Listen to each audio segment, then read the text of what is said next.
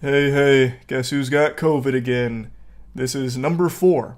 I'm like Patrick Mahomes, but instead of 4 Super Bowl appearances, I've got 4 COVIDs under my belt. Yeehaw. So, I've been spending the last day or so watching Warhammer 40k lore videos. I've even purchased quite a few minis. I've been looking around online for like professional painters and sculptors for even more. I'm deep.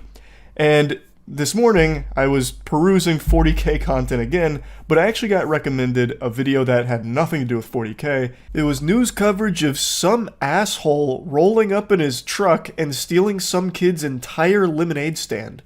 And it turns out, this isn't the only time it's happened. There's actually been 2 cases of this in the last month. Though the previous one was stealing the money from a lemonade stand in front of the kids, this guy just came up and stole the entire kit and caboodle here. This boy is heartbroken. He can't believe what just happened. Someone has taken his lemonade stand. The youngster has been selling lemonade for more than a year at an intersection near his home outside San Diego. That kid is grinding, selling lemonade for a year. He's got himself a full-time job after school. Multiplication tables in the morning, business in the afternoon.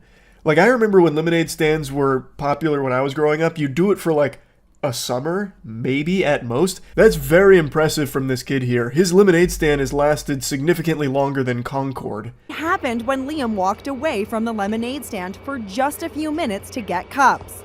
That's when a gray pickup truck drives by, reverses, and heads back to the lemonade stand. First, the table goes into the back of the pickup. The driver throws away Liam's sign and then loads in the chairs. Just as he drives off, Liam returns and sees his lemonade stand disappearing into the distance. I don't think even the Grinch would stoop this low. There is no way this degenerate asshole didn't know that that belonged to somebody else. There is a sign there, presumably about the lemonade on the, at the stand. And he picks up the sign and throws it to the side before putting in the chair and table. He knew, he just didn't care. He was in such desperate need of a plastic table and plastic chairs, he was fucking frothing at the mouth just seeing his opportunity to steal it. I'm willing to bet this guy didn't actually care about the table or chairs. He just did this because he had an opportunity to do it. So he did it for the love of the sport and the thrill of just stealing someone's shit. Like, he's gonna go home, he's gonna jerk off to an old Sears catalog, and he's gonna pass out, and he's not even going to do anything with that chair or table. I already know that. You can hear his plaintive wail. Liam's mom, Carrie, and dad, Leonard, say there could be an innocent explanation. My initial thought was, maybe he thought it was free because a lot of people, they leave things up by the road. I was hoping it was a misunderstanding. I think it's very wholesome that she'd have this perspective of trying to immediately give someone the benefit of the doubt and seeing the good in someone. Like, oh, this could all just be a misunderstanding. Sometimes people leave like furniture on the side of the road that's just up for grabs. Maybe that's what he thought here. But that fails to take into account the sign that he picks up, looks at, and then throws to the side before putting the shit in his truck and driving off. I don't think this is a case of confusion where he just thought, someone was playing Sims and left some furniture out and about that he could pick up and take home without issue. There was a sign there. There was a sign that this guy, maybe he's illiterate, maybe he couldn't read. That's very possible by taking just one glance at that guy. But even still, there is a sign there. And he looked at it and threw it to the side before putting it in there. Now, I'm no crack shot detective here. I wouldn't exactly be the one to, solve the Jack the Ripper mystery or anything. But looking at all the clues here, when he looked at that sign, he then looked around to see if anyone was nearby watching him. That's something that someone who knows they're up to no good does, checking to make sure the coast is clear before loading up his truck with these items. I think he did this knowing full well it belonged to somebody, and he just didn't have anyone around to tell him no or stop him, so he went hog wild with it. Because he's a piece of shit. The incident has echoes of that case in Virginia where a driver swiped the money jar from kids selling lemonade right in front of their house. Now this. This episode had a crazy cliffhanger where it revealed this isn't the only lemonade theft in the last month. So I had to learn more about this guy who just ran up and took the money jar from some kids in their lemonade stand. That is also unhinged behavior. Follow up now on a story that's been trending all day about the man who stole from 2 kids running a lemonade stand in Chesapeake. The video is leaving a sour taste in people's mouths. This guy, smiling as he approaches a kid's lemonade stand, snatches the money jar and takes off. Like taking candy from a baby. He makes it look easy. This is an Ocean's 11 style operation executed to perfection by this man. Rolls up, parks, gets out, acts friendly for like 2 seconds, and then takes the money from the kids before waddling back to his car. Gone in 30 seconds. You never even knew he was there. What a degenerate scumbag. So in total, he made off with 40 doubloons. He stole $40 from these kids who were selling lemonade, and I already know that was the most exciting thing that's ever happened in his life. This does not seem to be a desperate person. Like, this is just someone who stole for the sake of stealing. Here's the surveillance video. The car slowly approaches, and the man comes out of the car. Rebecca, who's 10, told me she started to pour him lemonade, and he quickly grabs a jar with their money and takes off. We already got $40. It was seeming pretty good. And then the guy came. He acted really nice. I wonder how long he planned this out for, or if it was just something that he just decided in the moment. I bet this dude marinated on this idea for days, like, those kids are selling lemonade. I could probably steal from them.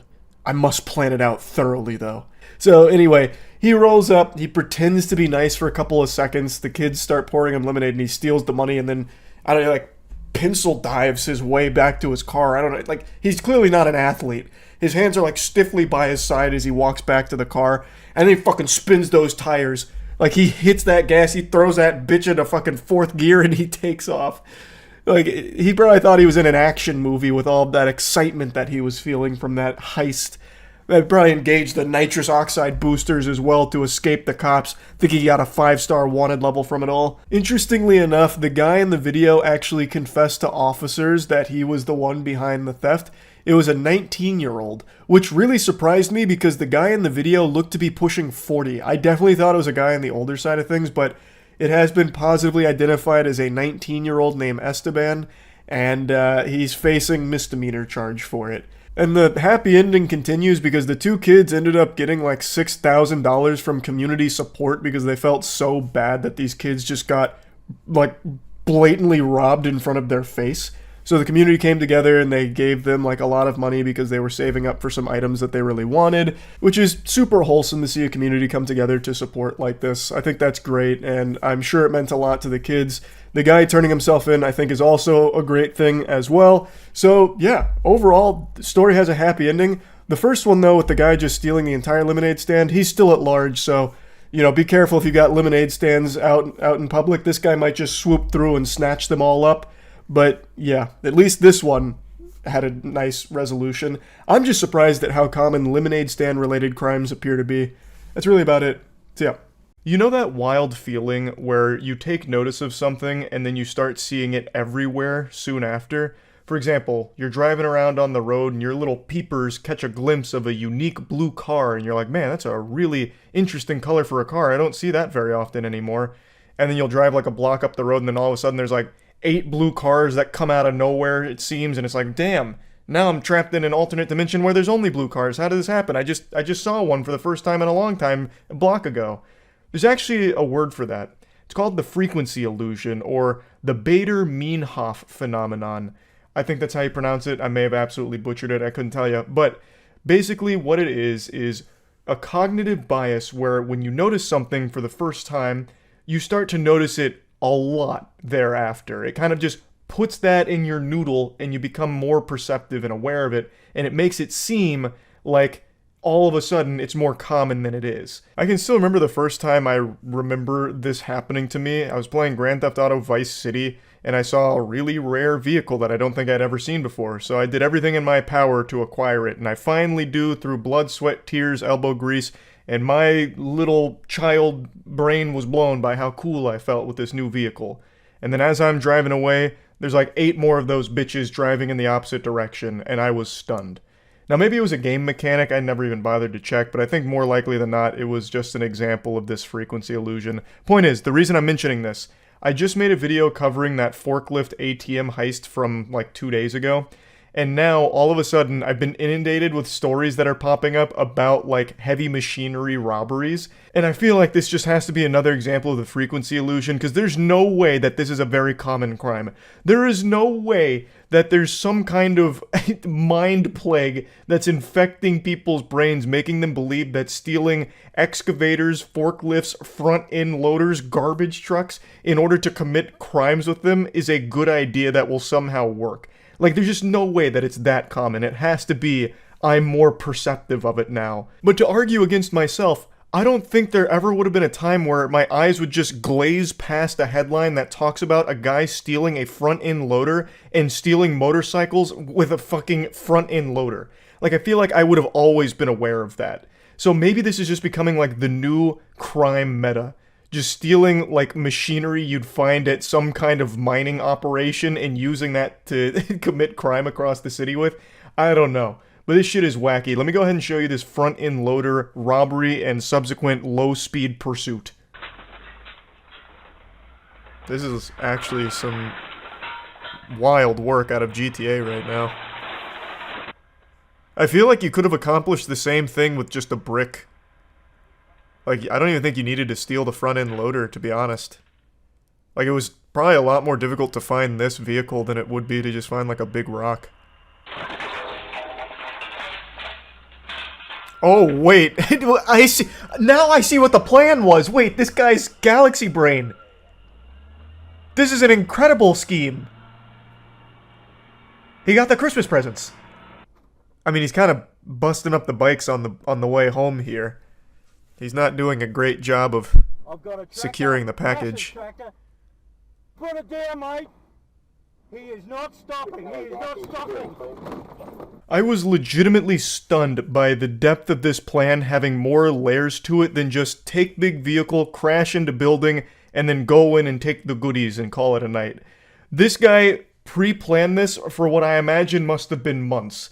He not only found a front-end loader that was prime for the pickin', but then he also went into the building with ratchet straps, I guess, and put them together as if it was like fucking grapes on a vine, and then had the perfect attachment for the front-end loader, the hook, in order to actually carry away the bikes on it. Like, there was a lot more than I would have expected here. Like, Jesus Christ, I was half expecting the front-end loader to turn into a goddamn Decepticon committing the crime. This was a shocking revelation.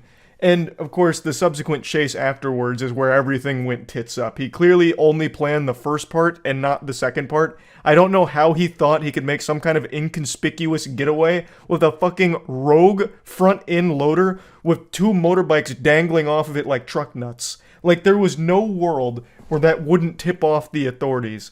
And this is not exactly the optimal getaway vehicle. So you can see the vehicle's not really zooming around too quickly and the bikes are banging against each other. I also couldn't help but giggle at the officer telling him to put it down like it's a child who's got a cookie he wasn't supposed to have before eating his vegetables.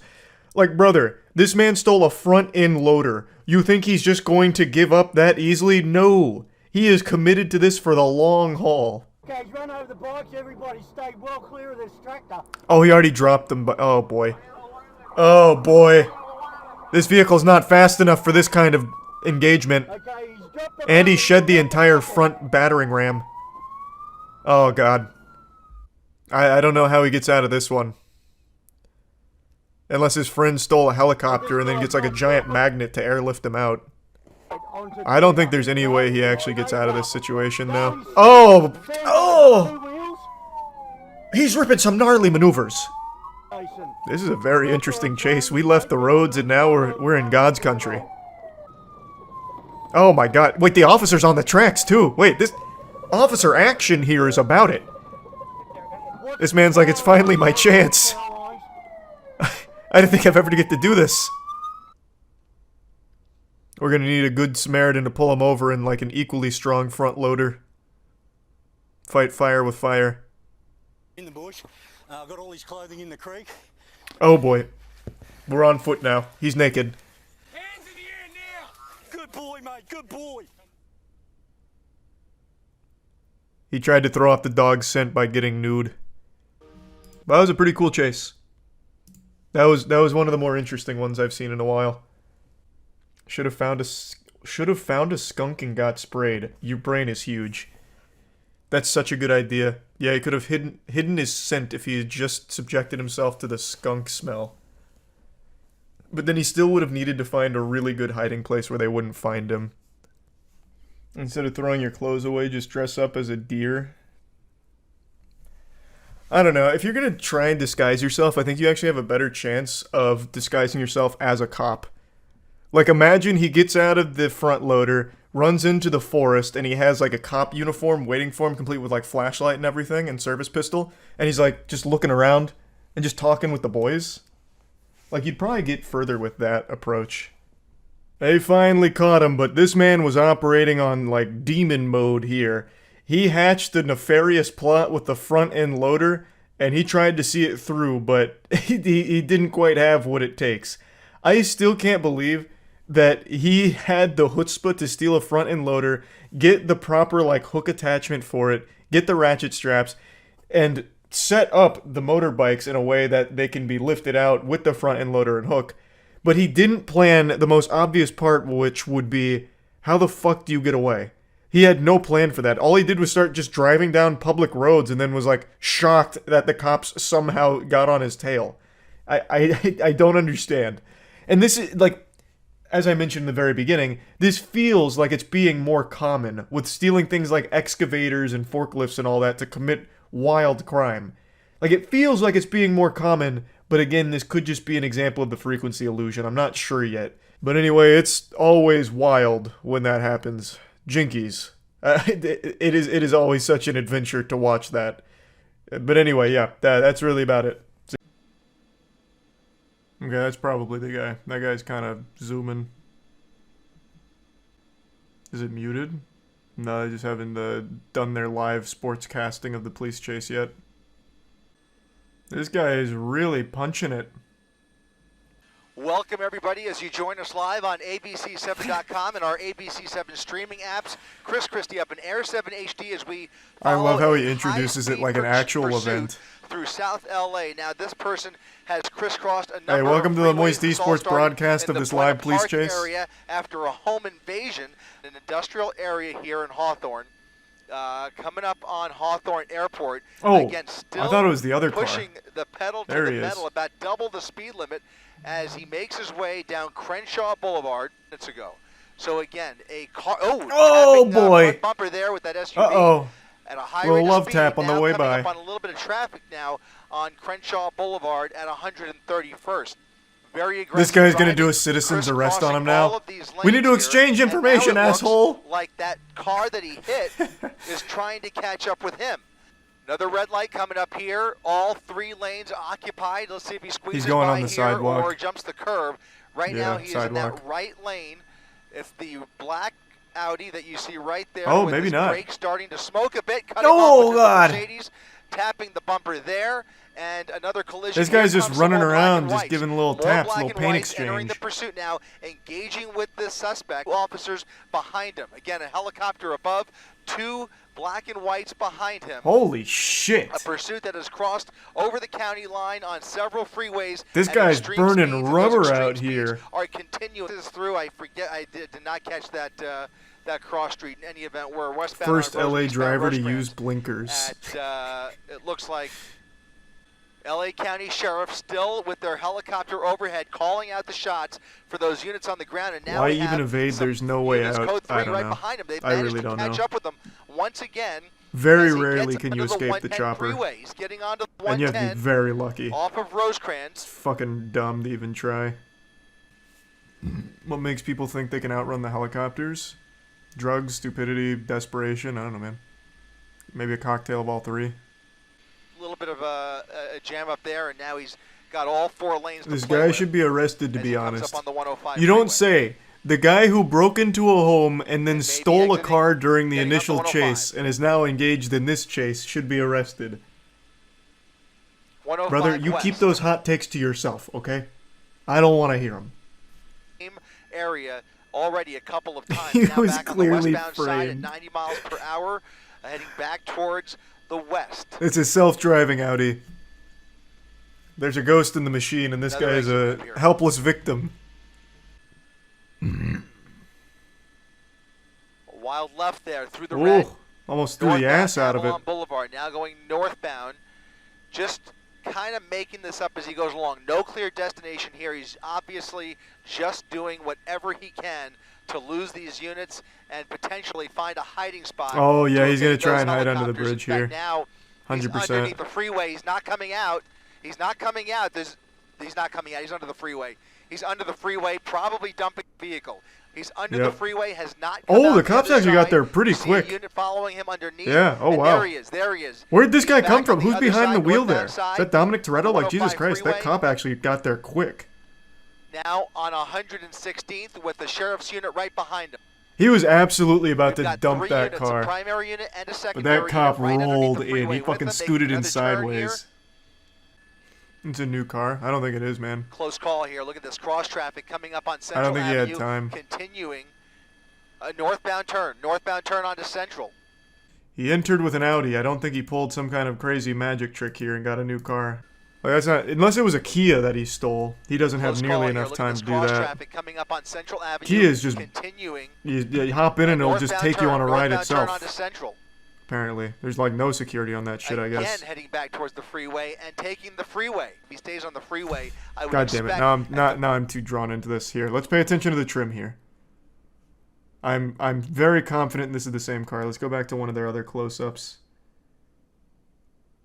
That would have been a speedrun record of carjacking if he somehow pulled that off. Where's another close-up? I mean, I don't even need another close-up. You can still see the trim even on this. at some point, but he is put a kink in those plans.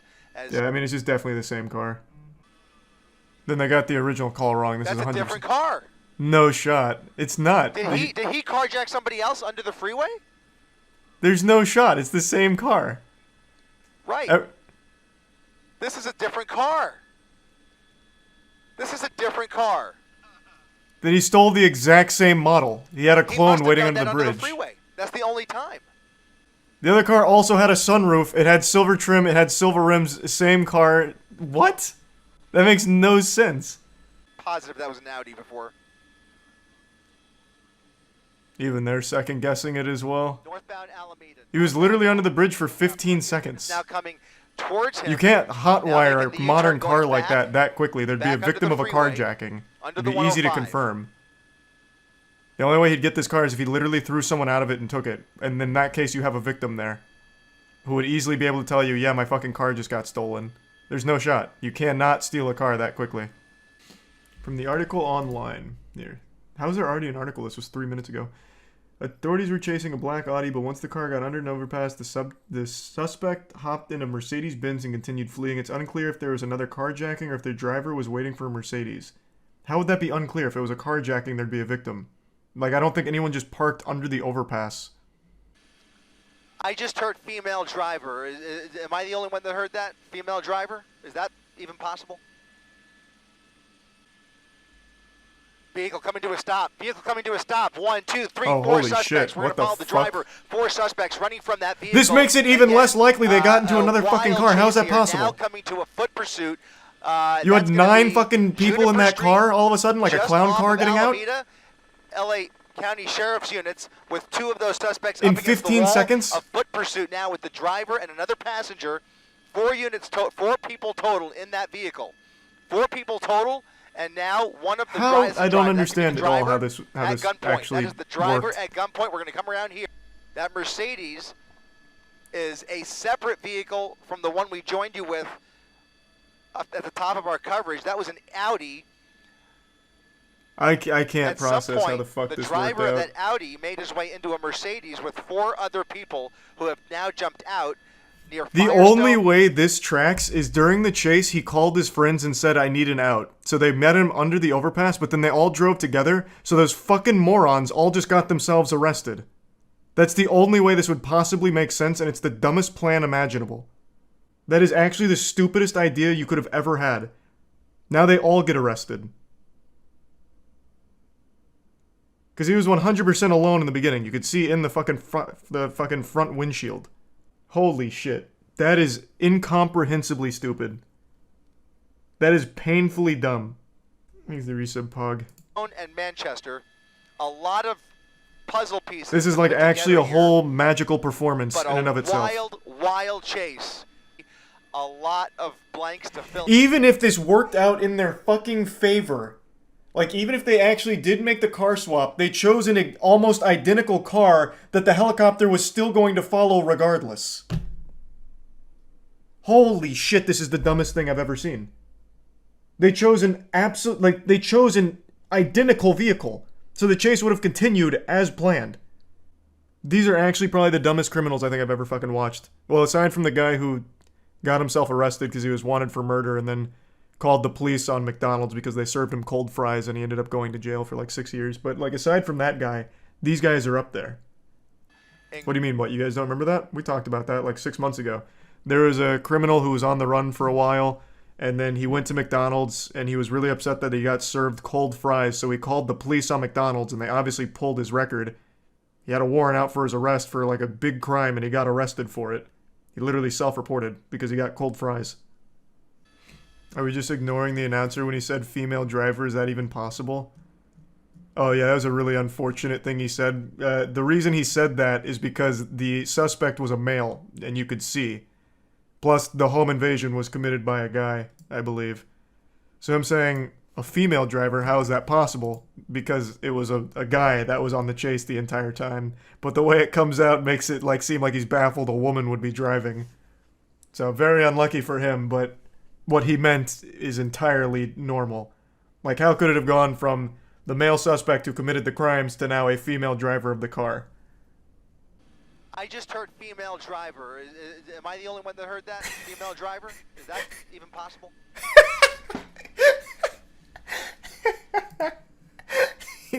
He also does himself no favors with the way he says it, to be fair.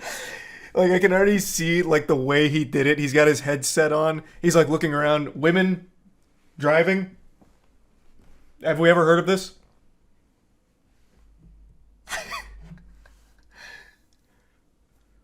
But yeah, what he was referring to was the crime, and the pursuit all the way up until that point was a guy, and one guy. No doubt he swapped. Well, at the very end, it's very clear they had to have swapped, because this is a lone driver. Like, throughout the entire chase, you can see in here, it is one guy. Which means that the people he swapped with literally came 3 heads deep, and then they all got arrested together for the swap. So, 100%. Like, they did swap. I just can't believe that the car they chose to swap with was not only identical, but they all stayed in the car, too. Here it is, let's time it. Just doing whatever he can to lose these You can see him stopping here, slowing down. Find a hiding spot 21 minutes on the dot. Helicopters. In fact, now he's underneath the freeway. He's not coming out. He's not coming out. He's not coming out. He's under the freeway. He's under the freeway, probably dumping the vehicle. He's under and the here's freeway, the cop. not 13 seconds. You see a unit following him underneath, 13 seconds. There he is. He's back on the other side, northbound side of the 105 freeway. He's under the freeway, has not come out the other plan. side. It's a stupid plan. Because even if the cop didn't show up so quickly, the helicopter immediately followed this car because it's almost identical to the car that goes in. So they still would have stayed pursuing them. It's a terrible plan. If they had chose a different car entirely, then yes. Then the plan would have been far more effective. What's the purpose of switching? At this point, nothing. Literally nothing. All that happened was he got more of his friends arrested because they stayed in the car for some reason. The cop also saw the swap. True, the cop was so quick that he actually did get to witness the swap. But the helicopter didn't. And the helicopter immediately picked up on the same car. Because it's so identical. They didn't even know it was swapped. Suspect was an Uber driver and picked up his 3 riders. Interesting fan theory. Oh, that's the other thing I wanted to talk about. I saw this. Hold on, let me pull it up. So we have a follow-up to the Burger King story. The Burger King manager who was serving people French fries from a trash can has been arrested. They got her. Rightfully so. Food tampering is serious, man. That shit is actually, like, horrifying. You remember there was that viral trend of insufferable assholes licking ice cream at supermarkets and then just putting it back? Or, like, spitting into, like, drinks and then putting them back on the shelf? And they all faced, like, potentially serious charges. It's because food tampering is such an important thing to crack down on. And now she's getting slapped for serving trash can french fries, which is so weird. Like, french fries, like, it's not like there was any shortage of them. It's not like she was saving money by serving french fries out of the dumpster. But I love the trash can seasoning. Yeah, someone in chat made a great point, because when I first read this story, I said, like, how could you even tell it's Burger King? Haha, everything's fucking terrible there. It's all trash. There's no way you'd even know. And one guy in chat was like, well, that's how they knew it, because it tasted better, so they were suspicious. And it turns out they were from the trash can. It's a baffling crime. And hopefully she faces serious repercussions. Food tampering is serious. Do you guys know the history of why food tampering is so cracked down on? I don't even know why I'm asking this like I'm in some kind of fucking classroom setting. I'll just tell you. It's because there was a case a long time ago, I don't remember when. There was a case of some absolute menace, some fiend, started tampering with, I think it was Tylenol, and they poisoned it. And just poisoned a bunch of Tylenol across a bunch of different areas, and they never caught the person. And it was a huge problem because it led to deaths. And they couldn't trace anything because there was nothing tamper-proof. They just laced Tylenol and fucking killed them with cyanide. So they really busted down on all of it. Which is why food tampering carries such a big possible sentence. It was cyanide, right? That they laced the Tylenol with? I'm almost positive. There were 7 deaths, and it was in October, or from September to October of 1982. And yes, it was laced with potassium cyanide. Did they ever find out who it was? No. There's a whole Wikipedia on it, though. The Chicago Tylenol murders. But because it was, like, widespread, they couldn't really track down who it was reliably. It was just, it's too hard. The trash can fries were an accident and she'll get off. Were they? I've seen conflicting reports on that. I haven't read this story, from this source yet. Let's see. I don't think it was an accident. You don't accidentally serve someone dumpster fries. Let's see. Officers allege that Jamie Major, the location's assistant manager, put the discarded fries in the tray and added freshly cooked ones on top. The incident allegedly happened the same day as the previous argument for disturbance on July 9th. When they got there, they found 2 women identified as customers arguing with staff, and they arrested the women, charging them with disorderly conduct.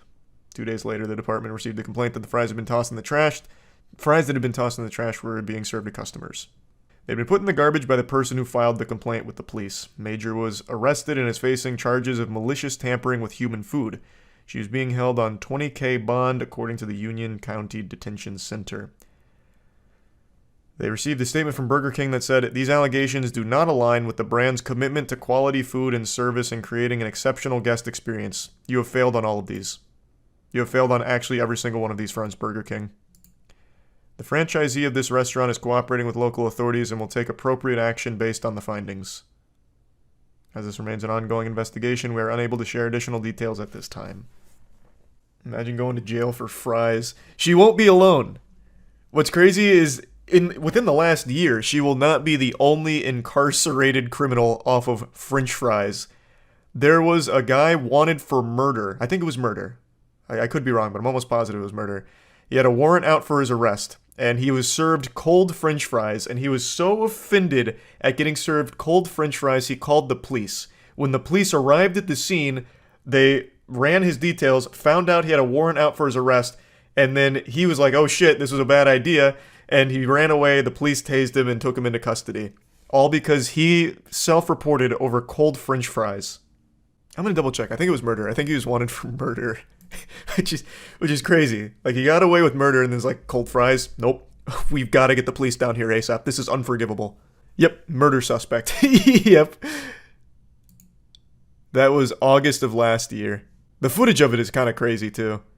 Not that anything wild happens, he runs away and gets tased, but like, he looks so befuddled that all of a sudden the whole situation turned on him. He really thought he was in the right over those cold French fries. Man, every single one of these is requiring ad block. They're really trying to cash in off this story here. They weren't even cold, actually. I tried the fries, they were lukewarm. Room temperature fries. They weren't even like ice cold. He wanted that shit piping hot. He couldn't have just asked for a warm batch. I don't know. Apparently they got into a little argument or something. Owner was cussing at him, and I guess it got out of hand. Or the trash can fries at least warm. Might get a few years off her sentence. Good question. This article didn't say the temperature of the fries, but it's Burger King, so I think we can rest assured that not only were they unsalted, but they were also probably cold. We'll have to read the case files when they're released. How do you tell trash fries from normal fries at BK, though? You don't.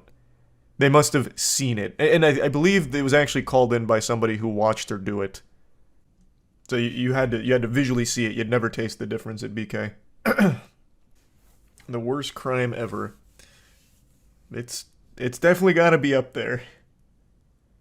What is the minimum sentence for malicious food tampering? Hold on, I'm going to see. Okay, maximum is 10 years for tampering with consumer products. That's assuming there was no injuries. Which, I mean, you could maybe make a case for psychological damage knowing you ate from the Burger King trash can. Eating from a trash can's bad. Eating from a Burger King trash can, that's like biting into like raw plutonium. You're really rolling the dice. That's got to be the most radioactive fucking trash can ever. The dumpster behind Burger King, good lord. Filled with fucking gamma radiation. Though in Texas it could be up to 20, but this wasn't in Texas. If you check the same news site, they have an article titled Manager, Assistant Manager Arrested During Operation Special Toppings. Is this how they caught her? They had to have like a whole sting operation? They had like a van with a satellite dish parked outside the local Burger King here. Fucking binoculars out there with like a stakeout waiting. Operation Special Toppings nabs 2 pizza parlor employees. Oh, wow. How deep does it go? Oh, accused of using restaurant to make drug deals. That's so much different than just serving trash can fries.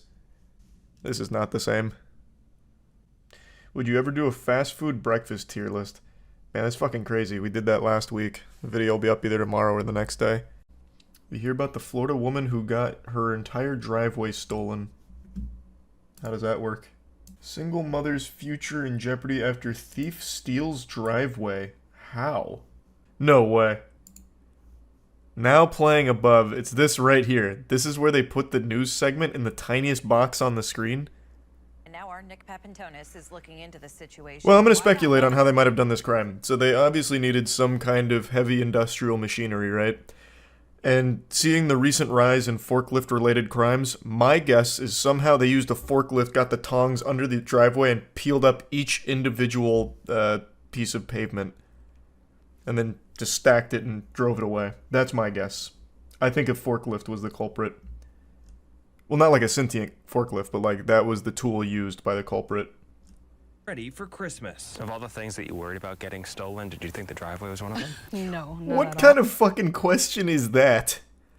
Hey, out of all the possible things that could have been stolen from your house, did you ever think it'd be your driveway? Like, fucking obviously not. That's not a thought any sane person would ever have. Like, you can't exactly padlock your driveway. No one's gonna ever consider that the Grinch might come through and just take the whole pavement up. Why even ask that question? It's super stupid. One told Brochu a Tampa area man identified as Tampa. Andre asked them to price out a replacement. Again. 1 week later, let's go. Brochu's doorbell camera captured a bulldozer tearing out the concrete and hauling it away. Jesus Christ. Shocked. I've never seen this before. Oh for 1 on guesses. It was a bulldozer, not a forklift. And believes Brochu is the victim of a scam. But neither woman knows what such a scam weird, is. yeah, it's a weird scam. People come forward saying that they've seen things like this happen, whether it be driveways, roofs, painting, even outside the exterior. So it's happens more often than we actually see it. Deputies have launched. I just don't believe that. Why would this happen often? What do they get out of it? I mean, I guess the cat's probably happy about it. They like dirt. But what is the scam? So you have their driveway now. Then what? How do you get money out of it? Do you hold it for ransom? Because even they're saying they don't exactly know what the goal is with it.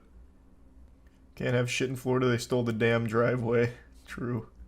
So the house value goes down. I guess, but are they making an offer on the property? Because if not, you get nothing out of it other than just fucking with them. So I guess it could just be evil for the sake of being evil. Compilation.com. What a Orange County. Nick crazy Papentonis, heist. WFTV tonight. What a bizarre story. Couldn't agree more there. What a bizarre story indeed. Stealing a whole fucking driveway for no reason. This is some shit out of Ed, Edd n Eddy. Like, actually cartoon logic. Like, stealing a driveway is actually something out of Cartoon Network. The only thing that makes sense is what the chatter said, driving the property value down to make an offer on the house. But it doesn't seem like that's what they're doing, so it really feels completely worthless, and they just stole a driveway just because they had the equipment to do so. There's a guy in Detroit who had his whole porch stolen. Recently? Detroit man says his porch was stolen. This was in 2018. Oh my god. This was in 2018. What the fuck? That is interesting. Oh, wait, it's not real. The first update here. I did it all out of laughs to entertain social media. So this one's fake, but the stealing driveway one's not. Did you see that the Pistons finally won a game? Did I see that the Pistons finally won a game? You bet your sweet bippy I did. I'm a little upset because I predicted they would beat the Celtics, and they almost did. The best meme I saw about it is the Pistons miraculously overcame a 21-point lead in order to lose in the end to the Celtics. And I predicted they would beat them. And they lost. So then I was totally resigned to just let the Pistons lose 60 straight. And then they come back today and they fucking win. It actually made me mad because I could have looked like a prophet. I actually would have looked like a legitimate, like what are they called? Soothsayer? To get that prediction right would have been big for me. But I got it wrong. They won today though. So they snapped the 28-game losing streak. I was reading some of the memes here. I didn't watch the game, I just saw that they posted this. And usually when they post final, it means the Pistons lost in another triumphant fashion. But they actually won, and I was looking at some of the memes. So, Winghouse said every time the Pistons win a game, it's 5 free wings. And that's been a big joke because the Pistons lost for 3 months now, or 2 months, whatever. So it's just been this meme about how everyone's starving, like, oh, no wings, Wingstop got the easiest advertisement ever because they don't have to give away wings because the Pistons can't win. So now I've just been going through the memes here. Sure hungry. Rev up those fryers, because I am sure hungry. It's been pretty fire, actually. All they need to do is win 50 games in a row to make the playoffs. That's what I'm predicting. I think now's the time. They got 28 games worth of losses, and as the old adage goes, you learn more from failure than you do success. So they've got tons of invaluable knowledge now. I think they win 50 straight. What does your new tattoo mean? Absolutely nothing. I just really like the design. This time around, I told myself this next tattoo I was getting was going to have meaning. So I once again got a meaningless tattoo. But dagnabbit, I think it looks nice. It's not done yet. I still have to go back, but that's basically the bones of it. It's a balloons map. Yeah, kinda. Once it's finished, it'll be less balloons-esque, but I really like it. I really like how it's coming out. You did this, they could have gotten rid of the 76ers all-time loss record, now they tied it, fuck you. Hey man, I got it wrong. I said they were winning last game. So it's not my fault. Surprisingly, this isn't new. Look up entire driveway stolen in Central Florida. Happened in 2012. This isn't the first driveway being stolen? Yeah, well, you're right. This also happened in Florida too. Man, Florida thieves love driveways.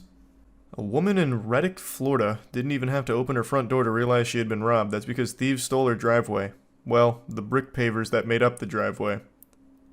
Is there footage of it? No. The victim arrived home around 6 p.m. on Tuesday and felt a large bump as she attempted to turn into where her driveway had once been. She got out and realized it was gone.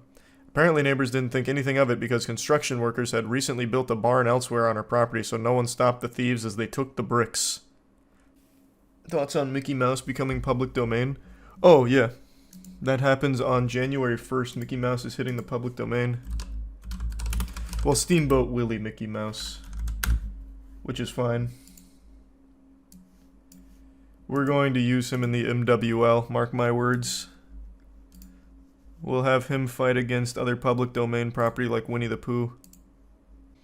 Right around the same time as Epstein's List. I wonder what Steamboat Willie was up to. Oh, interesting correlation. So I can promote my own movies with a whistling mouse. I guess. You can use Winnie the Pooh right now if you want. There's a lot of public domain property that you probably don't realize is public domain. Though I think most people know Winnie the Pooh is because of the god-awful horror movie. Did you hear about that devil comet that's going to explode in the next few days before it reaches Earth? We've got to stop naming like comets and asteroids like this. God of Chaos, now the devil comet.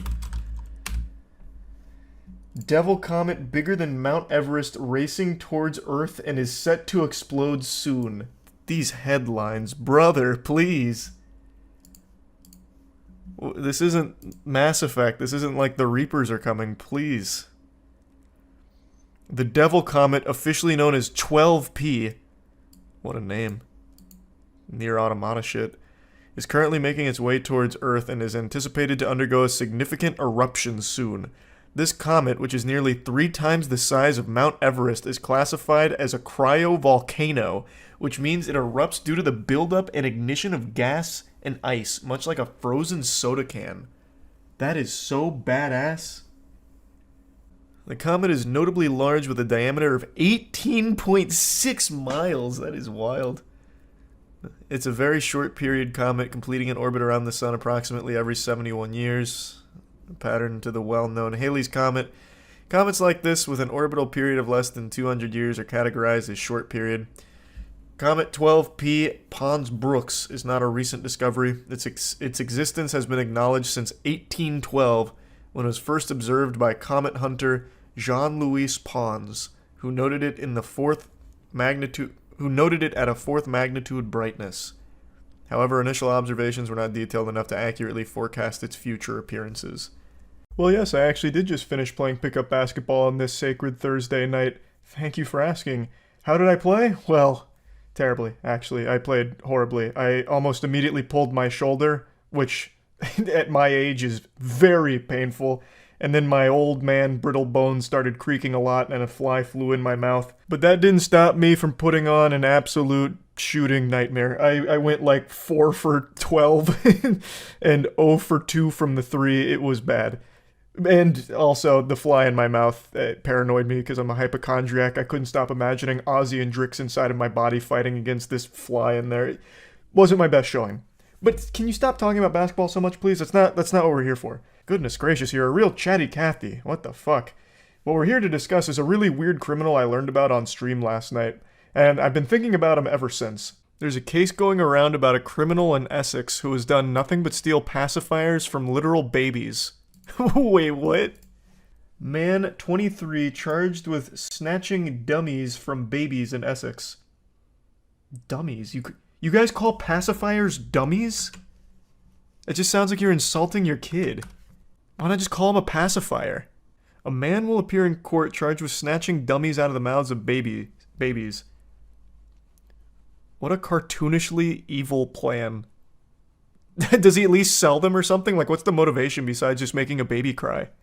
Josh Gilder was arrested on Monday on suspicion of theft from a person, robbery, and using threatening behavior to cause alarm and distress. This happened on 4 occasions, apparently. The serial pacifier robber, burglar. What does he do with them? Does he just take them out and run away, or does he take them out and put them back? Like, what does he do? Oh, here we go. We got some more information. All right. The story just took a really interesting twist. So according to her, he uses the dummy to soothe himself. So what he's doing, and this is a revolting thought, he is taking the pacifiers out of babies' mouths and then sucking on them himself. That is fucking gross. Holy shit. He said he would take the dummy and then go sit in a tent and use the dummy, describing the thefts as purely acquisition, so acquisitive. Goulder also admitted causing harassment, alarm, and distress to a police officer the day he was arrested. He told the officer, "If my stuff gets broken, I swear I'll kill you." He denied 3 charges of assault relating to 3 of the 5 children who he took dummies from. Still shouldn't be stealing them from babies. Bit of a hot take there from me, but, I'll say it with my chest. Stealing from a baby is... well, that's pretty low. I'm just going to say, he's a jerk. He's a bit of a jerk. When police were initially looking for this guy, they released this photo hoping that someone recognized him, when it's just a photo of someone's back with a hoodie on. But I guess it worked out in the end because they did apprehend him. He was taking candy from literal babies, pretty much, and they eventually did arrest him for it. But I really like the idea that someone sees this and they're like, "Oh my god, that hoodie! Wait a minute, that frame! I know exactly who that is! That's my buddy Josh!" And who knows, maybe that's exactly how it happened. But yeah, they did apprehend him, and the whole story is very baffling. That's a odd crime, for sure. But I want to give you a little bonus crime that I learned about on stream last night. Actually, you know what? I'll give you 2, because we went down a little bit of a rabbit hole with weird crimes. So this next one is about a serial mannequin pisser who's still on the loose, so beware of any mannequins. They might be marked with urine somewhere out there. So, just sleep with one eye open.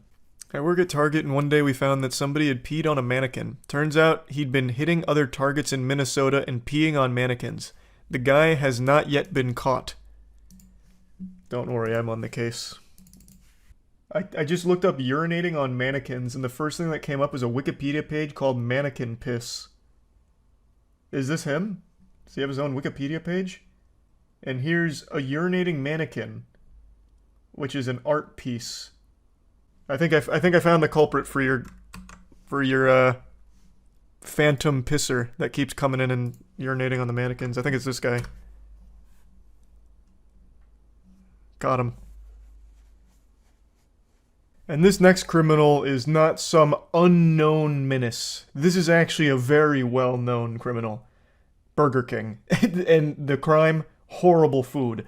But this time around, what they were guilty of is a promotional marketing campaign that led to the death of a few children, infants, during their Pokemon promotion of 1999. I don't know how many of you knew this, but I was completely unaware that this ever happened, so I learned about it on stream last night, and I thought this was a really weird thing that happened back then that I haven't really heard too many people talk about. Have you heard about the Pokemon ball toy that killed a bunch of kids? What? Reflecting on the Burger King Pokemon disaster of 1999. What? I've never heard of this. Some of the most iconic toys of the 90s showed up on greasy trays across the country, but perhaps the biggest frenzy arrived with a series of Pokemon collectibles from Burger King at the turn of the millennium. Pokemania hit a fever pitch in 1999, and the frenzy had a body count. Time magazine helped introduce the Japanese imported phenomenon known as Pokemon to the mainstream. Okay. At the very center of their page, a space normally occupied by heads of state, religious leaders, and business magnates, Poliwhirl leaped out at the reader. I actually vaguely remember this cover. While parents, journalists, and psychologists were mulling the attitudinal impacts of the fad, a far more banal Pokedanger was emerging. On December 11th, 1999, 13-month-old Kira suffocated to death in Northern California. A Pokemon toy from Burger King Kids Meal was believed to be the cause. The company had begun a massive Pokemon promotion in connection with the Pokemon the First movie, which debuted on November 10th. The 56-day promotion, one of the largest in history, was intended to run from early November to end of December. The Kids Meal prize during that 2-month period was one of 57 different Pokemon toys. Making the promotion all the more exciting was the fact that the toys were encapsulated within the immediately familiar red and white orb of a Pokeball. Burger King had plans to distribute over 25 million toys in this clever format for free with any Kids Meal purchased. Enjoy. She's even in body armor. They knew this was dangerous. That's a huge promo. Did they have all 151? How? Damn, Burger King used to go hard.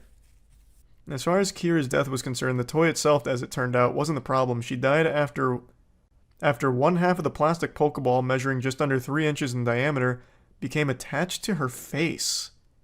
She had somehow gotten it stuck over her nose and mouth, forming an airtight seal. Holy shit. Her mother took a shower for about 20 minutes, and when she emerged, her daughter was dead. Spokesperson for Equity Marketing, the toy maker that had partnered with Burger King, would later state that the toy meets or exceeds all federal safety guidelines, and Charles Nicholas, a spokesperson for Burger King, argued it was not concluded that the ball was the cause. I mean, it seems like a completely freak incident, but I mean, the ball was literally the cause. But it's not the design's fault, I don't think, right? Like that's truly a freak thing, from the sound of it. 10 days later, on December 23rd, it happened again. An 18-month-old girl in Kansas almost suffocated. By the time her father pried the half of a Pokeball from her face, the girl's lips had turned blue. When we found out about the first death, there was a realization that this could be a huge national concern. This was the worst-case scenario. A major fast food chain, not just a toy store, distributing these toys by the millions. How is it happening, though? It doesn't look like that'd be a really easy situation to find yourself in. And also, who's letting 13-month-old and 18-month-old babies eat Burger King alone? Also, what do they eat from Burger King? Aren't you still basically on mush? Maybe not at 18 months, but 13 months? When do you stop having, like, mush? When's the cutoff period?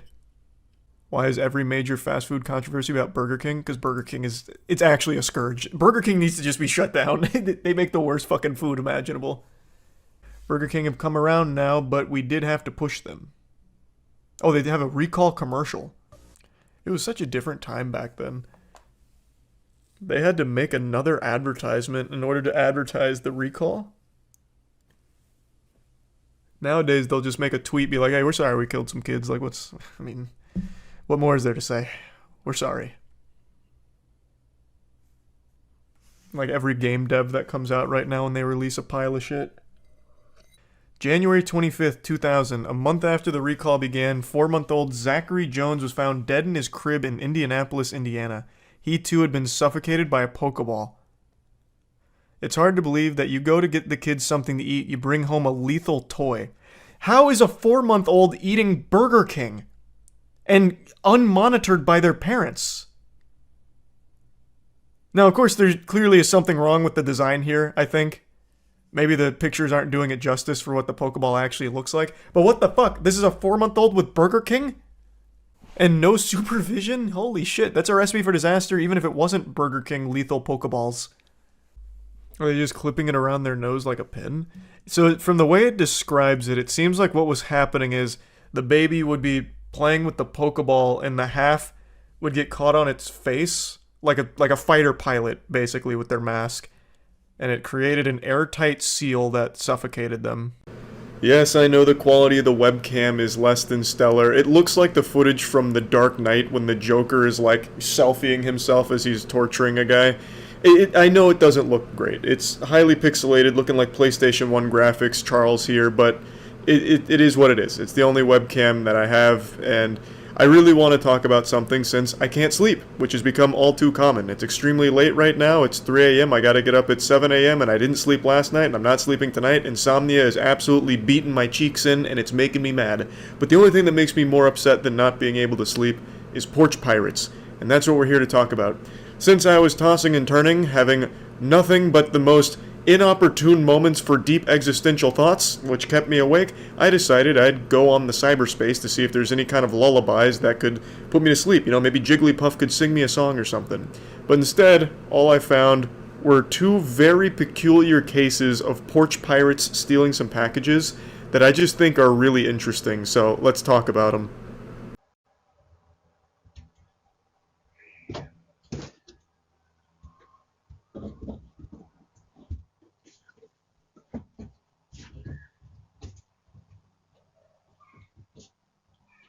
You know that trope that exists in anime and other fiction where the villain is super smart with like the most creative and most galaxy brain scheme imaginable?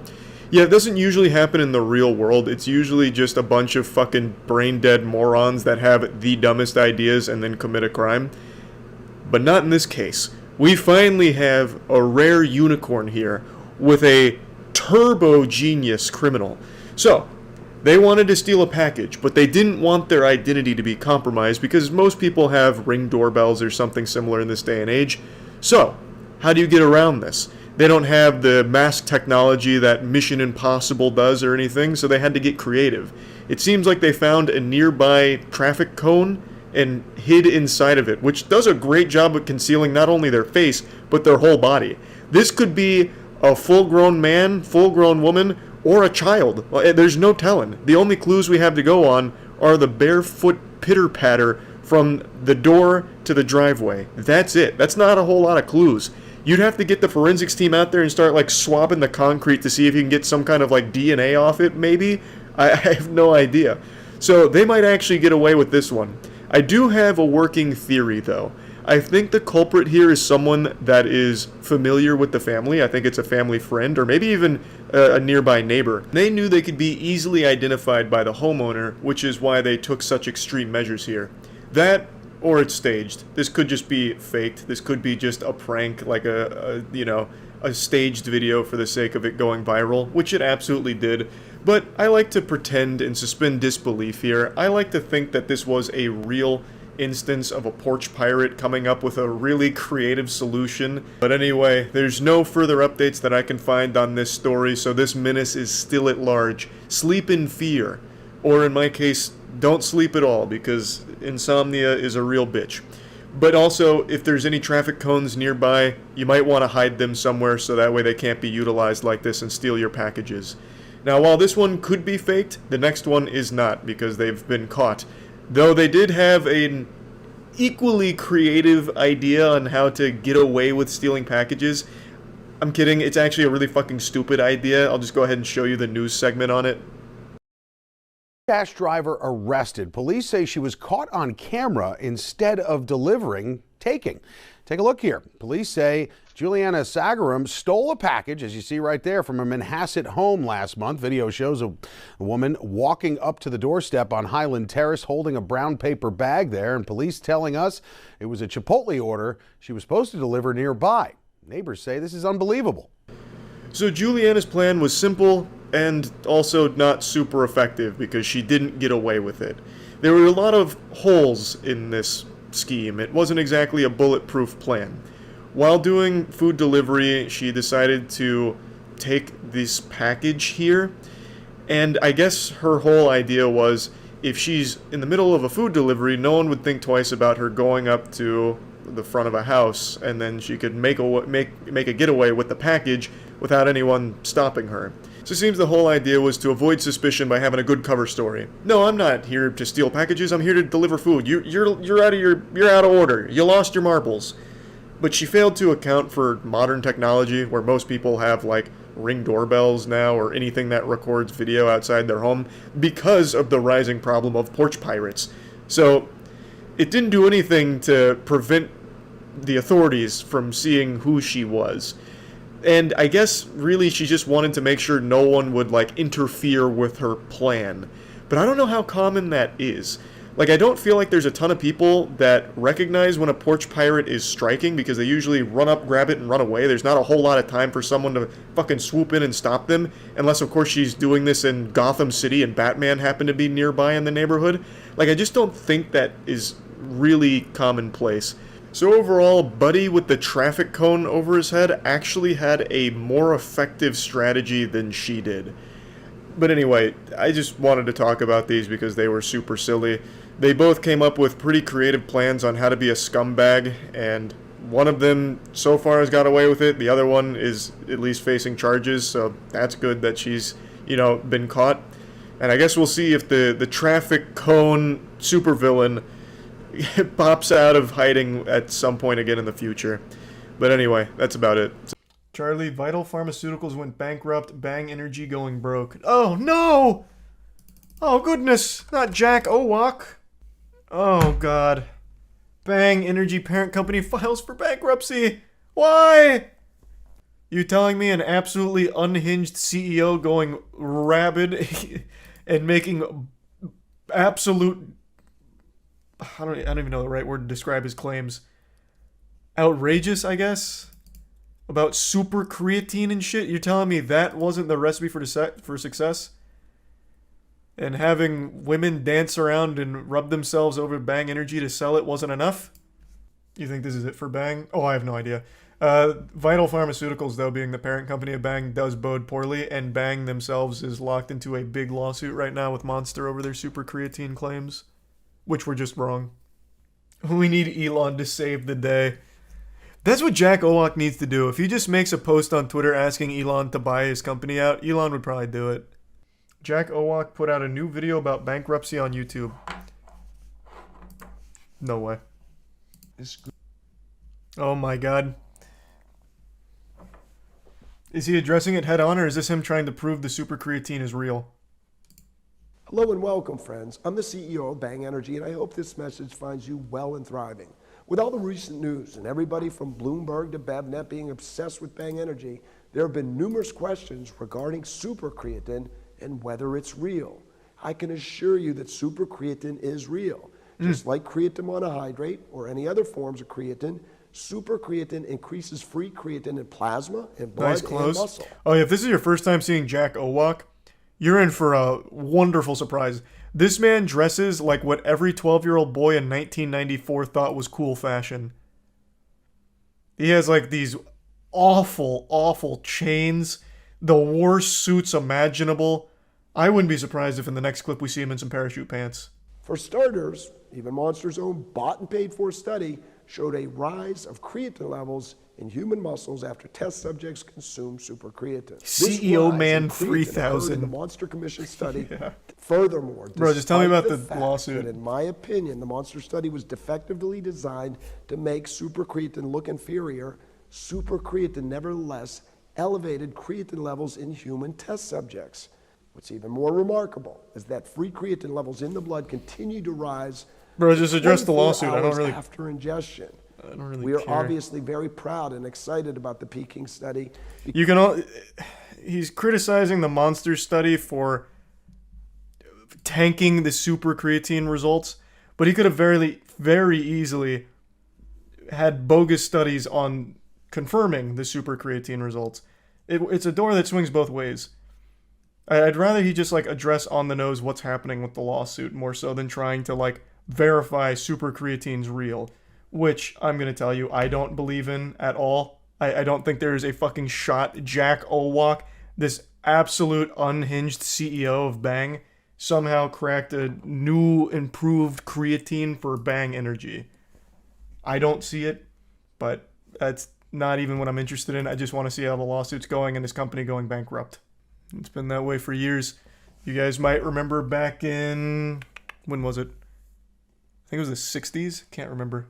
We even went over it on stream. Back when there was this huge push against sugar. So in order to placate that, companies started hiring labs to do other studies to say, actually, it's not the sugar making everyone fat, it's the fat content. So then they'd start pointing to these studies like, no, sugar is unfairly blamed. It's fat. And for about, like 30 years, people believed it. Fat was vilified by the general populace. And sugar got off scot-free for quite a while. What about you? In a recent trial against Monster, we were issued a $293 million verdict. Yeah. This alone would cause almost any company to file bankruptcy. This, however, does not mean Bang is going out of business. Quite the contrary. Chapter 11. We're doing better now than ever. Reorganization to keep our business alive and to pay our creditors over time. Jack, I'm going to be your business strategist here for a moment. You need to invest in even more chains and more almost nude women to promote Bang.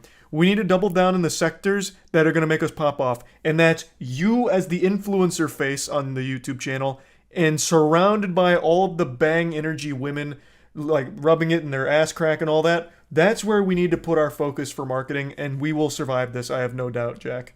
Let me repeat that, my friends. Bang Energy will be doing business as usual. Amen. In fact, with our new decentralized distribution system, I believe that you'll be able to find more flavors of Bang Energy in more places than ever before. In addition to our eloquent... That's not, like... That's not, like, the great flex he really thinks it is. The bankruptcy reorganizing isn't a great thing to even spin positively. It's just coming across more sad than anything. But hey, to each their own, baby. What about you? Nope. Creatine monohydrate has terrible You shouldn't ask me solubility in that. water. I once stirred and left creatine monohydrate in a glass of water overnight, and the creatine monohydrate never dissolved. However, super creatine is highly water soluble and goes into solution within a few minutes. That sounds pretty darn super to me. What about you? Still no. Super creatine is stable in a beverage and Still fucking no. All of this is just easily faked and easily manufactured and manipulated. It's just fucking worthless. It really is. And especially because you're only citing one study. You are still only citing a single study that was performed outside of the US, I'm pretty sure. Who was it? I believe it was Peking Bio. It's for international students taught in Chinese. So it is outside of the US, right? Is it in China? water stable at room temperature. Other forms of creatine are not stable in water and over time degrade to creatinine. That sounds pretty darn super to me. What about you? You gotta stop asking me, Jack. Just Still not. We have preliminary evidence that shows that supercreatine may have a half-life in human plasma for roughly 7 days. Furthermore, supercreatine is made up of roughly 50% L-leucine. Where was that? You're not gonna cite that one? This just in. I made something else up real quick. Who performed that study? Furthermore, supercreatine is made up of roughly 50% L-leucine, which is known as the most powerful contributor to muscle protein synthesis out of all essential branched-chain amino acids. You want to know a fun fact about that one? This claim's not even like super wrong. But you want to know what's interesting? Every fucking drink ever has this in it. It's not like Bang all of a sudden has this chemical X. This shit is found in every fucking drink. It is like one of the most common additives to a drink. Thanks, Resub Rose. He must really think people that drink Bang are stupid. In fact, no other creatine molecules contain the powerful amino acid L-leucine except for supercreatine. What are you talking about? What? I don't know what the claim he's making in regards to supercreatine, but literally every single drink, every single, even not supplements, but the shake stuff, not Soylent, but you guys know what I'm talking about, like the flavor additives, like all that shit has that. All of it. Fucking all of it. It's not unique to Bang or supercreatine, unless he's somehow using it differently, which I don't think he is. Hey, this sounds pretty darn super to me. What about you? No, it sounds standard. Stop asking me that. Us. You know where I stand. Supercreatine. Rodney Sachs That's not a good thing. Personally, and trying to destroy my family and children by taking away my house and other possessions. It is important to note that we recently filed a mega lawsuit against Monster Energy Drink and Rodney Sachs. This lawsuit refers to more than 120 reports of suspected links between consumption of Monster Energy Drink and serious adverse health events, including 10 heart attacks and roughly 20 deaths. Let's take a peek at Bang's list of fatalities. I'm sure you're not far behind. Monster is significantly bigger than Bang, but I bet Bang has quite a long list of bodies here. Let's see. Bang-related heart attacks. Still not focusing in on Bang. It just keeps casting the net wider. The reason I want to single out Bang, not only because of the Monster call-out, but Bang has more caffeine. So Bang has 300 milligrams of caffeine, which is a fucking ton. Like, that's a lot. And then I think, what does Monster have? Monster has 86. What? Is that right? Oh, 180. Where is this 86 coming from? Oh, this isn't giving me a whole can. I see. Yeah, this wasn't the whole can. It was just giving me like a serving size of the can. So yeah, 160 according to this. So Bang is almost double the caffeine. Let's take this. So they're coming after Monster for heart attacks and adverse health effects. And that's going to be attributed to the caffeine because of like atrial fibrillation, I think is what it's called. From like too much caffeine. I'm going off memory here. And that's at 180, 160 milligrams of caffeine for Monster. Now double that. Bang's in a much worse spot. We know that Monster has been involved in well over 1,000 lawsuits.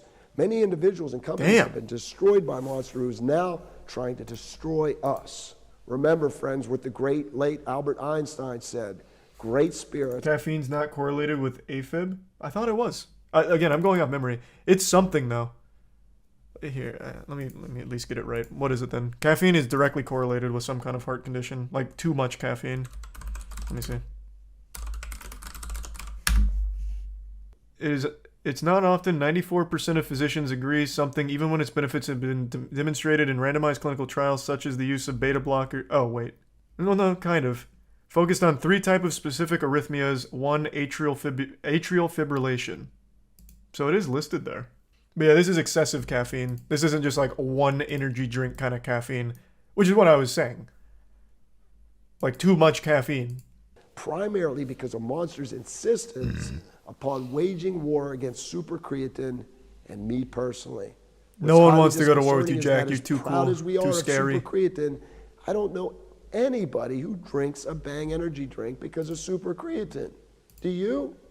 In fact, that's like your main selling point. What do you mean? Of course there's people that do. Bro, you hype super creatine up like it's like a panacea. There are absolutely people that drink Bang energy just because of the fucking super creatine claims. What are you talking about? Now you're just blatantly lying. What are you saying? That is your main talking point. Outside of the women shaking their ass and their tits next to a Bang energy can, the next thing that you try and market is the super creatine. It's like the crux of your strategy. Thank you for your loyalty. Thank you for your support. Make no mistake, my friends like and a loyal threat. supporters, Bang energy is coming like a freight train and cannot be stopped. Oh shit, he's ripping on it. That double bass going hard.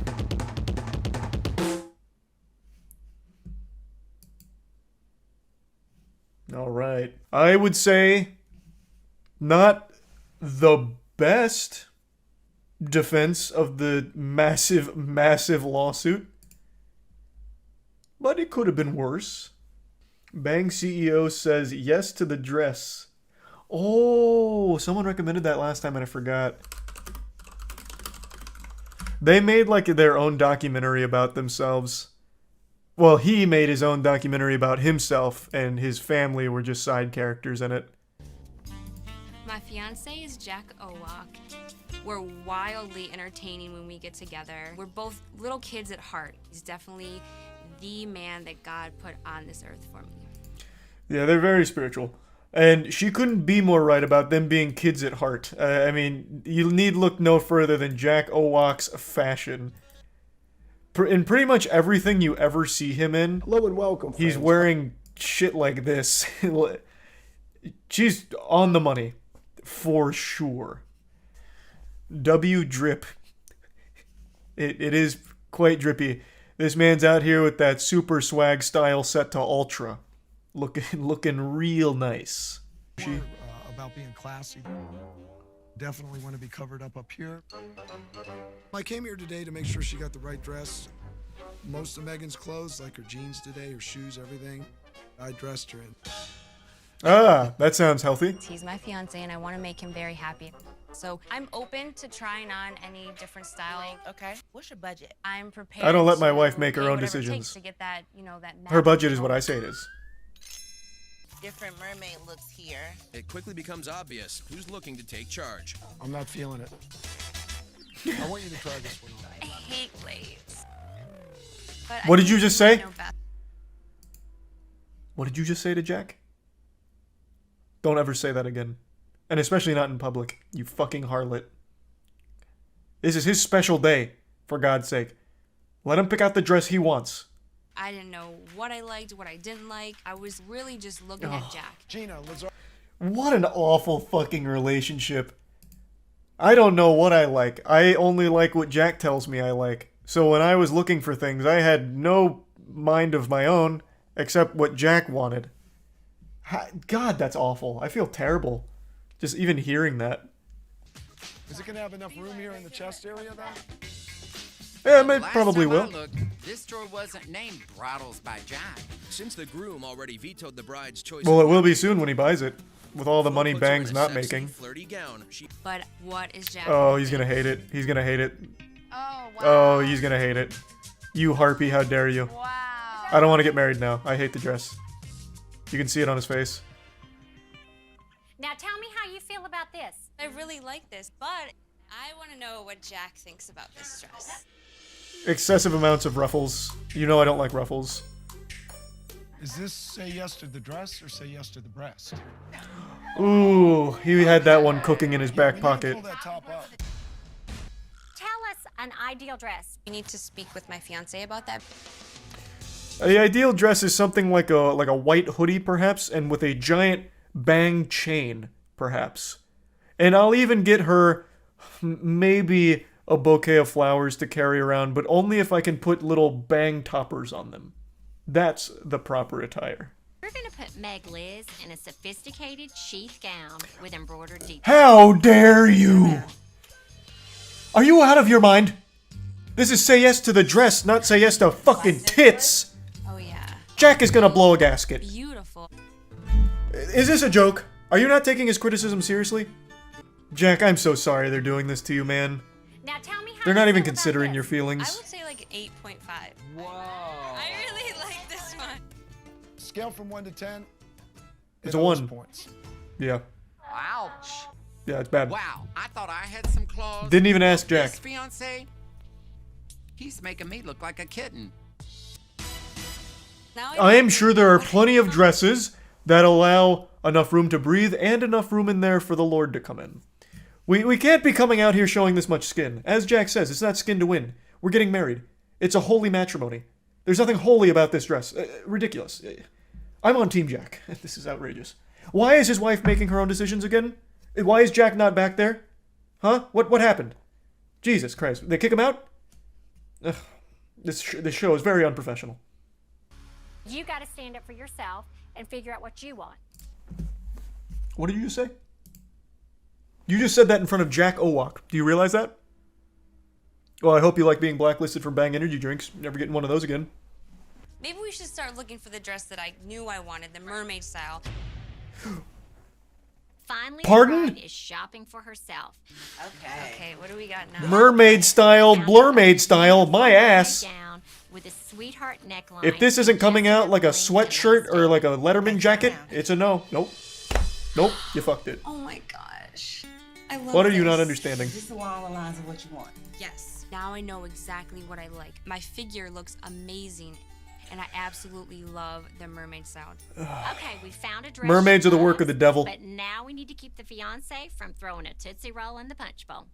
I don't know that expression, but that's not happening. There's a Tootsie Roll going right in there. Coming in. This one. I had a strong Get ready to feeling fish that the Tootsie this Roll dress out of the punch might bowl. Be my dress, and I realized that I do not want my fiance to change my mind. You want me to kick him out? Yes, please. Yeah. What? Are y'all ready to see the next dress? Yes. Okay, Jack, honey. I got some bad news. What's that? Meg absolutely, positively loves this dress. That's too damn bad. It doesn't matter what she wants. This is Jack Owak's wedding. Kind of wanting to refuse to go, but you know, Lori's running the show. It's her world. I'm just visiting. He must have like the stiffest back in the entire East Coast. The way he walks, it's like a robot. Like a bang android. She picked the right dress. Beautiful, classy. She rocked. Oh, they paid him. It's the same kind of dress that he had an issue with before. They softened him up for the show. All staged. No. Of course it's not staged. Actually, to be honest, I bet everything that happened at the shop probably was like a little of Jack leaning into him being the douchebag, but that's just kind of Jack. Like, that is very Jack Owak behavior, to be honest. Raise your hand if you've ever heard of the restaurant Panera Bread.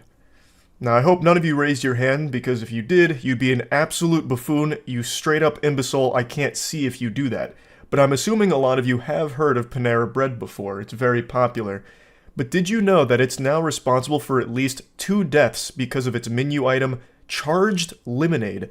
This is a fascinating, concerning, and pretty sad story that I just had to talk about because With 2 deaths under its belt, the charged lemonade is almost as dangerous as just eating Tide Pods. Now, while 2 deaths doesn't seem like a lot statistically speaking, that's from 1 menu item on just innocent people whose only crime was looking for a tasty beverage. Like, this is very alarming stuff. So yeah, it may not be like piling up corpses to the sky or anything, but 2 people dying from just drinking lemonade from the menu is a problem. Now, when I first saw the headlines, I assumed it was like contaminated product or something, like something must have gone wrong with the lemonade. I thought it'd be like a, turns out in their charged lemonade, the secret ingredient was pink sauce, so people were dying of botulism and cringe or something. But it's actually not that. Their charged lemonade is a caffeinated drink that was improperly advertised, so people that shouldn't be consuming caffeine, or like huge amounts of caffeine, were consuming the charged lemonade, and unfortunately 2 people did die from it. And it is a lot of caffeine in the charged lemonade. It's not like just a couple tiddlywinks worth of caffeine, it's a lot. Now, the most recent death is that of a 46-year-old man from Florida whose family has now filed a wrongful death and negligence lawsuit against Panera. Now, his name is David Brown. He had high blood pressure and didn't consume energy drinks, but in the lawsuit, he said he believed the charged lemonade was safe since it was not advertised as an energy drink. It was offered in the same place as the restaurant chain's non-caffeinated or less caffeinated drinks, which is obviously a huge problem because there are people with underlying conditions that should not be consuming a ton of caffeine. This is the perfect example of that. That's why you need to properly label these beverages, because they can be legitimately dangerous to people that aren't aware of what's in them. According to the lawsuit, on October 9th, Brown had the drink 3 times during a visit to Panera Bread. Apparently this was part of like their endless sipping offer. I don't know what it's called at Panera, fucking Super Sippers Deluxe something, the sip package, where you can get like refills, multiple refills. So I'm assuming he got this refilled 3 times in Florida, and on his walk home he suffered cardiac arrest and died a short time later. He had ordered a Panera charged lemonade at least 7 times over the course of 2 weeks from September to October. An extremely sad situation that was easily avoidable. David Brown knew about his underlying condition and did everything he could to avoid anything that would cause him problems, but he simply didn't know that the Panera charged lemonade was a highly caffeinated drink. And unfortunately, it led to his death. Now, I do think this information is worth sharing here. Brown had a chromosomal deficiency disorder, developmental delays, some blurred vision, and a mild intellectual disability. He had worked at Publix for 17 years and would regularly go to Panera after work for meals as many as 3 times a week because, according to the lawsuit, he said the chain advertised as being a healthy alternative to other restaurants. This is something I see a lot of people say. This is a sentiment shared by many that they perceive Panera as being a healthy restaurant. And unfortunately, I too once believed this, but that's just not true. Panera is not healthier than most other chains. It's just genuinely not. If you actually look at the nutrition facts of what they serve, it's just as unhealthy as pretty much anything else you'd find elsewhere. You could probably find a Wendy's meal that might have more nutrition than some of the macros that Panera's offering. It is not necessarily a healthy place. It has some healthy options, sure, but so does fucking McDonald's too. Panera is not a healthy restaurant, especially not its soups. Its soups, some of them still have trans fat. I thought that shit got outlawed by the Geneva Convention, but no, like their broccoli cheddar soup does still have fucking trans fat in it. So it's not a great place to be eating if you're looking to be eating healthy, and it's certainly not a safe place to be drinking, I guess, with the charged lemonade out here like a fucking assassin taking people down. So I did want to just briefly mention that. Now let's talk about the other death that is being blamed on Panera's charged lemonade. A 21-year-old university student named Sarah Katz died of cardiac arrest after drinking the beverage in 2022. She was diagnosed with a congenital long QT syndrome type 1 when she was 5 years old, so she had an abnormal heart rhythm, which could be life-threatening. And according to the lawsuit, the charged lemonade was not advertised as an energy drink at the time that Katz ordered it. So Katz's family claimed that she didn't know that the drink had high levels of caffeine because it was inadequately labeled, and alleged her death is a direct result of drinking it. Which I think is a very fair assessment. I imagine that a highly caffeinated beverage like the charged lemonade would be extremely bad for someone with her condition. So I do think that is a huge component of what led to her death.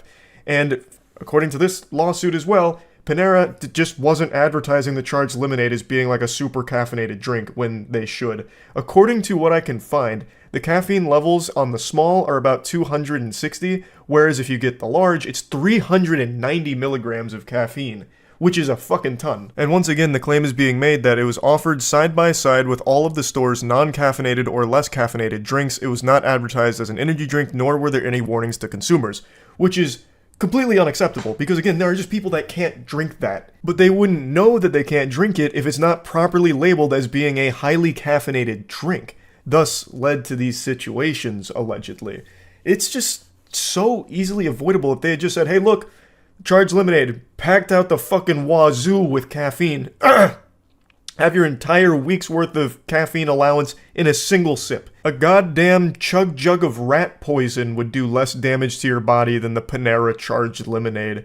And especially with, like, the refills, what a diabolical combination. Now, Panera has responded with the most expected response. Panera expresses our deep sympathy for Mr. Brown's family. Based on our investigation, we believe his unfortunate passing was not caused by one of the company's products.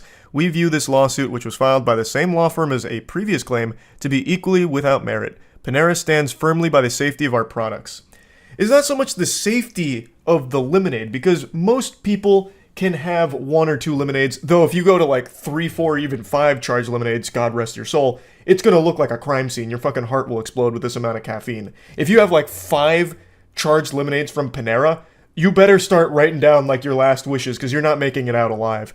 So it's not so much like the product is unsafe to consume, it's that it wasn't properly labeled or properly conveyed to consumers how much caffeine was in there, so people that are sensitive to caffeine or have underlying conditions were drinking it, and it potentially led to these 2 deaths. Now, in the case of Sarah Katz, her friend said that she was very aware of her health and was very vigilant to avoid caffeine. She never drank coffee, so this indicates that she would be very much in tune with avoiding the charged lemonade had she known that there was so much caffeine in it. So Panera told ABC that there is still an ongoing investigation, but they did say we were saddened to learn last week about the tragic passing of Sarah Katz. While our investigation is ongoing, out of an abundance of caution, we have enhanced our existing caffeine disclosure for these beverages at our bakery cafes, on our website, and on the Panera app.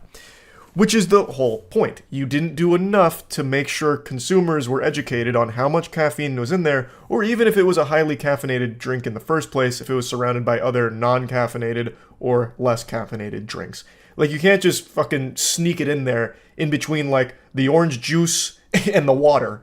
People are going to make the assumption, like, oh, this is probably just some kind of wacky lemonade. Most people wouldn't draw the conclusion, like, oh, this is probably a 400 fucking milligram bomb of caffeine. So it's just a matter of you needed to more effectively communicate to consumers that this is extremely caffeinated because it's dangerous not to. So yeah, buyers beware out there for any Panera enthusiasts. Maybe avoid the charged lemonade just in case. Just wanted to go over this a little bit. Pretty sad situation all around though. That's about it. Olive Garden's a pretty popular restaurant. I imagine most of you watching this are familiar with it. But have you ever been sitting down enjoying a mediocre meal at Olive Garden and you think to yourself, geez, you know what would really brighten up these flavors and bring out the umami of my soup? A severed rat's foot. My guess would be probably not. I can't imagine that's a thought that's popped into many people's mind while eating at Olive Garden. But it did at least for one person, allegedly. There is an ongoing lawsuit that just got filed recently where a customer is claiming that Olive Garden served him a severed rat's foot in his soup, and he dropped a picture of it. So it does appear to be a severed rat's foot. This may have come straight from Splinter himself, and the Teenage Mutant Ninja Turtles are going to be really upset about that. Obviously, the customer was also upset because he really didn't want to be biting on Stuart Little while he was eating his soup. So he filed a lawsuit. He's claimed that this was a huge health risk. It cut the inside of his mouth, and more than anything, it just became an emotionally traumatizing experience. Which, you know, I mean, that sounds about par for the course. Nobody enjoys chewing on a rat's foot that they didn't order. So this seemed like a big old mistake here from Olive Garden, a big boo-boo. But it's not so cut and dry, actually. There's a lot of layers to this onion. There's potential that this rat's foot was planted here as a way of getting money out of a lawsuit from Olive Garden, because this kind of lawsuit has actually happened in the past in a very similar way. So Olive Garden's not going quietly into the night. They're fighting back here. They're not just going belly up, letting Hulkmania run wild on them. They're not looking to settle with some undisclosed financial amount to try and bury this or anything. They are pushing back against this lawsuit and all of the claims. And it's Pretty interesting. If it turns out he did travel with his own rat's foot to plant here in order to try and scam Olive Garden, it wouldn't be the first of its kind. Something very similar actually happened to Wendy's a while ago with a severed human finger, which turned out to be part of a scam, and the culprits faced real hard consequences for it. We'll get to that story here in a minute too. I want to talk about this whole the scope of food-related body parts, both human and animal. So, I've been thinking about it a little bit. To serve someone a severed rat's foot would be extremely hard to do on accident, because you'd have to get a rat and then knowingly cut its foot off and then put that in the soup. Like, that wouldn't be something that would just be a whoops-a-daisy moment, didn't mean for that to happen. That would be a planned, calculated event if that were true. There have been those cases that are legitimate where like a small rodent or like a cockroach or something falls into a deep fat fryer and someone ends up getting served a fucking fried rat. There have been real cases of that. That wasn't like some kind of malicious, I'm gonna fuck this person in the face with a fried rat type event. That was a, whoop, this rat just fell in the deep fat fryer and people weren't paying enough attention to recognize it and get it out of there, so it ended up getting served to a customer. Those have been reported in the past as real. But in this case, it wasn't the whole rat. It was just his severed leg. Like, you couldn't accidentally serve a severed rat's leg unless one of the chefs brought it from home because they were making a witch's potion in the back of the Olive Garden and it called for a rat's foot as one of the ingredients. Just like practicing alchemy back there. Like, there's no way you could accidentally have a rat's foot in that kitchen because someone would have had to cut the rat's foot off and then knowingly put it in a soup. And beyond that, there are some sketchy things that the customer and his legal team are doing that don't make a whole lot of sense if this is all authentic and legitimate, if he actually did get served a rat's foot at the Olive Garden. Like, they're being very shady with how they're going about this. So I personally lean more on the side that I think this is likely, potentially, a case of a customer bringing this in order to try and get money out of a lawsuit from the restaurant. But they chose Olive Garden. And while Olive Garden doesn't have the best reputation, it doesn't have an overwhelmingly negative one either, where they're just going to like go tits up on it and say, oh god, okay, here, just take the money and don't say anything. Like, if they had done this at a Burger King, like, Burger King served me this rat's foot, no one would have bat an eye. And Burger King would have been like, we probably did. Here's your money. We don't need to investigate. But at Olive Garden, there is some level of quality control, so these claims were taken very seriously, and a real thorough investigation has taken place by them in order to confirm if this is real or a scam. Did you hear about the rat foot found in a man's soup at Olive Garden? Was he upset about it? That sounds like a pretty high-quality menu on Olive Garden. They gave him a treat. I actually don't hate Olive Garden, to be honest with you. Madison Heights man is suing Olive Garden for allegedly serving him a severed rat's foot in a bowl of minestrone soup. Thomas Howie, 54, seeking damages of more than $25,000 for physical injury, mental anguish, and emotional distress. Let me take a peek. That could be anything. That might not even be a rat's foot. That's pretty big. That's like a whole goddamn werewolf paw. It's good luck. It's good for you. Howie said he was talking with two dinner companions and not really looking at the soup he ate when he felt something sharp stab his cheek. Ooh. He quickly spat the object out into his napkin. When he looked inside the napkin, he saw what appeared to be the fur-covered foot of a rat, complete with claws. Oh, God. Scrumptious. That's like something you'd find at Burger King. This would be something Burger King would serve you with a smile on their face, and this would probably be better than half their menu. Howie informed Olive Garden management, who says they did not take the matter seriously. One employee even joked about it, implying that Howie had placed the rat foot in the soup himself. This man must have brought a rat foot in here to frame us. I'm sure it's happened at some point, but I feel like it's not that common. The lack of concern displayed by Olive Garden employees led Howie to call the police. Warren police interviewed Howie, his friends, and several employees, and the police report described the object as a rat foot that appeared to have been chewed. Ooh. That's a crucial piece of evidence. Bite marks. The rat foot allegedly cut the inside of Howie's cheek, causing him to bleed and later seek medical treatment at an urgent care in Warner. He received a tetanus shot and was prescribed antibiotics. Health department visited the restaurant and determined there was no evidence of rodents in the facility. MCHD also noted that Olive Garden's pest control provider conducted a regularly scheduled service at the restaurant on March 11th, the same date as the alleged incident, and there were no pests observed in the report. We have no reason to believe there is any validity to this claim. He totally did it himself. It's possible. It is certainly possible. The photo of the foot shows no signs that it underwent a cooking process, nor does it show any signs of taking on any red color consistent with the red base of the minestrone. The foot is significantly larger than our soup spoons and would be difficult for someone to unknowingly insert in their mouth. The guest and his attorney have refused our repeated requests to provide us with the foot so we can have it forensically examined to determine what species it is.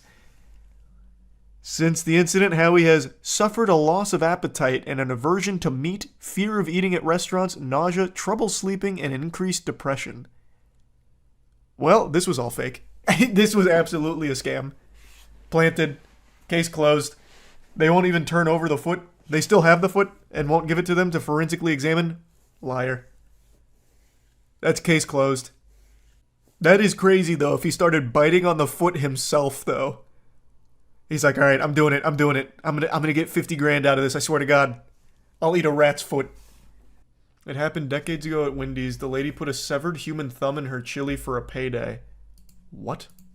Police identified severed finger in a Wendy's chili case. Wendy's chili finger lady comes clean.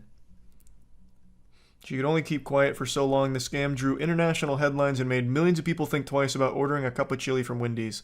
Now the woman at the center of the chili finger case is talking about the infamous finger food crime. So this one is a confirmed hoax. In 2005, Anna Ayala was dining at a San Jose Wendy's restaurant when she claimed she chomped down on a partially cooked segment of a human finger. The fast food chain suffered an estimated $21 million in lost business. How do you calculate that? Do you do like an exit survey to your regulars? Like, hey guys, why aren't you ordering the chili anymore? Seems like such a hard thing to quantify. Her husband, Jamie Placencia, got the severed finger from a coworker who lost it in an industrial accident. At least it was ethically sourced. He didn't cut the finger off himself. He went to someone who had already lost it and kept it as a souvenir. I guess on like a keychain or something. Both Ayala and Placencia pleaded guilty. A was sentenced to 9 years in prison but was released after 4 years on good behavior. There's one condition to her release. She's not allowed to step foot back in the place that made her famous. A life without Wendy's, is that even a life worth living? She'd been out of prison for about a year and living in San Jose, but until now she's kept quiet. Placencia is still serving time for his role in the scam. A is coming clean now. In an exclusive interview with CBS 5 this week, she apologized and revealed a deep secret. I cooked it. So hype. As if that was even up for debate. Obviously, Wendy's didn't fucking cook it. During the interview, she said she prepared the piece of ring finger at her Las Vegas home, then drove it to San Jose where she dropped it in the chili. A told reporters, other prisoners, and even guards ridiculed her and called her names because of the scam that landed her behind bars. I learned my lesson. I just want to move on with my life. Don't let anyone tell you a little ridicule doesn't work. I imagine the jail time also certainly helped her learn that lesson, but, you know, let's not discount the efficacy of calling her mean names. Calling her stupid. You wouldn't pull that stunt at Waffle House. Oh my god, so true. Oh, you just reminded me. I saw a video, was it last week or the week before? Fuck. Shit popped off at a Waffle House, as it does every day. But they fought by throwing every single pot and pan they had behind the counter at each other. Does anyone know what video I'm talking about, and how can I find it? Because that shit was crazy. I've never seen so many, like, objects flying through the air. Beef for breakfast wasn't what Christopher Campbell wanted when he placed his order at Waffle House. What a okay, hats off to the local news here. Beef for breakfast, huh? I like that. What an immediate hook into the story. Good shit. Campbell says that's the sound of a juice bottle knocking his cap off, barely missing his face. It was the worst experience of my life. I literally thought to myself, like, wow, I'm a Waffle House victim. Although the manager apologized for what happened, I'm very sorry. I'm very sorry. Campbell believes... Yeah, is Waffle House known for anything besides fights? I can't imagine. That's like all anyone ever goes to Waffle House for is fights and then maybe like a waffle. Where the fuck is that video though? They had like 1,000 things flying through the air. I'm talking pots, pans, salt shakers. How can I find that video? It wasn't that long ago. Not this one, but there is a lot being thrown here.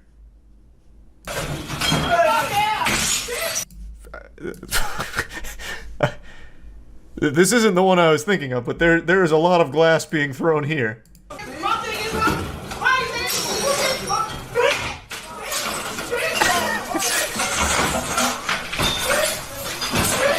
I feel bad for the rest of the customers. There's gonna be no salt left.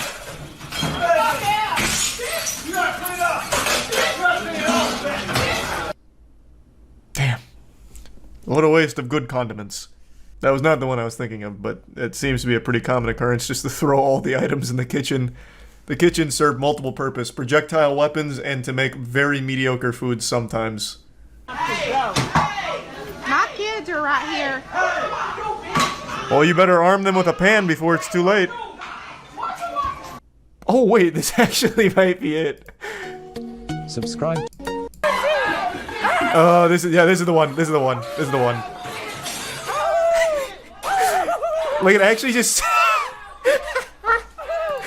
Bro, it fucking sounds like Looney Tunes stock sound effects.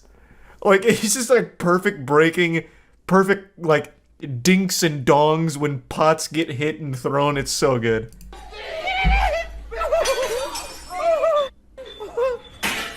Oh, that wasn't even a spirited toss. Oh god, watch out! No, come back! You haven't finished your waffle.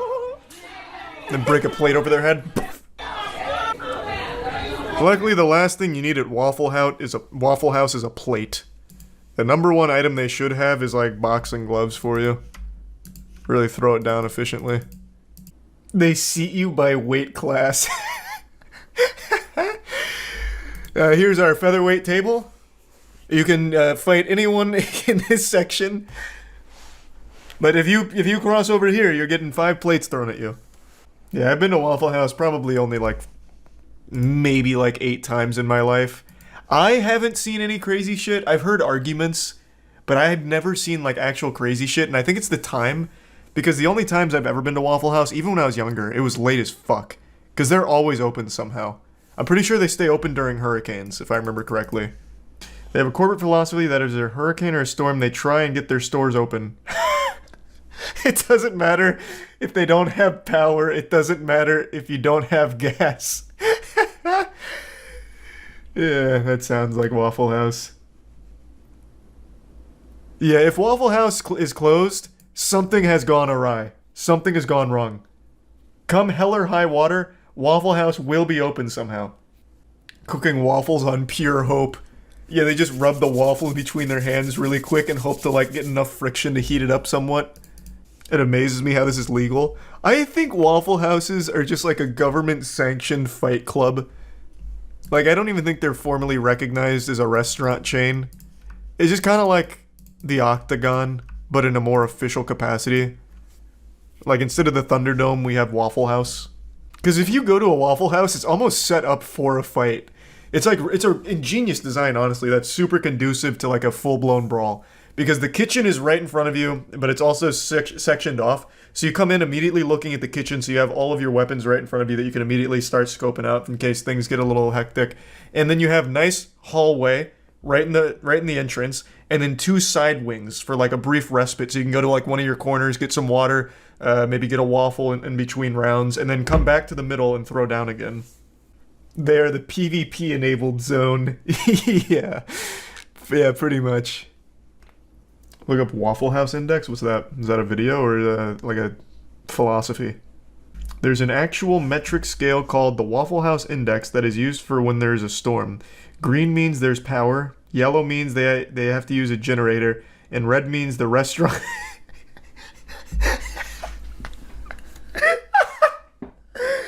And red means the restaurant is completely destroyed.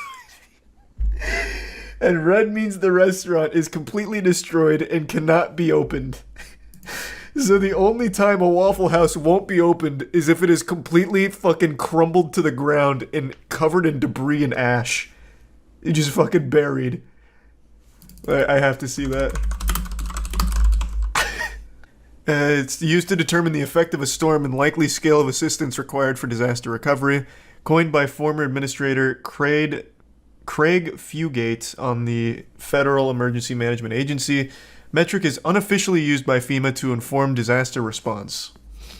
The Unix is based on Waffle House reputation for having good disaster preparedness and staying open during extreme weather or reopening quickly afterwards. If you get there and the Waffle House is closed, that's really bad. Bro, this is the head of FEMA saying that. Levels. The index has 3 levels based on the extent of operations and services at the restaurants following a storm. Green, full menu. Restaurant has power and damages. Did the stream go fully down or just pause? Because I had myself a little Waffle House code yellow here. The internet blipped. Who signs up to work there? What, at a Waffle House? Man, I think that'd be an incredible place to work. Like, the food's super easy to make, and you just get to watch people fight. As long as they're not picking the fight with you, I'd just be like the most agreeable employee there ever. Like, if a guy doesn't want to pay the full price of the menu item, I'd just say, you know what, sir, that's fine, I'll cover the difference. Like, as long as he's not picking the fight with me, I think that'd be a really fun place to work. Just let them, like, fight outside of our zone, and we just watch. You have to clean it up? Well, yeah, I'd probably just quit. After the first fight involving broken plates and shit, I'd probably just quit on the spot and then just go work at a different Waffle House. Just bounce around. Scroll up to the first image. It's an example of code red. Where? This? Oh, this was a Waffle House? Oh, no. Oh, that is indeed a code red. Damn. Fuck. I'm surprised they didn't try opening with just these 4 seats. Oh, I didn't realize what this was. I thought this was like a Waffle House under construction. It's a fallen soldier, I see. But the only reason why, like, there were more plates thrown at Denny's during their brawl than at Waffle House is because Waffle House doesn't have that many items. I'm pretty sure once a plate gets thrown at a customer, it never gets replaced. You know, it's not like, you know, when you cut down a tree, you plant 2 more in its place. When you break a plate as the Waffle House employee during a fight, you don't get a new one. They don't replace it. So eventually they just bleed out there. No more plates. There have been more fights at Waffle Houses than the entire history of the Roman Colosseum. It's a place where people go mainly just to throw down, it seems, and then maybe get like a waffle to celebrate either a victory or rub it in their wounds after a tough loss. I wouldn't be surprised if one of the prerequisites for being a waitress or waiter at a Waffle House is a black belt in Muay Thai. The food really is secondary to the true Waffle House experience of being able to be either a spectator in a brawl or a participant. Waffle House is a lot like my asshole. You just never know when shit's gonna pop off. And it feels like it's always just a matter of time before a fight breaks out. It's got this big reputation now as the go-to Thunderdome for giving or receiving ass whoopings. It's like almost a curse that haunts Waffle House where you go in there in a good mood, but the second you cross that threshold, it's like that scene out of Kingsman at the church where everyone just like flips on this switch and they're just fighting each other. I don't know what exactly it is about Waffle Houses that bring out the demon, but yes, it is well known now how often fights happen there. And recently there was a massive one that made headlines everywhere, and I didn't even cover it on my channel. I've covered a lot of Waffle House fights, but this one a lot of people noticed I was uncharacteristically silent on, thinking that I was like a Waffle House hipster where this fight was too mainstream for me to talk about, but nothing could be further from the truth. I was as entertained as everyone else was. I'm sure all of you have seen the big brawl by now. I can't show you any clips because with the YouTube's new policy, I would get fucked in the mouth so quick for doing that. So I already know you've seen the brawl, but the thing is, I enjoyed it. I just didn't have a whole lot to say about it. It was mainly grappling. There was like not a whole lot of like squaring up and delivering knuckle sandwiches. It was pretty much grappling until the end, where it finished with a WWE style chair throw, which led to a now historic internet moment. This iconic parry. Yo, they still Oh my god, bro! That was a frame perfect parry like something out of Dark Souls. She got iframes out of that right there. That is an absolute game ender. She threw that chair with velocity too. That was a cannon. And she not only deflected it, but she like fucking spun it around her forearm here and then threw it to the ground. It was so flashy. Fucking anime couldn't have been smoother than that. It was nutty, and it took the internet by storm. There's tons of edits around this now, with like John Cena being the one throwing the chair. It went super viral. However, this actually had a wildly detrimental impact to that lady's career. She got fired for this, which I think is just wrong. She didn't start the fight. It's a fucking Waffle House. A fight is inevitable. It's like trying to stop the wind from blowing. She was powerless, so what did she do? Defend herself, which I think is totally within her right to do. She shouldn't lose employment because she deflected a chair. Now, I do realize that leading up to this, she was actively engaged in this brawl, but even still, I don't blame her. The brawl broke out and she was defending herself as well as her fellow employees. It's something I don't think she should have lost her job over, but it goes even deeper than that. Not only did she lose her job, it seems she's been banned from ever working at a Waffle House again, which makes no sense. She should be like the head of security for Waffle House going forward. She should be training other employees on how to handle situations the way she did. Like, just imagine the wisdom she could share with everyone. By the end of her training, Waffle House employees will be able to slap bullets out of midair. Like, it just doesn't make any sense. She was punished for something I don't think she even did wrong. So, it's a big L from Waffle House. I'll go ahead and show you from the articles where she posted a video going over it. Can't ever work for Waffle House again. I tried working for another one, like, sometime earlier this year, and I had found out that I was blacklisted. That's so fucked up. After a successful parry like that? Man, Waffle House is so dumb for that. She should honestly have been promoted. She could have been the face of their marketing campaign. Like, yeah, we know we have a reputation for fights breaking out, but now we have our own Batwoman. And then it's just like her parrying chairs or something. They could have really leaned into it. Fucking stupid L Waffle House, man. Jesus. I don't know how they couldn't see this easy slam dunk for PR. What was she supposed to do? Just let it hit her in the face? I don't think she was blacklisted for parrying the chair.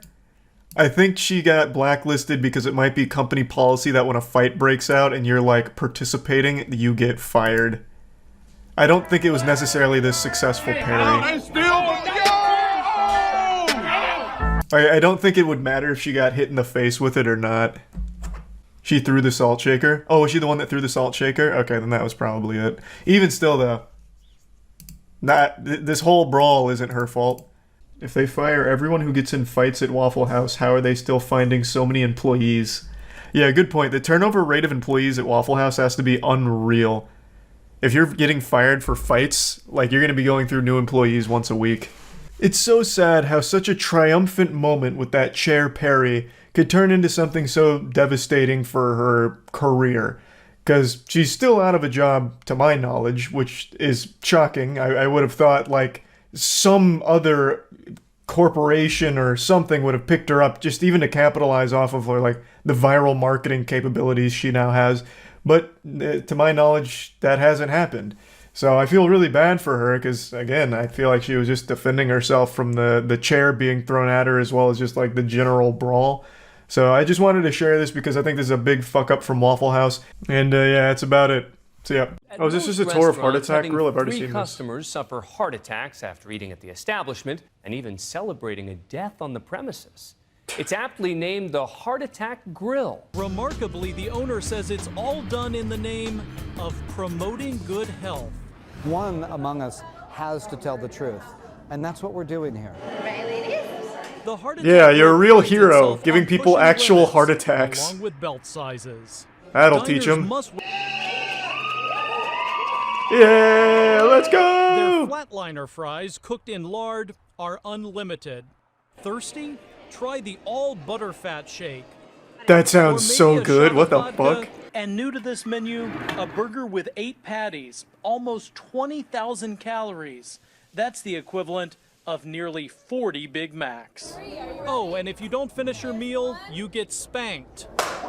What? Wait, she actually like really went in on She's that. not exactly a real RN, but her spankings are real hard. Yeah, like she's not holding back. The restaurant. Dr. John has become something of a superstar in the fast food world. In his Dr. trademark John, over-the-top kinda way, suave. he depicts himself as Jesus Christ at the Last Supper, dining with the industry's other giants. Alright, Dr. John's is kind of fucking Certainly wacky. come along. The restaurant was under fire after its nearly 600-pound spokesman, Blair Rivers, died of obesity-related issues. It's He not was just confirmed. 29. There's an argument He to be may made have that died of you used this guy during consuming his life, and very that now flavorful you food, are and it was too much. very morbidly It was too using good. his death. So this man's death has not given you pause at all. Zero pause. You guys, we are actually rolling now. What the actually fuck? rolling. This guy's like Biggest Nintendo. location is double the size If your of his player office dies, in do you feel Arizona, bad? Nope. and his Sounds good, in-house actually. fatality rate. Now, the one that I Yes. couldn't save was a very dear friend of mine. And I want to tell you something. This They'll is his say it's ashes right here. grotesque. They'll say, they will. how can you keep the man's cremation here? Oh my god, And wait, I'll it tell you is. something. What the fuck? I am setting the bag on the table. And I challenge any Holy other shit. restaurant to set the bag Let's on turn the it into a table. burger. I'm talking about a bag of truth. This was a good man with hopes and dreams who couldn't And now control look his at eating him. habits. This stupid piece of Inside shit. this bag are the remains He's sand. of yet another He's become spokesman. sand. He ate at the restaurant every day. Oh, But people that are explains actually it. dying. People will continue to die. Can they just stop, pause, and reflect upon the food for thought that I'm selling? It's not happening. He's like It's actually not Lex t-shirts. Luthor. It's not When there are lights and sirens outside and they're bringing some person out on a gurney, you're basically in the background. He's celebrating. Yeah, he's having fun. Absolutely. Was that heart attack good for business? Did that heart attack pad my wallet with money? Absolutely. This is the most honest guy Did ever. I enjoy that? Absolutely. I'm a businessman. Oh, what did they give this guy? Did they hit him with like a fucking truth serum? Is Wonder Woman there with her lasso around his leg? Why is he so honest? Hey, did you like when that guy died? Oh, fuck yeah. Are you kidding me? I made money off that. Dude died at my restaurant. I was like, hey, holy shit. I'm not only making money, I'm killing idiots, I guess. Hey, fuck yeah. In fact, here's this dude's ashes. Stole them from his loved ones. And they're now in my restaurant. What are they gonna do, fight me? Now, if they do die here, I'm not going to lie to you. That's great for business. I'll say it again. Death is great for business at the Heart Attack Grill. Wow. Somehow, in the He's like an 3 years anime since we villain. first met, Dr. John. In order to save the world, I must kill it first. And from its ashes will rise a phoenix of grease and bacon. And on top of that phoenix, I will be riding it. Dr. John. I think his point's a little dog shit, though, if I'm being honest. Like, other places obviously sell shitty food, but he is going way out of his way to make the food as detrimental to your health as humanly possible. It's not like they're just being dishonest and saying it's good for you food. Like, you know, they're not like hiding that it's bad for you, but he is doing the most he can to kill you with it. So it's a little dishonest to compare the two. It's not like it's a matter of honesty or not. You were actively trying to make it worse for them. In a city near you. Fine, son. Keep eating. I'm Ryan. Wasn't his point that he's not selling shitty things to kids? Is this not a kid eating this? Didn't he make that exact point? Like, I'm not selling this awful death to kids, only these consenting adults. And then in the same interview, there's a kid. Oh, without parental guidance. Oh, did he say that part? I didn't say that. I didn't see that. Or remember hearing that, rather. Why does it matter if they're... What? I don't really understand, though. Why would that matter if they're supervised or not? It's the same food. That guy's nutty. That guy was actually fucking wild. Is there any more from Dr. John? Did he die of a heart attack at his own restaurant? I wonder what's in his will. Like, if he does die at that restaurant, what does he want? Like, make patties out of his corpse? Parade it around? Taxidermy it and hang it? I bet he's got a crazy plan for it. In 2013, John Ailman, known as the Heart Attack Grill's daily customer and unofficial mascot, died after suffering a heart attack and collapsing as he stood at the bus stop in front of the restaurant. He was the inspiration for the Patient John character seen around the restaurant. In 2017, Man, Business that's Insider rough. talked to John What? Basso about this disturbing patient. So oh my god. Not only did he die at the restaurant because of all the fucking horrible food, and not only does Dr. John have his cremated ashes like it's seasoning for his patties, he also used him as a cartoon character to continue to promote it to other people? Oh, wow. That's fucking awful. Because if you stop and realize it, I put out a broader, far-reaching message about health and fitness than any other physician You in absolutely America, haven't, though. period. His reasoning No one is thinks of that Heart Attack obesity Grill is and still a thinks of, problem in "I America, should eat healthy." Despite all the work done by Nobody. the fitness and changing experience Really? All of for you his do? customers. I can't tell if you're memeing or not. So his message of, I make this food that kills people, so it should teach people about not eating unhealthy, is somehow being conveyed to you? Because that's not what I get. If this guy, like, it's a little different when he's going out of his way to make the food as deadly as possible, right? And is happy when people die from it. I don't think the message really gets across. It's more like he found a way to capitalize off the most gluttonous people in society and make a lot of money off it, while also being able to take a bit of a high road, even though he literally has killed people from it. I wouldn't necessarily say the message gets delivered very well. That's like saying because McDonald's exists, it has taught me to eat healthy. I just don't think that really works. In 2013, he was on Bloomberg's In the Loop with Betty Lou to talk about his food when he pulled out a plastic bag of powder and put it on the desk. That's then he said, John's ashes. I'm here with the cremated remains of someone who died at my restaurant. He died of a heart attack at my restaurant, and I'm putting the bag clearly on the table. I wish that Burger King, McDonald's, and everyone else would do the same thing. When a shocked Lou pointed out how grim things had suddenly That's gotten, pretty bold. Basso agreed. As he put it, absolutely, because the entire fast food industry is pretty grim. The former employee said that there were more repeat customers than one might expect, like locals who would frequently take advantage of the free meal offered to anyone weighing over 350 pounds. She also revealed some distressing another thing. memories, like the time Offering that a male free customer food for the passed out morbidly and an obese ambulance had to be isn't called. delivering a As she message of you recalled, should eat "A healthier. manager made me It's doing take the out my cell opposite. It's phone to rewarding record you a for video it. of the whole poor diet certainly does seem that it can contribute to risk over time, but no one has yet shown that it has an immediate effect that can precipitate the heart attack. I don't know Thus, about there's that. little I to feel no like evidence that a one-time trip to the heart the attack people grill there is going to are cause at a heart risk. attack. Everyday And I think it Health can echoed that exacerbate. sentiment in a 2011. Poor diet certainly does seem that it can contribute to risk over time, but no one has yet shown that it has an immediate effect that can precipitate the heart attack. I don't know Thus, about there's that. little I to feel no like evidence that a one-time trip to the heart the attack people grill there is going to are cause at a heart risk. attack. Everyday And I think it Health can echoed that exacerbate. sentiment in a That was so much more interesting than I thought it would be. I've known about Heart Attack Grill for quite a while. I actually remember back in, like, must have been college, I was reading about Heart Attack Grill. Didn't know it was so deep, though. Wow. Fucking wild. Dr. John's a maniac. Is he still alive? In their defense, they haven't had a death in 8 years. I don't know how many more heart attacks they've had in that time, but they have not had a death at Heart Attack Grill in about 8 years. Yeah, apparently Tyler 1 and Faker went to it. I must have missed that. I know they did content together. Was that what they did? They went to the Heart Attack Grill? We here at the Heart Attack Grill. Yeah. Now, I don't know what to expect, but let's go! Jesus, Tyler's like a real YouTuber. Look at him go. Is Dr. John here? Heart Attack Grill. This is our entire menu. You guys have to wear hospital gown, and if you guys don't finish eating, you get 3 spines. He's making goofy thumbnail faces and everything. The wine comes to the table in an ID bag. How do you guys even stay open? That's pretty cute. Not really, but we tried. I'll tell you what caught my eye right away. This octuple? The octuple bypass. Octuple, and then 40 slices of bacon. Then I'm trying to add 40 slices of meat. Any sides? The fries, and then I'm also trying to get this. What the chocolate fuck is he doing? So it's actually made with almost a... You're gonna give me a full stick. I'll take a full stick. Yeah, I just tier 1 Wallborg. Single. Ah, come on, you gotta get the... Dude, if you want the single, you can like take it off the top.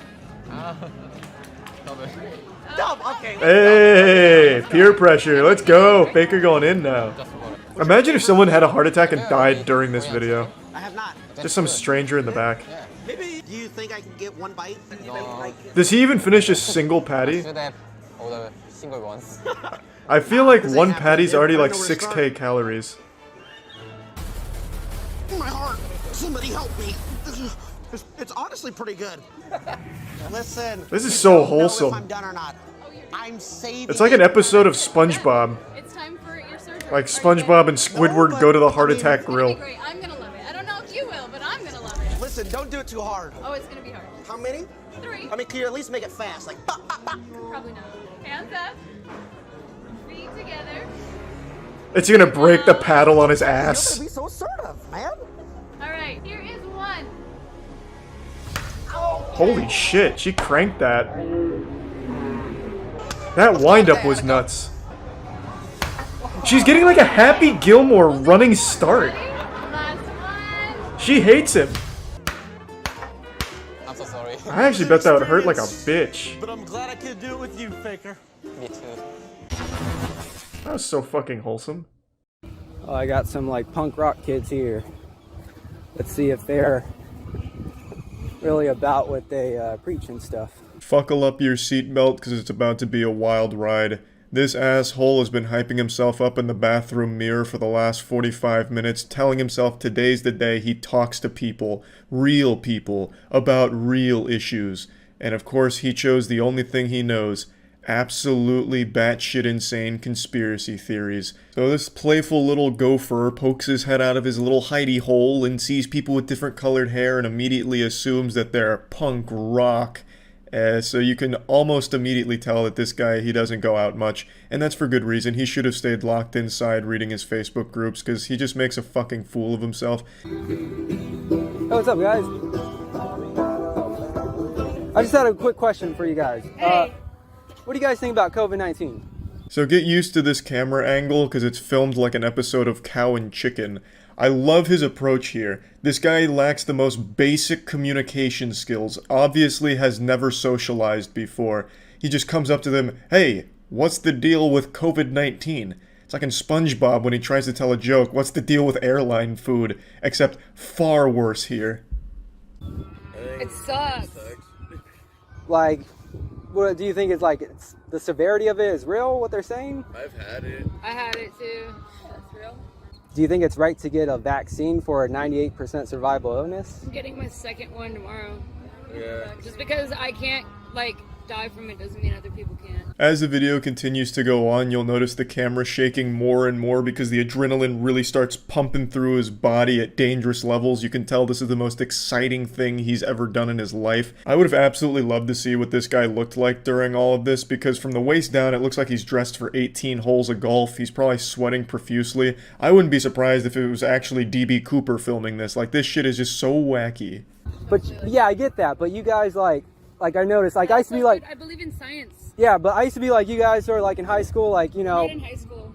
Yeah, but like when I was in high school, I used to be like in punk rock type of guy. But that's about like anti-authority, you know, anarchy. What are you guys doing, like, you know, signing up for this? The internet's raised some complete losers like this guy that are just a hemorrhoid to society. You'll remember in the beginning of the video he said they look punk rock, let's go test their faith and interrogate them to make sure they actually believe the things that they preach, as if it's some kind of religious movement liking punk rock or having different colored hair. But anyway, he walks up to them, makes all these assumptions like, you know, where's anarchy? Why don't you have a butt plug in your butthole running around naked burning down churches like real punk rockers would?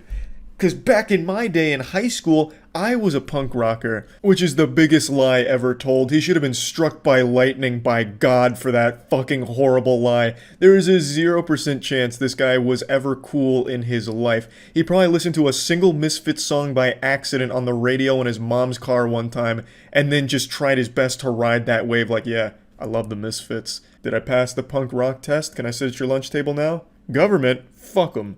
Might even paint my nails black, too. I'm not signing up for anything. I just look at science and I look at facts. I get my food shot every day. But aren't you guys like all about anti-authority? It's not about anti-authority. It's about keeping the public safe.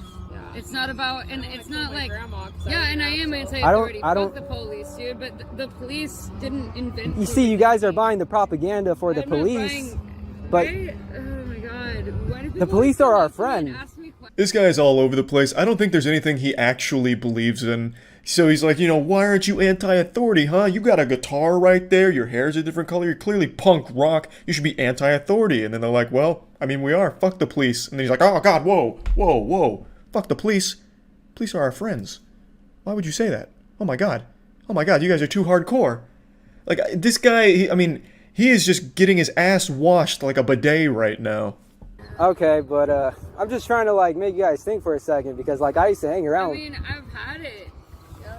I've had it. Okay, but I see you guys the way you guys are. Yeah, and it's a 98% survival illness. But that doesn't mean that it's not like bad. I don't want it just because it's around. Like, you know Yeah, what I mean? but see, people die from the flu every year. Jesus Christ, he actually used the flu defense. Can someone just call this guy's dad to pick him up? He's getting a little too wild in the park. It would have been less offensive if he just walked up to these people and flashed his cock and balls at them. Just come up in a trench coat and just fucking let it all hang loose. That would have been far more tolerable. Gonna be like, you know, we check our temperatures every day. Like, Did you guys know there's aborted fetus cells in the vaccines? oh my god, get the fuck out of here, bro. Can you just leave? I'm sorry. What do you mean? It's getting a little off the rails. He started to sense that they were losing interest in the conversation, so he had to reel them back in. What about the aborted fetus cells in the vaccine? Oh my god. This poor fucking guy, he's an actual flesh puppet for these dumb Facebook groups. They have their hands so far up his anus they are working his mouth like it's a ventriloquism act. I guarantee this guy has never even heard of the word proof. That the word has never even left his lips, I imagine. If he sees it in his groups that he trusts, he takes it at face value. For what it's worth, there's obviously no fucking aborted fetus cells in the vaccine. If he wanted to just make some shit up, I think he should have went harder. Did you know that they're actually using dinosaur semen in the vaccines? Then you'd have my attention. But you guys are like... That's some crazy, that's some ludicrous shit, bro. That's some ludicrous Questioning the government is crazy? No, I'm not saying questioning authority or the But that's government. real. You guys laughed at something that's real. Why is that? Who told you this? Who told you there was Because it's not in the mainstream, you guys laugh at it though. Is that why? They're laughing at you because you're a birthday clown. Like, you're just goofy. You're a goofball. You're a goofy goober, man. Like, what are you going on about? And when they even very lightly pressed for proof and you didn't have a defense, you immediately just went on the defensive. It's not mainstream, so you wouldn't have heard of it. My girlfriend goes to a different school. You know, like, okay, we hear that there's aborted fetus cells, now can you prove it? And then he can't. He just immediately backpedals like, it's just not mainstream. You're saying that's what Fox News is saying. They're like, aborted fetuses, Alex Jones. Well, they're right about that. Some political parties are right about some How things. do you know if they're right? If I don't know if they're right, how do you know if they're right? It's common sense. I mean, both political parties switch back and forth. Let's rewind back to 2001. I just want to play my guitar. Let's rewind back to Let's rewind back to 2001. Why are you out? Okay, you guys believe So you guys think 9/11 was real? Well, I mean, who didn't see that coming, to be honest? Every single conspiracy I bet this guy believes in. I wouldn't be surprised if he started talking about how Atlantis is going to rise from the ocean again and take over the world or something. He immediately goes full throttle, nuts to butts. So you think 9/11 was real? Wow. Yeah, he's coming in with the condom off now. Now it's raw. So it's getting fucking wild and really sad. It's not conspiracy We're theories. just trying to play our fucking guitar and banjo and keys in a park. Okay, you guys believe 9/11? Making me fucking go away, please. But you see that it was... Stop talking to me. Are you crazy person? Are you fucking crazy? You guys can walk away if you want, but I'm trying to... We were sitting here first. Go But away. it's the public. It's the public. Sorry, I could like talk here. Oh my god. It's the public. Damn, taking you back to high school, isn't it, big guy? All the girls disgusted, asking you to leave, calling you weird and crazy. Fuck, man. Some things just never change, do they? Poor guy's starting to really shake. It's like a tornado is blown through here with the way the camera's being filmed, just like fucking rapid fire shaking now. Don't you think that working is kind of distracting you from your true spirituality? Dude, I'm not... away. But what do you guys think that's doing your spirituality? I run a YouTube channel. Alright, well, just to let you guys know, like, when I was in high school, like, punks used to mean, like... we're not in fucking high school, dude. I know that, but I used to hang out with people like you. You guys were all about. Well, you know what? You're an asshole. Like, You guys. Now we're going on the spirituality train. There is no stone left unturned here. He's trying to fucking vomit every dumb thing he can out all at once. Also, I assure you he has never hung out with anyone in high school, or since high school. So, that's just another lie. Come on now. Be honest. This guy is just making so many assumptions based off the appearance of the people he's approached, so I'm going to do the same here based off of just the few things I've heard from him so far. I imagine he probably hadn't had many friends in the real world in his life. He may have been bullied, but what eventually ended up happening is he found an online safe space where they were preaching these kind of conspiracies, and they were nice to him and brought him into the community, and now he feels so loyal to them because of the way that they made him feel, like belonging to a part of a group, that now he just vehemently defends the craziness and then goes out in the world and does shit like this. I can make assumptions too. We don't. Like, you're annoying as fuck.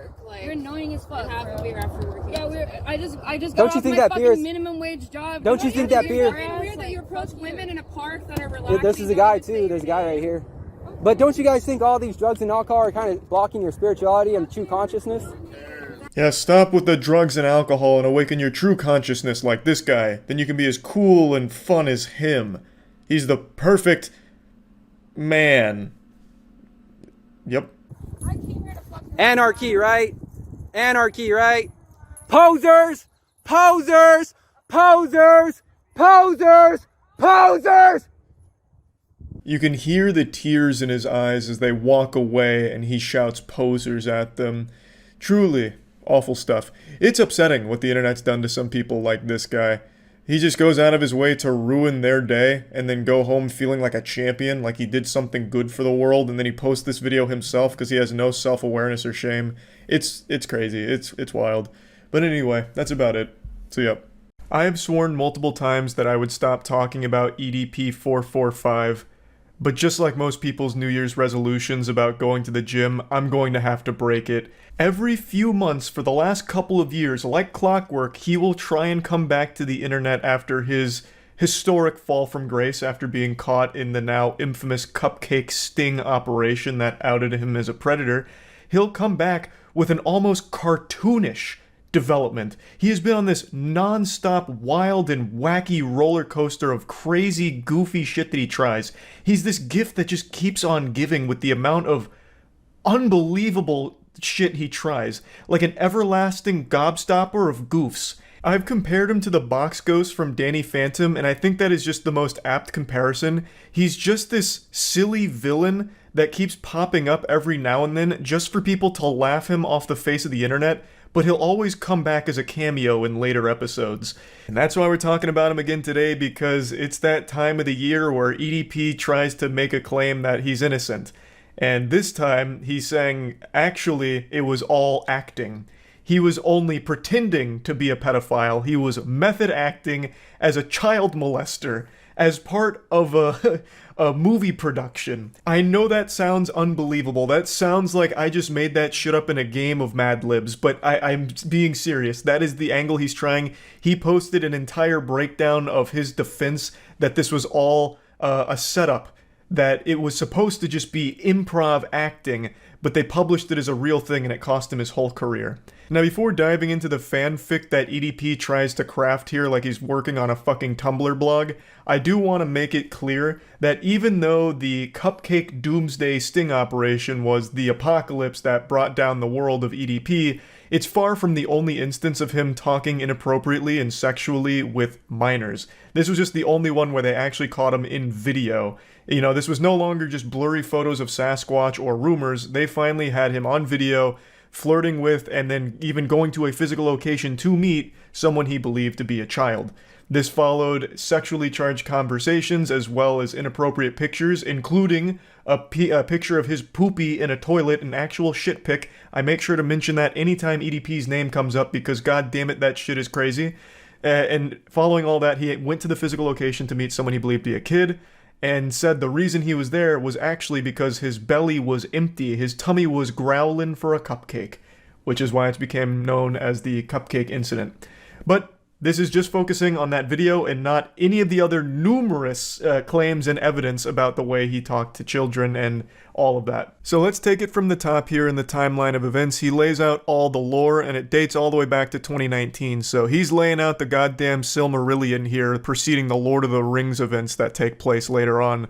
So in 2019, he flew out to Philadelphia for the world premiere of Maybe Next Year, which he was featured in. I suppose this was his acting debut, and that's crucial knowledge here because fast forward to 2021, he received an email from Chet Goldstein, who was the person conducting the investigation on EDP at the time, and he's claiming that in 2021, Chet Goldstein reached out to him, letting him know how impressed he was with EDP's performance in that documentary, saying that he was impressed with his work from Maybe Next Year and wanted to give him a shot for a different part in a film that Chet Goldstein was working on at the time. So he drops a receipt here of an email that basically just echoes that, saying, hey, you know, your work was fucking amazing, can't believe you didn't win an Oscar, would love to have you as part of this next production if you're willing to try out for it, get back to me. EDP responds, ecstatic to take this role. This was really going to blow up his acting career. He confirms an address with him, that it's a Rite Aid location they're meeting at. Chet Goldstein says that, their cameraman will meet them at the Rite Aid parking lot, and it's going to be a random scene that they're going to act out for 30 to 40 minutes to see if he's fit for filming. He says, the scene we may ask you to act out may seem a bit odd and I may crack some jokes and be rude in certain parts of the shoot that may seem offensive to you, but keep in mind, we have a protocol of situations we may throw at you to see how you respond and act in helping us determine if you're fit for the part. If selected for the part for the film we're shooting in Bakersville in October, we'll reach out in 7 to 14 business days from our meeting. Please message me back to confirm this date.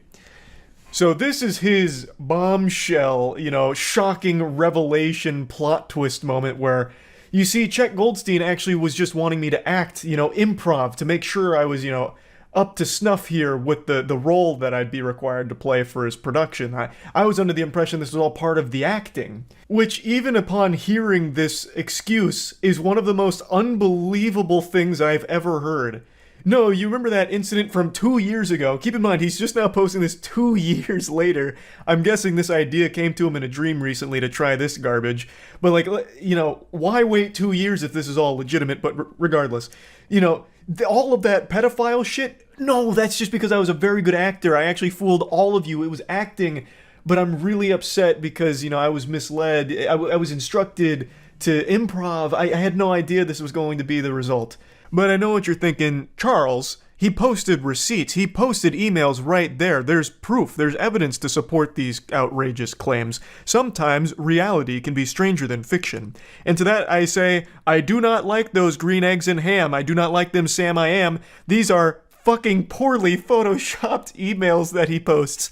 He couldn't even Photoshop or crop it correctly. Look at Chet Goldstein's name. You can still see some of the black flakes at the top where Chet Goldstein was pasted on top of whatever this email originally was, and none of it's even centered in the first place. It doesn't even convincingly look like real emails. It is awful. It is terribly done. And to go even a step further, I can literally hear EDP's voice in the Chet Goldstein text here. He caps locked respond and act, as if that's supposed to drive the point home, like, no, look, it's real. This is super real because respond and act. That's a key word. I'm going to have to capitalize that one so that way people know that this is key. It's blatantly fake. These aren't real emails. But you know what? I'm always willing to play ball and suspend disbelief.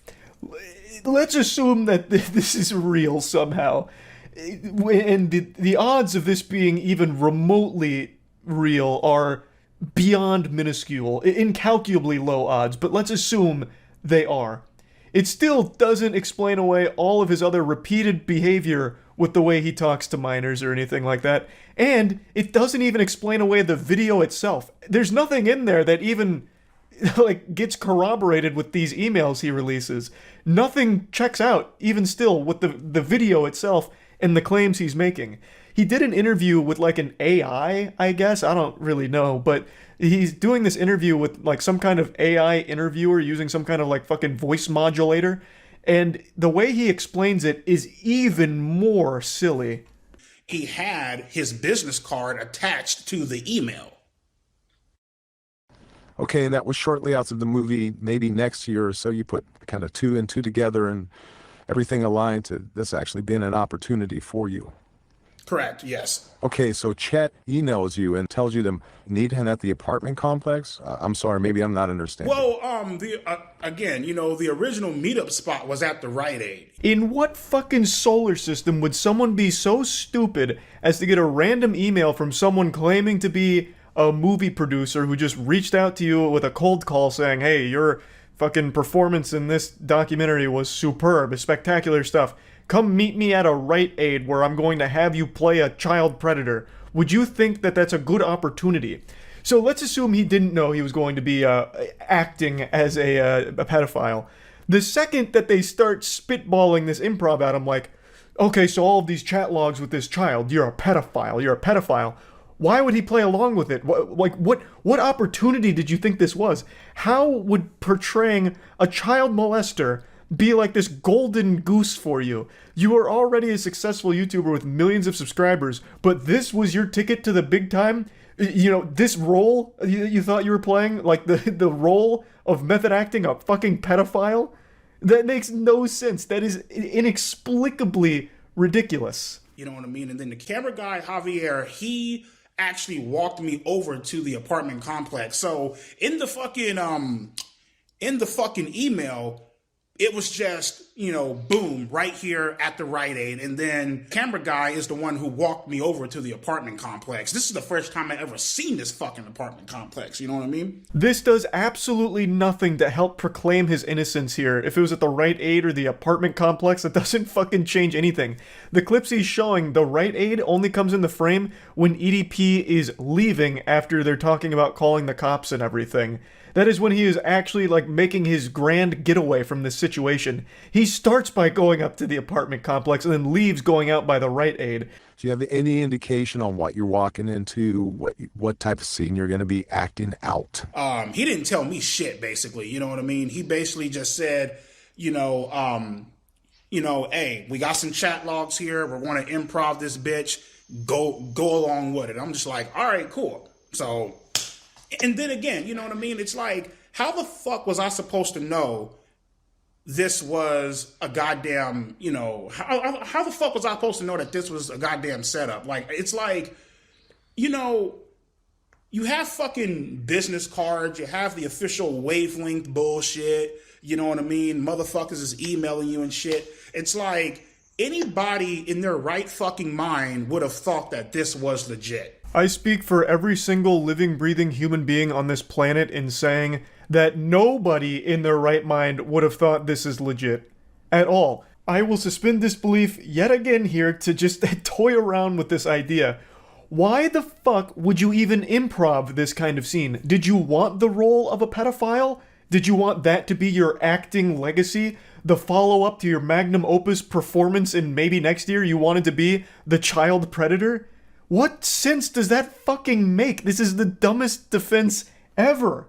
And he doesn't even do anything to somehow explain away everything he says and does in the video itself. None of this explains any of it. And this fucking email screenshots are fake emails to begin with. The whole thing is so stupid. But it is laughable that he is actually trying this with a straight face. Obviously, this is yet again another desperate attempt to prove that he's never been a child predator, even though there is overwhelming amounts of evidence, even outside of this big video that came from it. There is still so much evidence against him, and really the only reason he never faced jail time is because the investigation was done by YouTubers and not done in collaboration with law enforcement, so he was able to squeak away based on that, which is something that has happened a lot, unfortunately. So it's crazy he's not even in jail, honestly. And he still keeps trying to come back to the internet. Even after all of this time and all of this shit, he still keeps doing ridiculously goofy shit like what you just saw there, with trying to say he's not a pedophile, he was only acting. Wild stuff. I just wanted to give a little update here and share that. That's about it. See ya. See Jack Owak coming back with the new energy drink called AI Energy. Is that real? Someone mentioned Jack Owak was coming back, but I didn't know it's called AI Energy. It's the new venture from Jack Owak, the original founder and creator of Bang, and it aligns itself with the relentless pace of artificial intelligence technology innovation. He really thought just slapping AI on it would get people to be like, oh, it must be something like new and interesting. Does it have the super creatine in it? That was the big thing that got Bang sued into oblivion, is Jack Owak and his stupid super creatine. Not a whole lot of info right now. But Jack Owak's behind it, you know there's gonna be titties. Where there is Jack, the milkers will be following. Yeah, it's the Bang Energy guy. I wonder if he made a YouTube video announcing it. Oh, yeah. Oh, wait, no, this is Joshua. Does he not use his channel that much? The trailer for the AI Energy is called AI Energy, A New Era for Energy.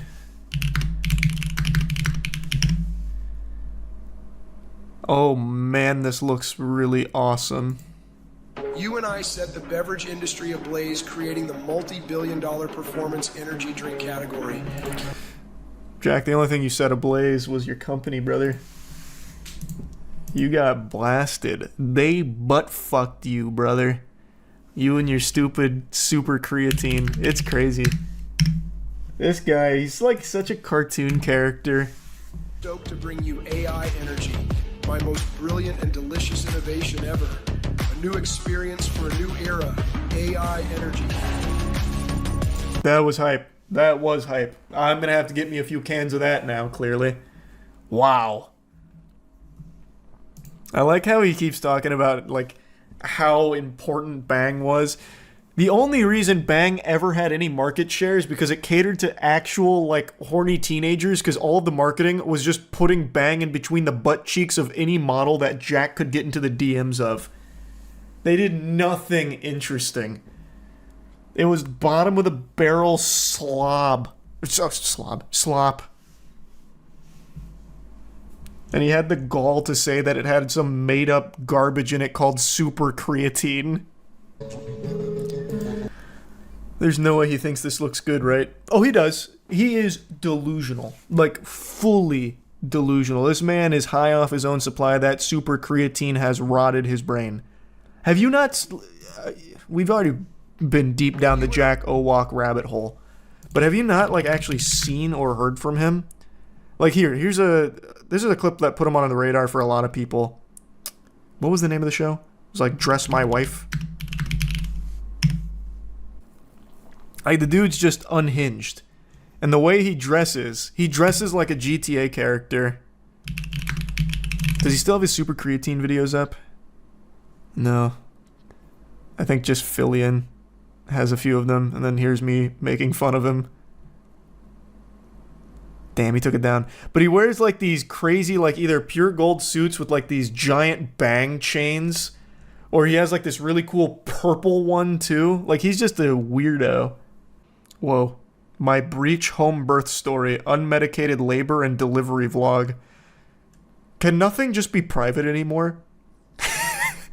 And why is Jack Owak shirtless like he delivered the baby? Is this his knee right here? What is he doing? Is he squatting, or is that his pec? I can't even tell what I'm looking at. This man's anatomy confuses me. I think he's squatting like on a squatty potty type thing. What does his family content look like? I've got to know. Telling my husband we are pregnant with baby number 6. Emotional. Like, Jack doesn't have human emotions anymore. It's all AI generated in his DNA now. And argue that in the comments below. He's still wearing the Bang chain. But Jordan, there is no Jordan. This video's a year old. Bang was already blasted to the Shadow Realm by this point. Why is he still wearing it? Ooh, big things come in small boxes, you know, especially on Valentine's Day. What'd you get? What'd he get you? Oh my gosh, I'm excited. Is it an IPO for AI Energy? Necklace. Oh, that's so cute. Right. Oh. Open it up, open it up. It's got a picture of Jack's nutsack in there. So cute. Look at this. The Vince McMahon of energy drinks. Oh, he is very Vince McMahon-esque, huh? That's a good comparison. Well, I'm gonna keep my eye on AI energy. It might just sweep in and be the next big one. It's already off to a booming start with one article being written about it from Beverage Digest. And it's one sentence. People cannot wait for Jack Owok's return. How do I get it? Do I have to mint it on the blockchain or something? It doesn't have its own website or anything. You and I set the beverage industry ablaze, creating... Yeah, this is what you said in the video, too. This looks like one of those fake Flash games, like the Meet and Fuck Kingdom. But you just meet and have sex with Jack Owok, I guess. Please spread the word, my friends. My wife and I appreciate all of your overwhelming love and support. Together, you and I revolutionize the consumer products industry with literally billions of followers through our vast 1,000 plus creator and influencer social media army. We love our influencers and creators. Our novel products, marketing, distribution, and manufacturing innovations resulted in Bang Energy eclipsing its first $1 billion in sales faster or as fast as Tesla. Sorry, my man Elon. Bang beat you by 4 years. Nike beat Nike. I like how even on his AI energy drink site, he's still just talking about Bang. Overtly corrupt South Florida bankruptcy community. He's talking about, I'm innocent. I did nothing wrong. Oh, also, get AI energy. Why is he making AI videos of himself? He could just say it. Because it's AI energy and he's showing the power of AI. In concert to improve motivation and mood. These components also increase critical neurotransmitters, including dopamine, epinephrine, norepinephrine, and acetylcholine. These neurotransmitters play key roles. Why does he look like a baby? He looks like a baby man here. And memory and improved brain and body. De-aged him too far. Way beyond caffeine alone. Thank you for your support. I'd love to see what a real can of this looks like. But I don't think it actually exists. Is this it or is this AI? Oh, here we go. My prayers have been answered. It's right around the corner.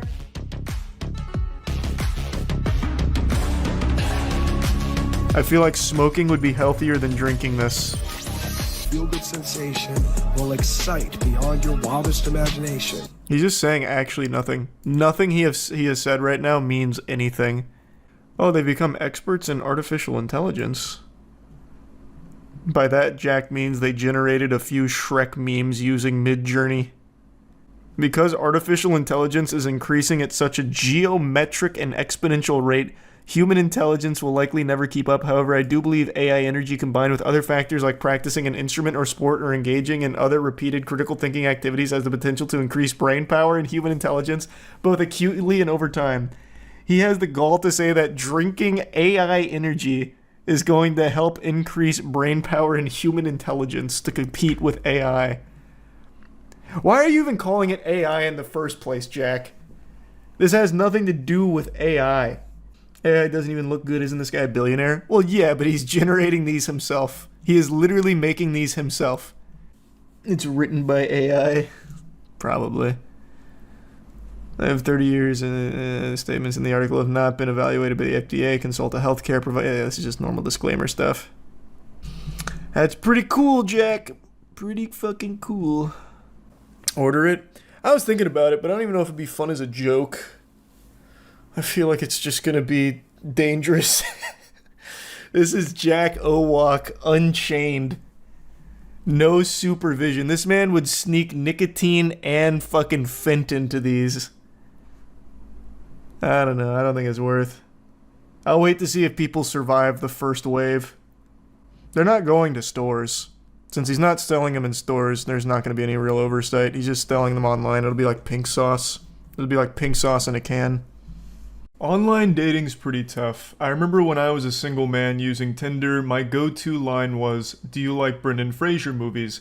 It worked to tremendous success. It was like a real-life cheat code for getting laid. But I understand not everyone's going to be as suave as I was. However, I'd argue nobody has less game than the guy I'm about to show you. This should lift your spirits. If you ever feel bad about yourself, like, damn, I suck at online dating, just know you'll never be as bad as this living, breathing organism I'm about to show you. For those that have been around the channel for a while, you'll know that I've always enjoyed reading horrible flirting as well as just really disastrous, like, romance attempts online. I used to have a whole series going through Facebook flirting, which is where I learned about, you know, bitch lasagna, as well as also a line I still use today, put your ass in my asshole, baby. Things like that. I've always loved it. I don't really make content around it anymore, but today I had to come out of retirement. I had to dust off the old championship belt here for this one because I saw this on Reddit and I was smiling ear to ear. It is so bad. So this is where our journey begins. Now, again, this was posted to Reddit, so there's like a 90% chance it's fake.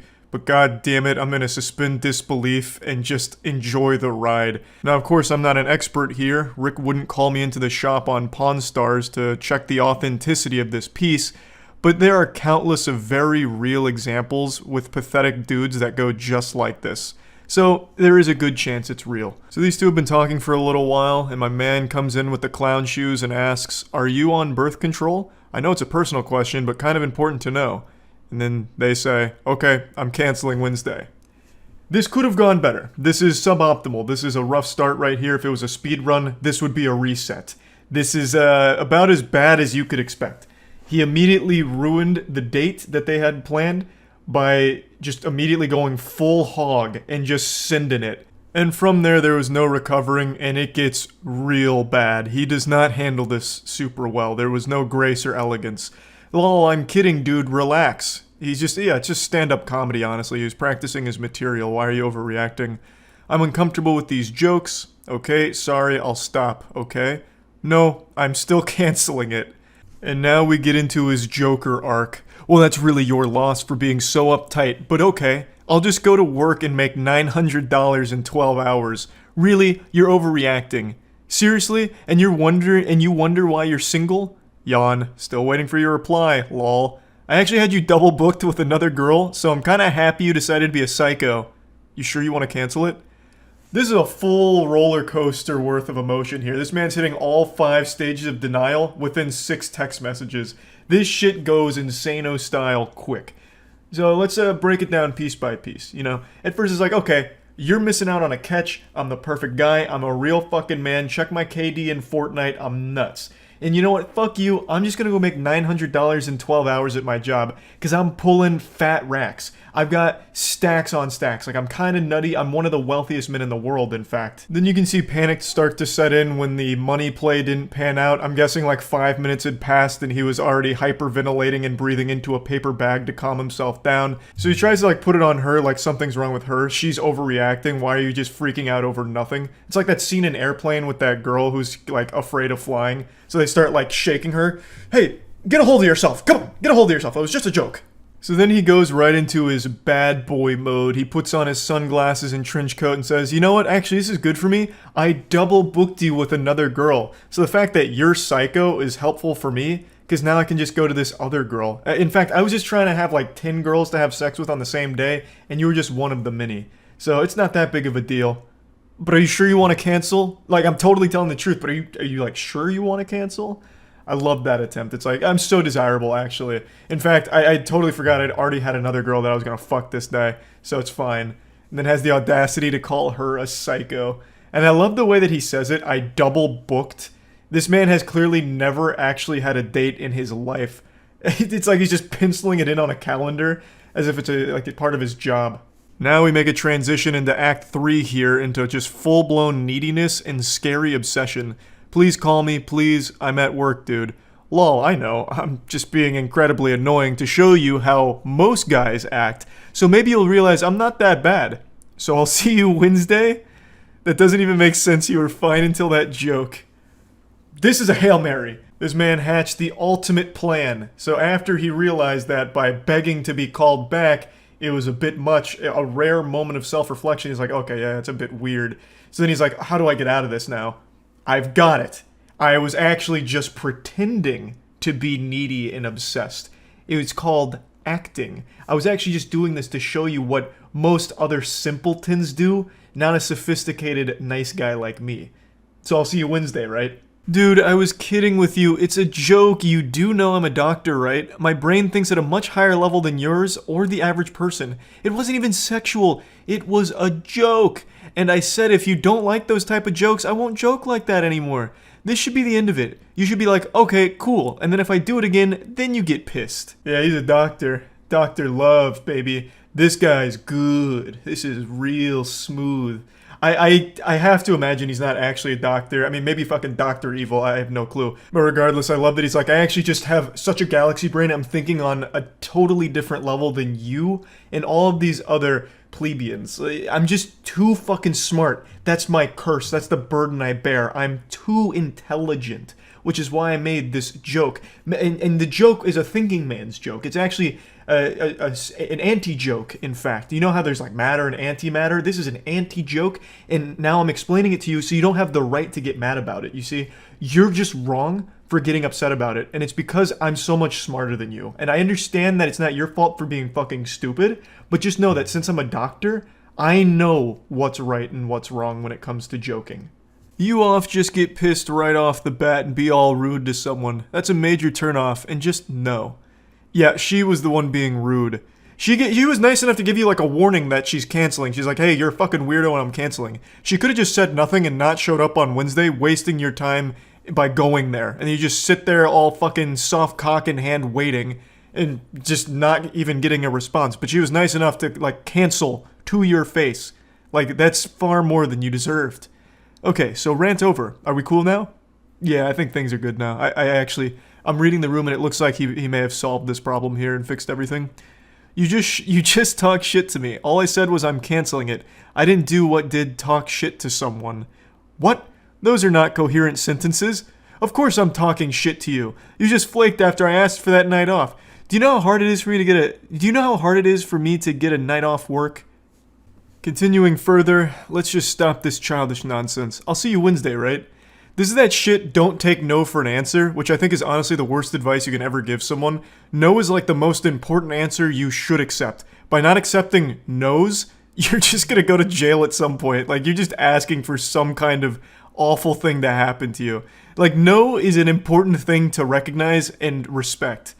And then they respond, you do not need to criticize my sentences. Change of mind and telling you about it doesn't really make it flaking. I was upfront. You said you already booked another date with someone else. Go enjoy it. I don't know why you're trying to with me, especially since you think so little of me already.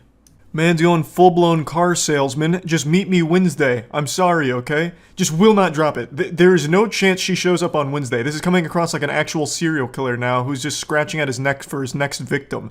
Like, he just cannot help but just keep saying, you're coming Wednesday. I know you are. You're gonna meet me here Wednesday. Call me immediately. I'm at work. I'm not going to take the call. Okay, then we are meeting Wednesday, right? Are we cool? I feel like she might be talking to King Ghidorah here, just three separate heads all talking at once and all having different thoughts.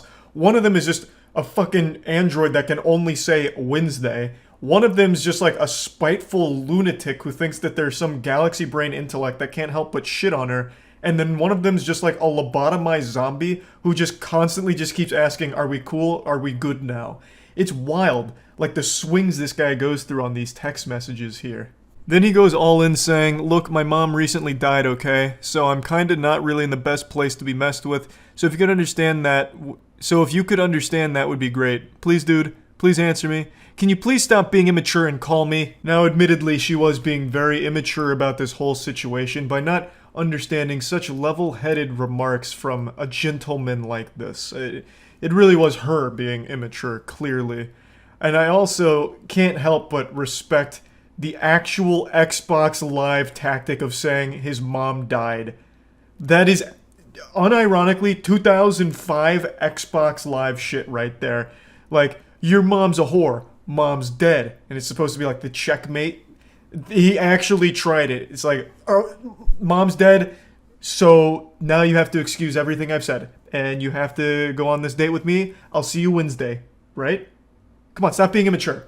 So yeah, anyway, that's where this story wraps up. Hopefully, if some of you are shitty at online dating, this will help you feel a little bit better and maybe help you improve in that respect in some way. Hopefully, none of you are as bad as this guy or anywhere close, but if you're just kind of, awkward and uncomfortable when it comes to conversations via text, maybe this will lift your spirits up a little bit, because you're probably not as bad as this guy.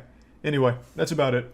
So yeah. TikTok's such a weird place. I'm sure most of you have seen the trend that's existed since the inception of the platform where thirsty teenagers make those videos like, I would be a bad boyfriend because I'd love you too much, or you shouldn't date me because I just love you too much. You'd be suffocated with my overwhelming love. Shit like that. It's super weird. It's like romance to them is like it is in anime. It's just super fucking goofy. But today someone sent me a link to a guy, an Adonis, really. And I took one look at this man and I said, yeah, this guy fucks. And then it turns out he doesn't.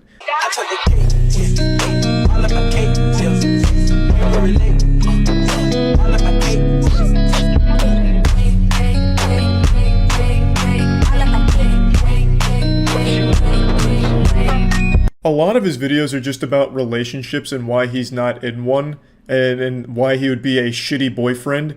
And it's the cliche thing I mentioned where he's like, I'm too much of a lover. My love is too powerful for mere mortals to understand and tolerate. I would literally murder someone with love. I would fuck their butthole with love, and you're not ready for it. Thus, I have to be single. Everybody wants to know why I'm single, and these are some reasons why. If I was your boyfriend, I would be very overprotective. Like, no one's talking to you but me. I would want to hang out all the time. Like, I want to be with you. I would FaceTime you and text you constantly, and then you would probably end up getting annoyed. Bro, I'm not even dating you and I'm ready to break up. He's just actually listing off red flags and giving legitimate reasons why he would fucking suck to be in a relationship with. It's supposed to be one of those cutesy videos where girls are supposed to have their heart melt like, aw, he's single because he's so caring. But his just comes across as, wow, I can totally see why he's single with this kind of shit. It almost just sounds like threats like, hey, if we're dating, you're not talking to anyone but me. Your parents? Nope, we're cutting them out. Your imaginary friend? I'm gonna go in there and fucking murder him. You are only gonna communicate with me. Thus, I have to lock you in the basement to make sure that you don't betray me and talk to somebody that's not me. I want everyone to know. Like, I want all my friends, all your friends, my family, your family. I want everyone to know that we're together. So those are some reasons why I'm single. To be honest, I actually can't believe that he's single. These aren't the worst qualities in the world. Yeah, maybe it's a bit clingy, but it could be worse. He could be addicted to ketamine.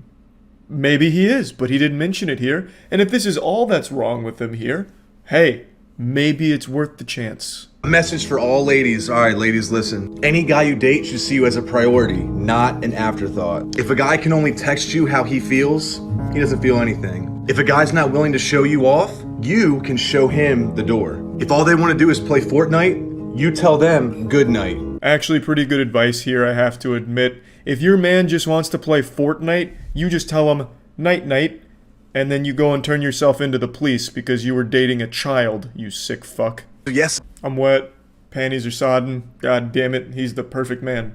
Jesus Christ. You'll notice that there's like a striking similarity between the things that would make him a good boyfriend and the things that also make him a bad boyfriend. It's basically just the same thing. He's obsessive. Like, he will literally always be there. Like the boogeyman under your bed, making sure that you're sleeping soundly. If you date me, I'm slapping that fucking phone out of your hand, trying to talk to somebody that's not me, you naughty harpy. The fuck do you think you're doing? I'm always there to hype you up. You want to do something? You do it and I'll be there to cheer you on. As long as it's just me there, cheering you on. Reasons why I'm a bad boyfriend. I always want kisses and hugs. Like, even if it's random, no matter what time, I always want them. I always want to give you anything and everything. Like, even if I don't have it, I just want to give it to you. I don't want you to pay for anything. Even if I don't have enough money, I want to spoil you. Dinners, movie, anything, I want to pay for it. I won't let you. I want to show you off. I'm gonna post about you. Even if you don't want me to do it, I can't help it. I want to show you off, baby. I will always put you before me. Even if you're having a great day and I'm not, I will just hype your day up and I won't tell you about how bad my day was. But those are some reasons why I'm a bad boyfriend. Oh my god, it's so dreamy. You don't want me to post about you? That's too fucking bad. I'm putting your nudes on Twitter because I'm so proud of you, baby. You got a great body. Those ass cheeks and the way that they can clap. Oh my god. The world needs to know I'm going to show you off, baby. I feel bad singling this guy out because, like I said, it's so common. So many people on TikTok do this exact same shit. Like, I'm such a bad boy. I would take you to a drive-thru and I wouldn't let you pay for your meal because I'm bad. I'd be a bad boyfriend. But the reason I chose him is because he has whole compilations dedicated to these videos because he's done so many of them. And it just made it easy to have like a nice cum dumpster full of these bad versus good boyfriend things. So anyway, I just wanted to briefly touch on this because I think it's super weird. I know it's not like uncommon for people to be like, I'm actually super shitty at being in relationships because I'm just too goddamn nice. Nice guys don't win, am I right, girls? Yeah, I see a lot of that shit, and then this is kind of the same thing. Like, I'm a bad boyfriend because I just want to love a girl, and girls don't want to be loved. They want an asshole douchebag, so I'd be a bad boyfriend. I see it all over the place, and this guy, he's just done it so many times, I figured it'd be a good example to talk about the trend and go into detail on it. Yeah, so that's really about it. So yeah. The human body isn't perfect. There are universal weaknesses built into the design that no matter how strong you are, no matter how much training you undergo, you can never fully overcome should someone look to exploit it. The obvious are things like testicles, butthole, even nipples in a lot of cases where you really get in there and start tweaking on them. You'll have them fucking acting like they got hit by a taser. But then there's also psychological weaknesses, the most powerful being going to a restaurant and having the restaurant staff sing you a birthday song because one of your friends told them it was your birthday. I don't care who you are, how tough you think you are, you can be the leader of the salty spittoon, doesn't matter. If you unfortunately have to sit there and get sung to with a little cupcake with a candle on it while the restaurant staff unenthusiastically wishes you a happy birthday, that will incapacitate you. It is a cringe that is hardwired into the human DNA. We were not meant to endure such torture. It will pierce even the most fortified psychological defenses. And I just saw a clip from some masochist willingly putting himself through this for the sake of some clout online because he really thinks, I guess, he was hot shit for spending $1,000 on a steak in Las Vegas. So he's not only did he waste $1,000 on what I imagine will probably be an underwhelming steak based on the video presentation, but he also then got an entire song and dance for like a full minute, all about him wasting his money.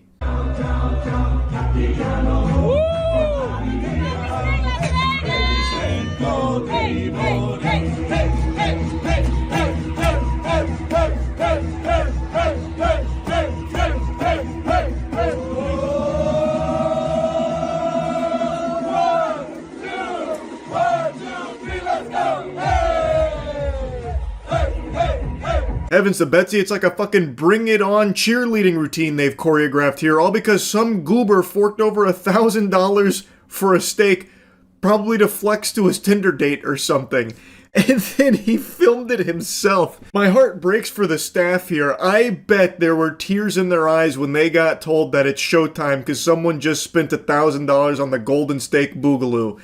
So then they have to go in there, and I assume they have to be like trained by the restaurant to do this, like a break in case of emergency. If someone spends $1,000, you gotta put the tomahawk in the golden case, you gotta cue up this song, get the DJ on the horn, and then you gotta go over there and just go, hey, hey, hey, hey, oh, hey. Oh, it sucks so much ass, holy. It is awful to imagine being in that situation. I couldn't even fathom the poisoned brain that would lead someone to want to do this to themselves willingly because they think it looks cool on TikTok. Like, you have to know people, not only in the restaurant, are turning around because of all this commotion, insulting you, laughing at you, but you also have to know the video you're filming is going to get you ridiculed as well. It's not like a cool thing to waste $1,000 on steak and having the staff be forced to come over here and pat you on the back for wasting your money, as if this is like a cool thing that you've done. They don't want to be doing that. Don't let those hollow smiles fool you. They would rather most likely just be going about their business, doing their job, and then calling it a night without the need to have this, like, performance here.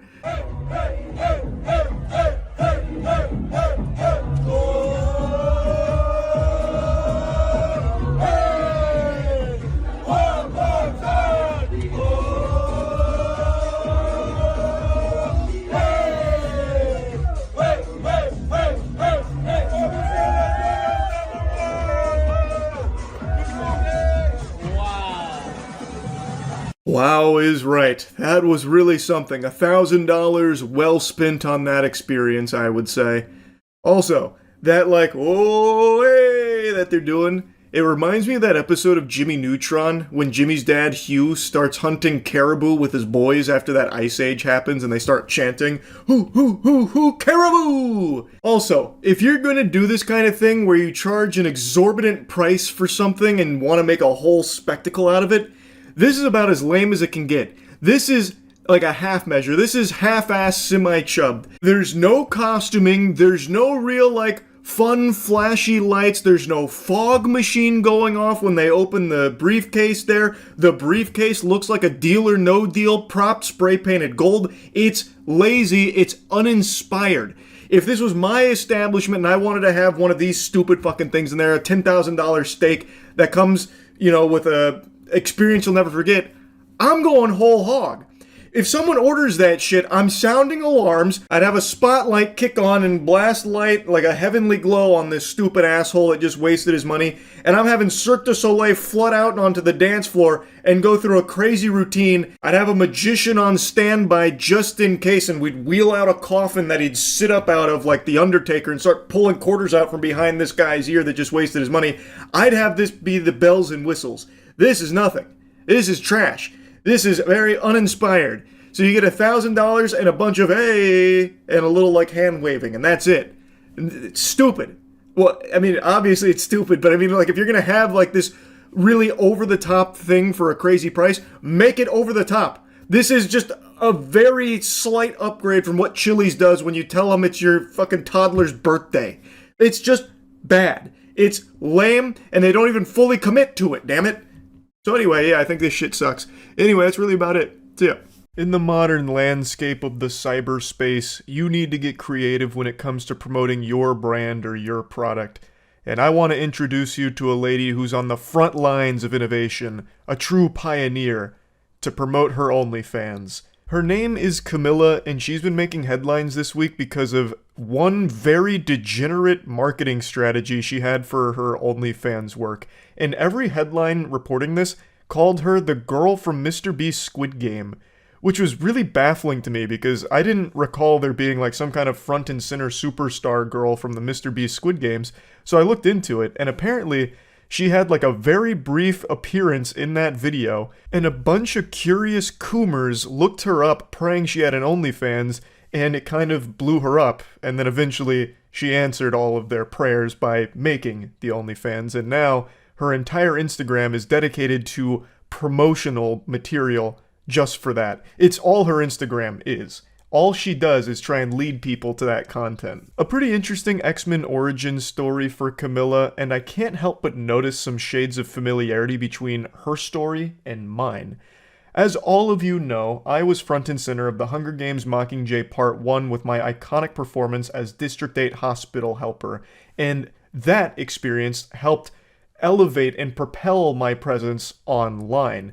Very similar to her start. However, our paths diverged. Whereas she went to showing her butthole, I went to talking about butthole. So on the forked road, we went our separate ways. And now she's making some weird choices when it comes to how she promotes her OnlyFans. So the one that got her in a lot of hot water is this one. How does it feel to have a sister that has an OF? My friends always ask me if it's pink, but I don't really know what they mean by that. Nani? Do you know? Jesus Christ. Click the link in my bio. I can't. It should be pretty obvious why this was disturbing and upsetting for most people. She's using her brother, who is a child, to promote her OnlyFans content. That is some twisted shit. So she has him say that his friends tease him and ask if it's pink, which is talking about her vagina. So she feeds him that line to say, asking about her beef curtains, so that way she can pretend to be shocked that he said it. And of course, this is all complete with the Zoomer editing stock sound effect package, so there's constant fucking sound effects and jingling keys going off on every single action, which is beyond annoying. But it's just so weird to use a kid, your own brother, to promote your OnlyFans, and then have him say something about your pussy. Or rather, his friends say something about your pussy. It's so gross. And she just keeps doing it too, diving deeper and deeper into this unhinged lunacy, using her family as her main method of OnlyFans promotion. So she's brought on her cousins, apparently her grandparents too, though that one, there's a bit of a conspiracy there and we'll get to it. And she's used her brother in another follow-up video once this one blew up, once again trying to capitalize off it. So this tweet's going viral on Twitter right now, so I figured I'd call my brother and just check on him, see how he's doing. It's not looking too good, so. Honestly, I don't even want to fucking hear from you anymore. I'm blowing up on Twitter. Bro. I'm fighting for my life on my group chat, and so I better see myself in Disneyland by tonight, alright? I fucking hate you. Click the link in my bio so I can take him to Disney. Bro, is he like actually even... I actually feel really bad for the kid here because I do think there absolutely is some level of bullying that's probably happened to him as a result of that video blowing up. And it's not like he wanted to be the marketing mascot for his sister's OnlyFans content. That's just her depraved idea. And she's doing it again here, double dipping with this awful fucking idea of using her brother for OnlyFans promotion. I don't know who could ever think it's a good idea to have a child advertise porn for them. Like, there's no way that's legal. That's probably like actually a crime. That's probably illegal. I don't know if she does like full nudity and like full porn or anything like that, but even still, that there's still no way that it's legal to have a child advertise potentially sexually explicit material. Like, there's just no way that that's allowed. What's the craziest thing that's ever happened to you since your, older cousin does OF? One of my brother's older friends showed me a picture of something you posted. NANI? How did that make you feel? Just awkward at the moment. Do you still love me? Yes. Love you. She does a couple of these interviews with her family about her doing OnlyFans. Like, hey, how weird's it been now that I'm out here doing OnlyFans, right? Like, isn't that kind of pretty wacky, huh? Any stories to tell? And they're like, well, yeah, I mean, some people make jokes about it and, send some mean shit in a group chat. And she's like, oh, haha, but you still love me, right? And they're like, I mean, yeah, I guess. So I don't know why she thinks this is good advertising. It's just really uncomfortable. It's one thing to have a family that's totally supportive and okay with you doing that kind of content, and a totally different thing to bring them on camera and then ask them deep questions about OnlyFans and like, oh, well, what have you seen from my OnlyFans and what are people saying about my OnlyFans, relative, huh?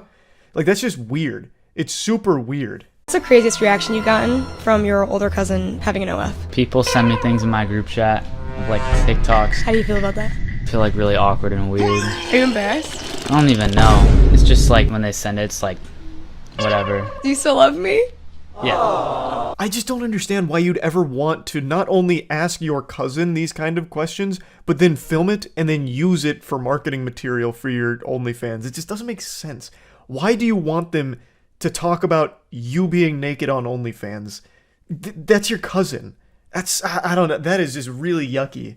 Like, this whole idea she's running with here about bringing all of her family into her OnlyFans ads is so fucked up. What's the freakiest thing you guys have ever done?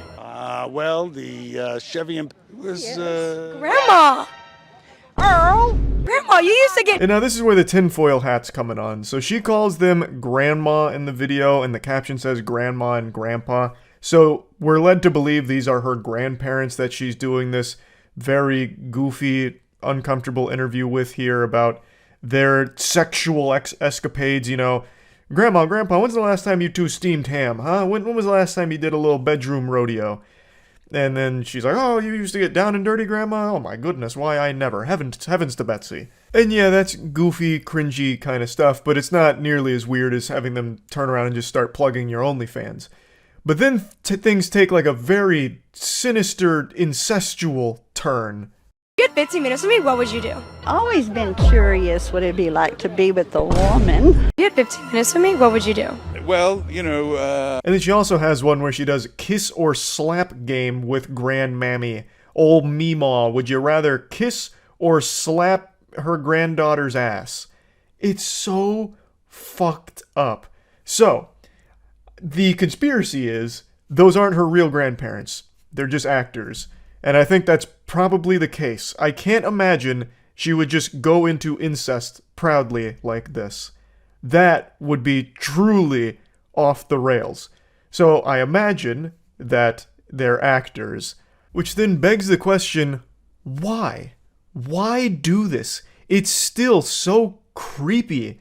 Now, I'm pretty sure those are actors, but I don't think her cousins were, and I don't think her brother is. Like, I don't think you'd be able to hire a child to promote your sexually explicit material. That would 100% be beyond illegal. Like, she would be thrown in jail for that shit, I imagine, like, on the spot. So that's probably her real family there, but then she used her grandparents to continue doing this family OnlyFans kind of push, which is... it's so weird. Why would you want your family pushing your OnlyFans? And then, even bigger question, why would you want your child brother pushing your OnlyFans? This whole thing from Camilla is horrifying. It's so fucked up. It's so weird. So all of, like, the backlash she received isn't surprising, and she's still going. She's still doing this kind of shit. Like, these videos aren't that old at all. It's still continuously developing. Like, she is still engaged in this kind of content and these kind of marketing pushes. So yeah, I just wanted to share this with you because this is just a really creepy situation that I thought was just fucking weird. So yeah, that's really about it. So yeah. Pardon my grease, it was rainy today, and I went bowling. Got a custom bowling ball so I can finally transcend the deity of the lane that I was meant to be. But doesn't matter. We're not here to talk about my bowling prowess and my pursuit of the perfect game. We're here to talk about a disastrous wedding. Throughout the years, I've covered many awful weddings, and there's just something very sad about a special day super stinker that I can't help but just be fascinated by and talk about. This isn't the main video I want to talk about here, but I want to lead with this because I don't know if it's a hot take, but I can't fucking stand the wedding cake smashing trend that some people subscribe to. Wedding cakes are so expensive, and you just throw it in the face of the bride or the groom, and it immediately changes the whole tone of the wedding into something aggressive, and sometimes just ends as like a WWE match or an argument or a fight. Like, I don't get why people do this. I've been to many weddings, and I've never seen anyone do that. I only see it in TikTok and YouTube videos from weddings. So this one I think really encapsulates it the best as to everything wrong with it. I can't find the original clip. I can only find it through Ray Like Sunshine channel. But there's a lot to unpack in just that short clip. So first of all, the wedding cake looks heavy as shit. When he throws it on the bride, she like visibly like falls with it. That's like a 20-pound cake. It's like getting hit with a dumbbell. And then even once she like recovers from the initial stun and staggering from it, he goes back into the DPS phase and hits her again with the wedding cake. And you can see how upset she is. Also, the groom's out here looking like a frat douchebag on spring break, and he's got a gun on his hip with him. I don't know why he'd bring his gun to the wedding. Maybe he expected to get pulled up on by his ops, so he needed to stay strapped and ready with that big iron on his hip. But he looks like James Bond on vacation. What's supposed to be one of the biggest days in a person's life is now just been reduced to this guy acting like it's a tailgate party. Unbuttoned shirt, beer belly hanging out, chaos. But anyway, let's get into the video, the main video I wanted to talk about. And just share with you the most beautiful moments of my life. I'd hate to have to follow that. Anywho, Cody? I promise to smack that ass every chance I get. That's all I got.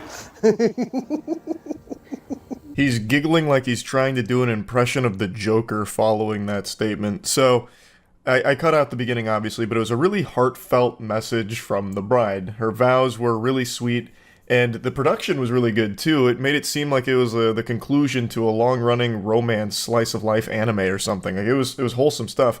And then immediately, Cody follows it up by just saying, "I promise to smack that ass every chance I get." There's no shortage of people treating their wedding day like it's a stand-up comedy special on Netflix, and it usually leads to a bunch of cringe, but this is cringe with a little poop on top.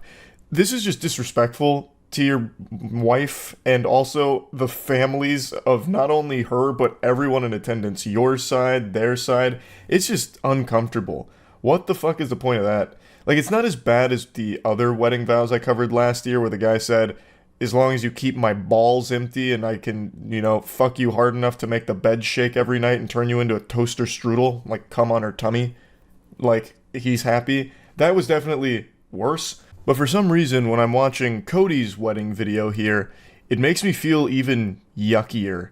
This is just the beginning. So, of course, he starts to follow up that heartfelt sentiment from his wife. He's like, "You know what?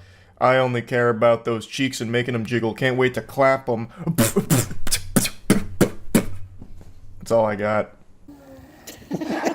This is either going to be the most beautiful couple ever, or we're all going out in the same bolt of lightning. Either way, Cody, please proceed. She's the brains of the operation, so. Okay. Where's the other one? Apparently you don't put that on here. Cody, It's on the wrong hand. Yeah, so that's the right. Yeah, so let's try that again. Back here. And maybe say something. You can see deep shame wash over the face of the guy who's supposed to announce them man and wife. He knows that this is some dysfunctional shit right here. He can't help but let Cody know that he's a fool, a fucking oaf.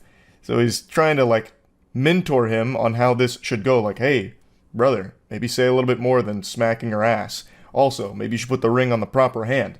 Dude doesn't know right from left, clearly, so he has to, like, go mirror it to figure it out. Love you.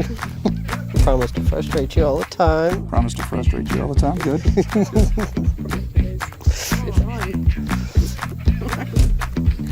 Promise I'm not going to listen to you. I mean, I will listen. I got that backwards, didn't I? Is that it? Yeah. Come on, Cody. Are you sure? I didn't write nothing down. That's what you're going out with? That's what I'm going with. Cool. And they say chivalry is dead. How laughable. They've clearly never met Cody. A very profound moment here that we get to share in, and I can't help but feel happy for these two. Cody seems like a real peach. I do love how visibly annoyed everyone around Cody is with his antics here. Like, he's getting all the chances imaginable to try and salvage this. Like, say something nice. He's like, is this how you're going to send it off? Is this really what you're going to say to your wife here? And he's like, yep, that's it. It's like, whatever.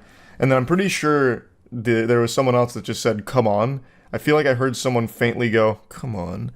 Which I get, because this is an eye-rolling moment here. Touching. Exchange. I guess there's only one thing left to do, and that's for me to do my part. So, by the power vested in me by the state of Kentucky, the United Life Church, and the Church of Bacon. Church of Bacon? More like Church of Making That Ass Clap. Am I right, Cody? Now pronounce you man and wife. You may seal it with a kiss. Ooh, lovely. Cody, can you please stop moaning? This isn't a porno, it's a wedding ceremony. Jesus Christ. I still think the worst wedding ever held is the one I covered like 5 years ago. The crazy bitch wedding, where the bride walked out to the Buck Cherry song Crazy Bitch, but not the official recording, a karaoke version sung by one of her friends who I'm pretty sure was gargling glass in her throat before performing. And it is not even a walkout, it's not even like a wedding march. She goes out there and puts on like a wedding striptease in front of everyone. Kind of. It's like she was trying to give the entire ceremony a lap dance and turned it into the trashiest thing imaginable in front of a bunch of kids and like completely like normal family members who were just appalled at what they were witnessing. And then when she makes it to the stand, it turns out she's marrying like Diet Kid Rock and the Dirty Boys biker gang. That I still think is the worst ceremony this world has ever seen. But that doesn't make this one any less awful. And it gets even weirder after this moment. I'm Cody's ex from high school. Yes, you may think that's weird, but it's probably more helpful than weird. All right. Because I can totally relate to whatever crazy stuff he puts KK through. Why would you do that, though? Why would you bring your ex here to speak about you being a quirky, zany oddball? Why bring your ex in this wedding? That feels foul. Like, hey, I know we're getting married, but I'm bringing my ex-girlfriend from high school here. She's gonna give a banger speech, trust me. No, it's not. Why do you think that's weird? There's nothing wrong with being friends with your exes, but why do this for your wedding day? You're marrying this girl that you love, and for some reason you're calling in a previous girl you loved to speak about you. Why? I don't know. That doesn't feel right. But anyway, I just wanted to talk about this a little bit because I'm always interested in these wedding disasters. So that's really about it. So yeah. If there's one thing you need to know about me, it's that this tooth, this one right here, that little bastard, is about 1 centimeter taller than the other teeth on that bottom row. And now, anytime you see my mouth open, you won't be able to unsee it. you're welcome. And the other thing you really need to know about me is that I cannot stand when people cause problems for customer service workers, in particular, fast food employees. I've made countless videos shitting on narcissists that are fishing for clout by exploiting fast food employees for views on TikTok or YouTube through pranks or just being a general nuisance, just a hemorrhoid on society. They're just normal people and they're getting paid minimum wage to deal with the most insufferable people on the planet. Just truly degenerate assholes, and my heart breaks for them. Fast food workers get abused more than a fleshlight. It sucks. And over the last week or so, there's been a new trend that has really blown up that once again just treats these human beings as if they're just NPCs, props for their TikTok and YouTube Shorts videos. It's filming your Chipotle order being made by the Chipotle worker. I'll get a bowl. Yeah, for to go. I'll get white rice with that. The idea is they're going to give you more food because they're on camera. And it spawned because people were starting to talk about Chipotle portion sizes being smaller than they used to be, which for the record I do believe. That is a conspiracy theory I'll put on the full tinfoil condom for, because I do think that's accurate, no matter how much the CEO likes to dance around in delusion and pretend that that's not the facts of it. I do think it is true. I used to get a Chipotle burrito after every lift in college, and I had innumerable Chipotle burritos, and over the last 3 or 4 years I've been very vocal about the quality of the food going down, in my opinion, and definitely, like, when I get burritos now, it's significantly less than I remember it being back then. But I also think that's just kind of the industry norm, because I think the same thing about many other fast food places as well. But anyway, someone on TikTok came up with a cure to this small portion disease, and it was to just film these workers doing their job and kind of give them a bit of a hard time and nudge them on camera to give them more food. And this started to really pop off because a lot of people noticed that, oh, when they're being filmed, they give you more food. So that's the cheat code. That's the life hack. Rice blind for pinto beans? We'll do pinto beans with that. Pinto beans, any protein for you? We'll do chicken, please. Chicken, any queso for you? We need some more chicken in that. More chicken? Finna fire on your ass. Put that chicken in there. All right, any queso for you? This one is by far the worst I've seen from this trend here. This guy went in there looking to start shit. He's immediately aggressive and confrontational. The guy hadn't even put the fucking spoon fully into the chicken bowl there before he said, no, no, no, need more chicken. He's there to stir a controversy for the sake of his video. And he is just shoving the camera down this guy's throat. If the worker had bent over, the camera guy here would have given him a full-blown fucking colonoscopy. He is right up in his business to just be this insufferable douchebag that's hassling him for the sake of this video that he's filming. Now, it's filmed from another angle, but I can't find that full video. I can only find this one through Twitter. We need some veggies. Get some green veggies. Yep, little bit more, little bit more. No problem. Little bit more. No problem. Straight up. Oh, they gonna have to hold me accountable. When he was asked pretty politely to just stop putting the camera in this guy's face, not even asked to stop filming, by the way, just asked to, like, hey, maybe don't be up in this guy's nutsack with your camera, he immediately starts yelling about it. He's immediately throwing a fucking temper tantrum. Even though it was a super reasonable request, because look at how close he's getting to this guy. He is leaning over the counter to get as close as possible. It's like he's going in for a kiss, like he's trying to fucking make out with the guy here. Nothing else? That'll be all. And if you got problems, I'll fire your ass up. Hold me accountable. You're gonna have to hold me accountable. Sir, this is a Chipotle's. Why are you yelling and screaming? Why are you hooting and hollering here? Goodness gracious, it's like a hostage situation here. The worker did everything you ask. Leave them alone. All they requested is that you take the camera out of that guy's mouth. They didn't even ask that you stop filming, even though they should have. They should have walked over and slapped that fucking phone right out of your hands, douchebag. That's what should have happened. But it didn't. You still got to have your TikTok video, and you're still huffing and puffing about it. It's incomprehensible to me. Even when people who did this trend weren't harassing the worker making their food, I still don't like it. I think it is still dog shit. You're just being a nuisance to just average everyday people just going about their lives. They're getting paid minimum wage to make your food, and you're making it a huge headache for them by putting them on camera when I know for a fact they don't want to be. The reason you're getting more food shouldn't be some kind of mystery. The reason is because no one wants to deal with being shamed online. It's not like these people are just drones, AI, that are cut off from the rest of the world. These people have access to the internet, same as you. They know what this trend is. And they know if they give you anything less than fucking colossal proportions that could feed a family of 8, then they're going to get insulted in your TikTok video. So obviously they play along with it. Like, it shouldn't be surprising that you do get more food when you film the workers here and put this big spotlight on them, because now you've turned it into a huge song and dance, and they want to do everything possible to avoid a negative situation with their life here that you have now thrust upon them for your own, TikTok or YouTube short. I think it sucks. I think it is sucked from the very beginning.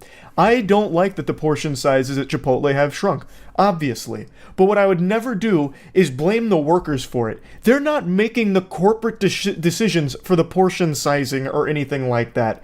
And if you do get less than you want, you can politely ask if you can have like another scoop or something. Like, that's just normal socialization 101. You don't have to resort to the nuclear option here. And that ain't no issue. Anybody in here can get it. Straight up. You can call the police. I ain't break no law. Wait, what? Whoa, why you lying like police? This guy's fuming so hard that he immediately gave himself amnesia and forgot that he just threatened the entire restaurant. She said, all right, I'm gonna call the police because you're threatening people. He's like, you're fucking lying! Who did that? Where? When did that happen? You're telling a fib. That's a tall tale. And I don't appreciate it, Buster. Even though literally 5 seconds ago, he just threatened the entire restaurant for some reason. He's just having a full-blown voice-cracking conniption here in front of the entire Chipotle for this trend. And I still don't even know what there is to be mad about. He got big portions on his bowl. Mission accomplished. And he successfully made everyone in that restaurant's day a little bit worse. Yippee. Wahoo! That's great. So yeah, overall, I think that this filming Chipotle workers trend is garbage. I think it is just trash. I could bring up countless other examples because it's become such a viral hit here, but they're all so annoying. They're not nearly as bad as this one. This one is by far the worst I have seen so far. The only ones that I somewhat appreciate are the ones where the Chipotle worker gives them significantly less food because they're filming. I fuck with that. I think that's great. That should be the gold standard going forward here. You come in and you start filming the workers, well, I hope you enjoy 5 tiddlywinks of rice and 1 little glob of chicken. And that's it. Put a smile on your face and get the fuck out. But anyway, yeah. Don't like the trend. Hopefully the trend is over soon. That's about it. So yeah. I know this gets said all the time, but it's true, and it's sad. People will believe in anything. Today I just learned about slapping therapy, which I'd never heard of before, and you would think me, of all people, someone who has covered slapping tournaments for years, would have heard about slapping therapy, but even I couldn't imagine something so stupid.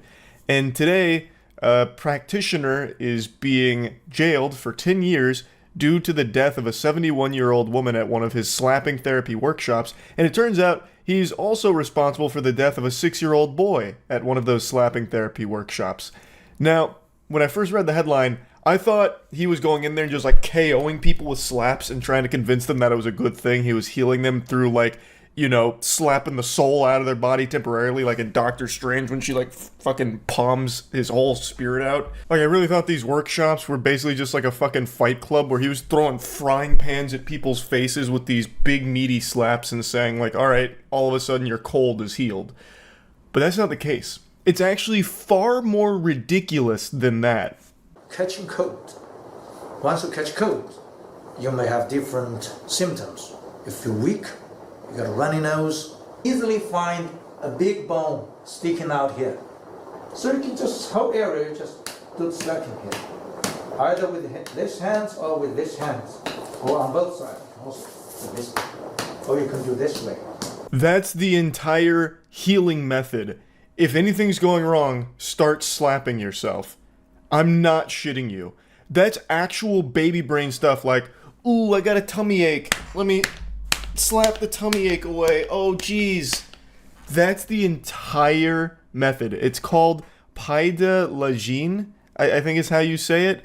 And this is like their preeminent expert in it, who now has 2 corpses under his belt from it.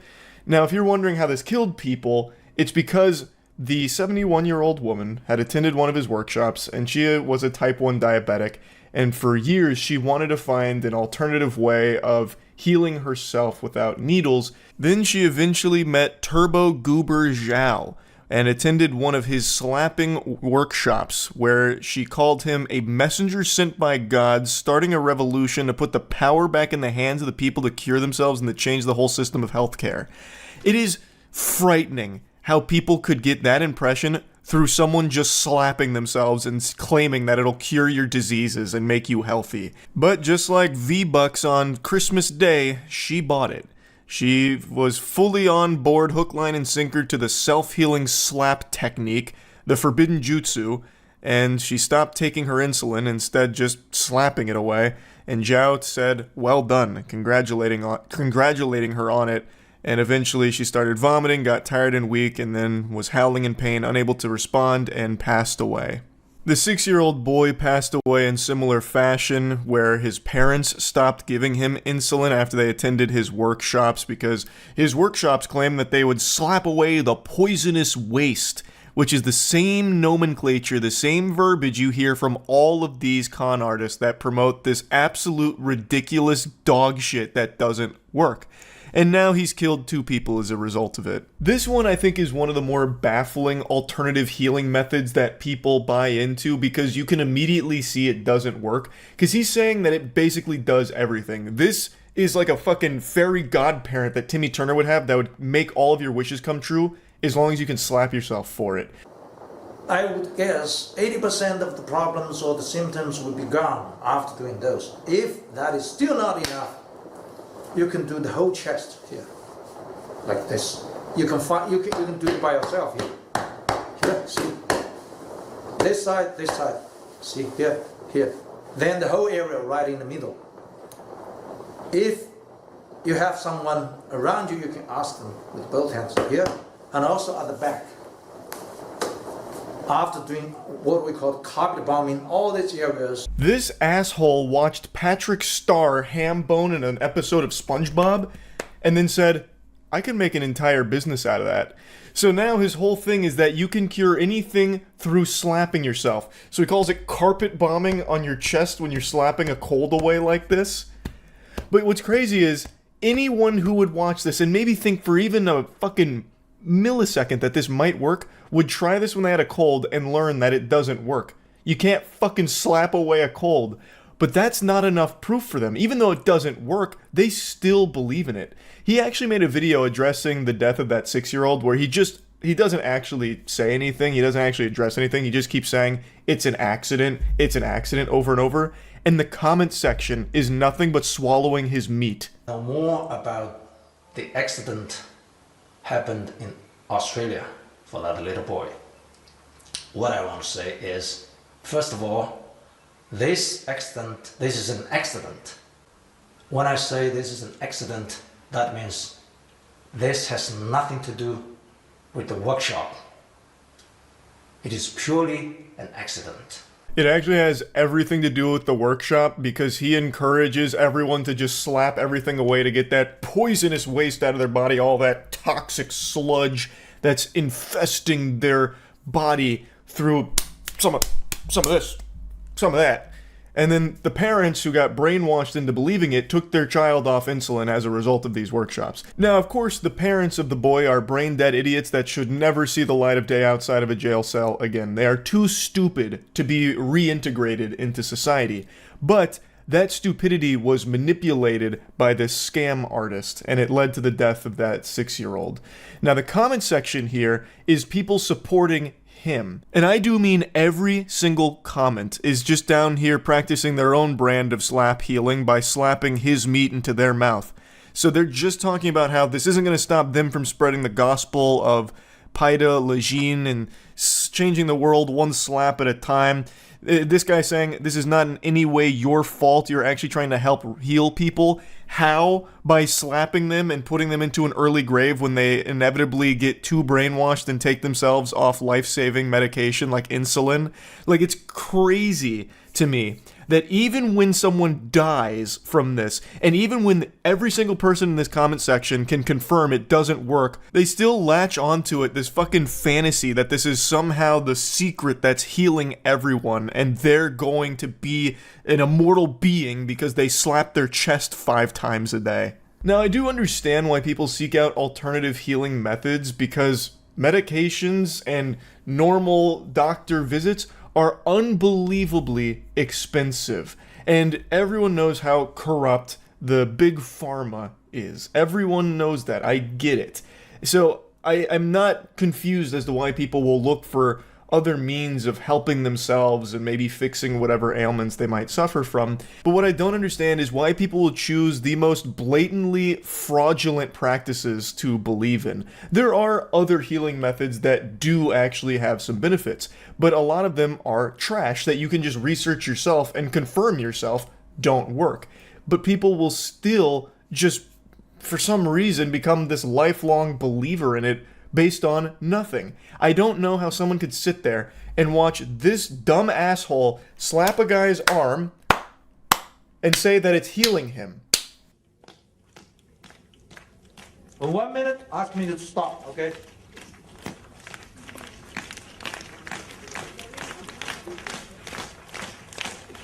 One minute. Look, see? Just in 1 minute. It's like more than double the color. Let's show to the doctors, the professionals. Wow! Just like Jesus turning water into wine, Zhao just turned skin into bruised a little bit.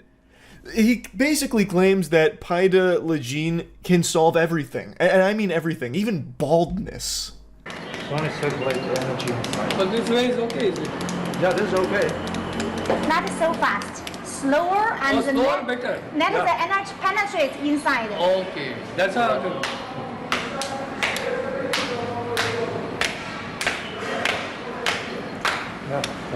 Man's actually teaching the Homer Simpson dough as a real method of curing your baldness.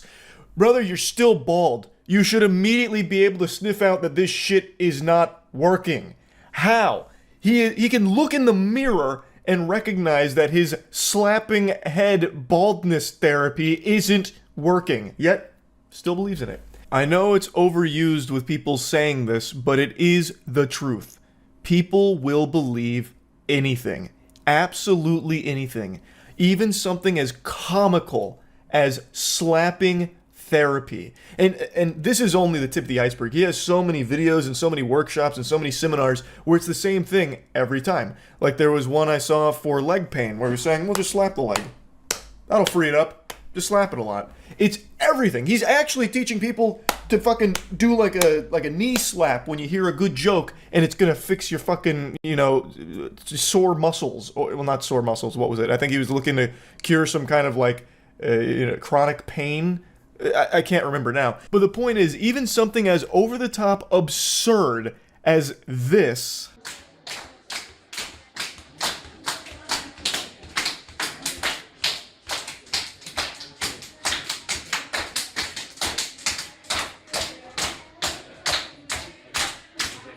has people believing in it and worshiping Zhao.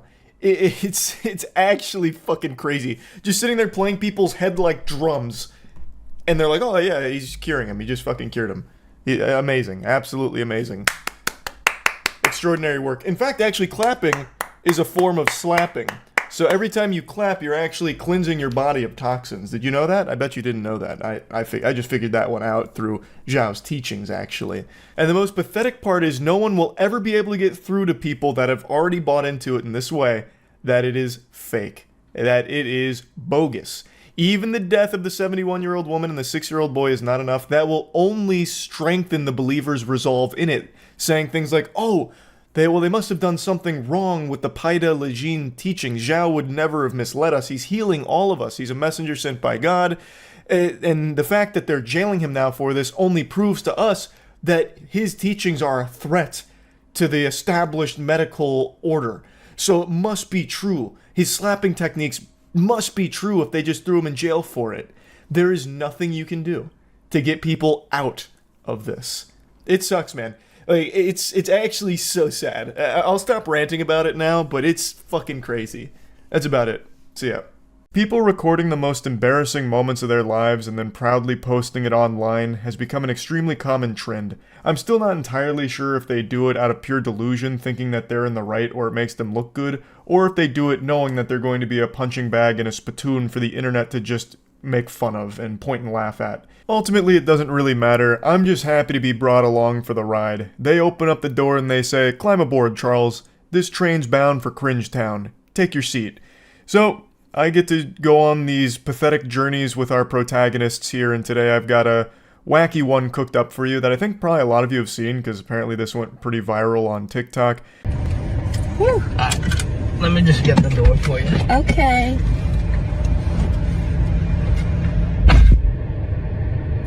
He got me at the Cheesecake Factory, y'all. I ain't getting out this car.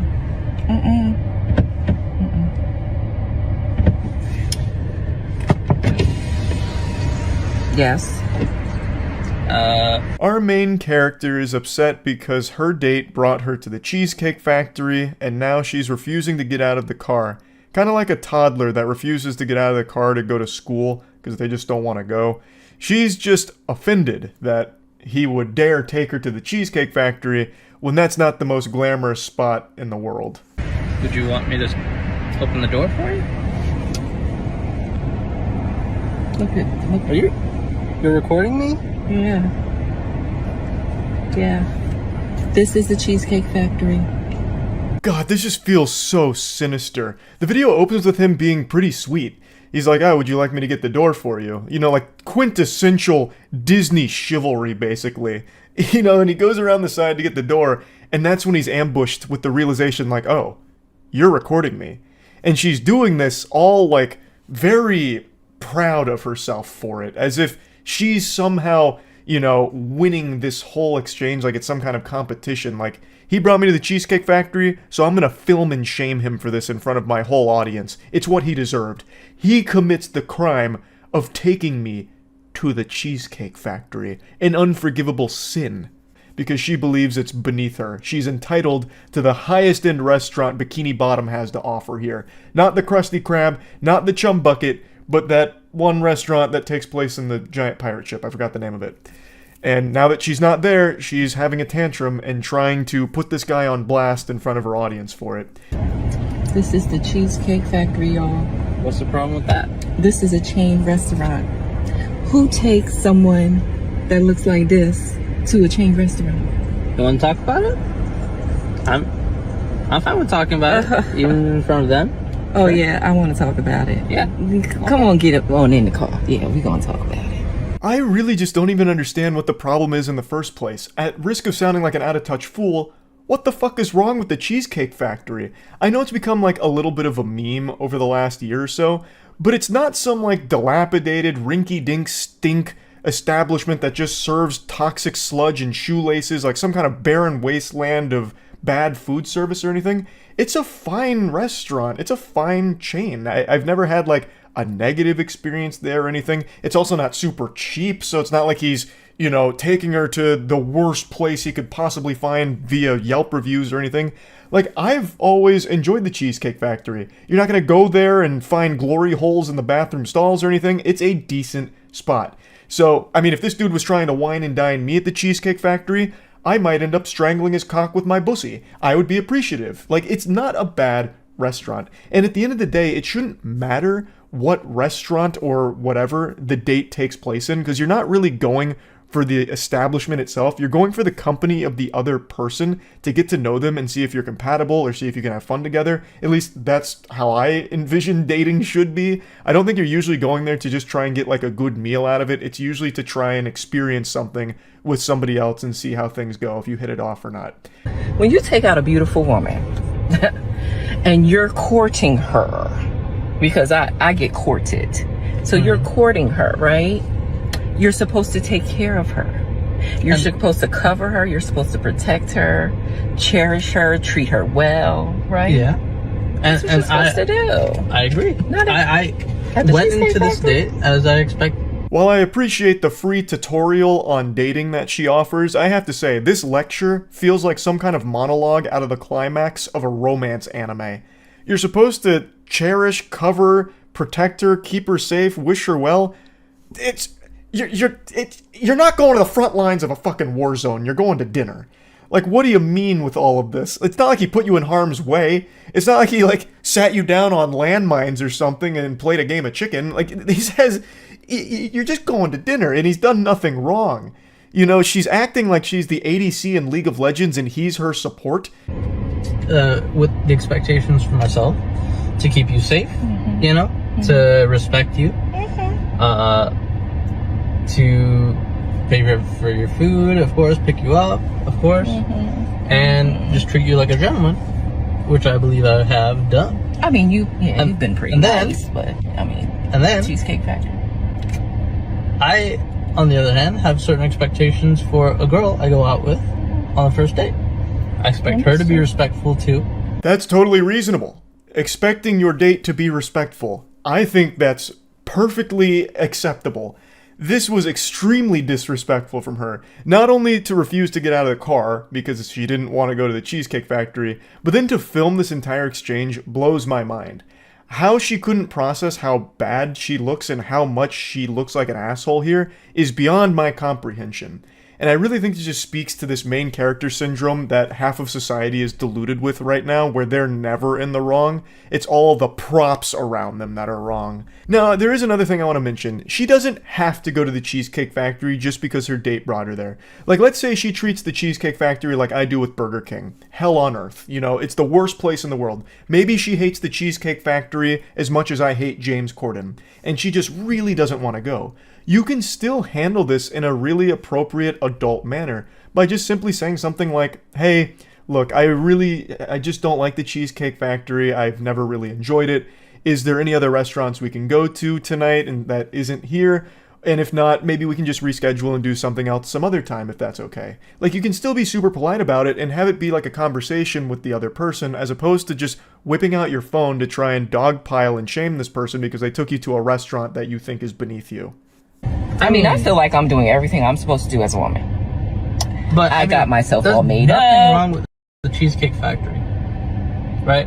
Yes, there's a lot wrong with the Cheesecake Factory. Okay, well, look at my planner, where we were gonna go originally. I actually really wish she had dove into like all the problems with the Cheesecake Factory and just gave me her scathing review, because I'm trying to figure out what all she could hate so much about the place. But anyway, I skipped around a little bit here, but I'll fill in the blanks.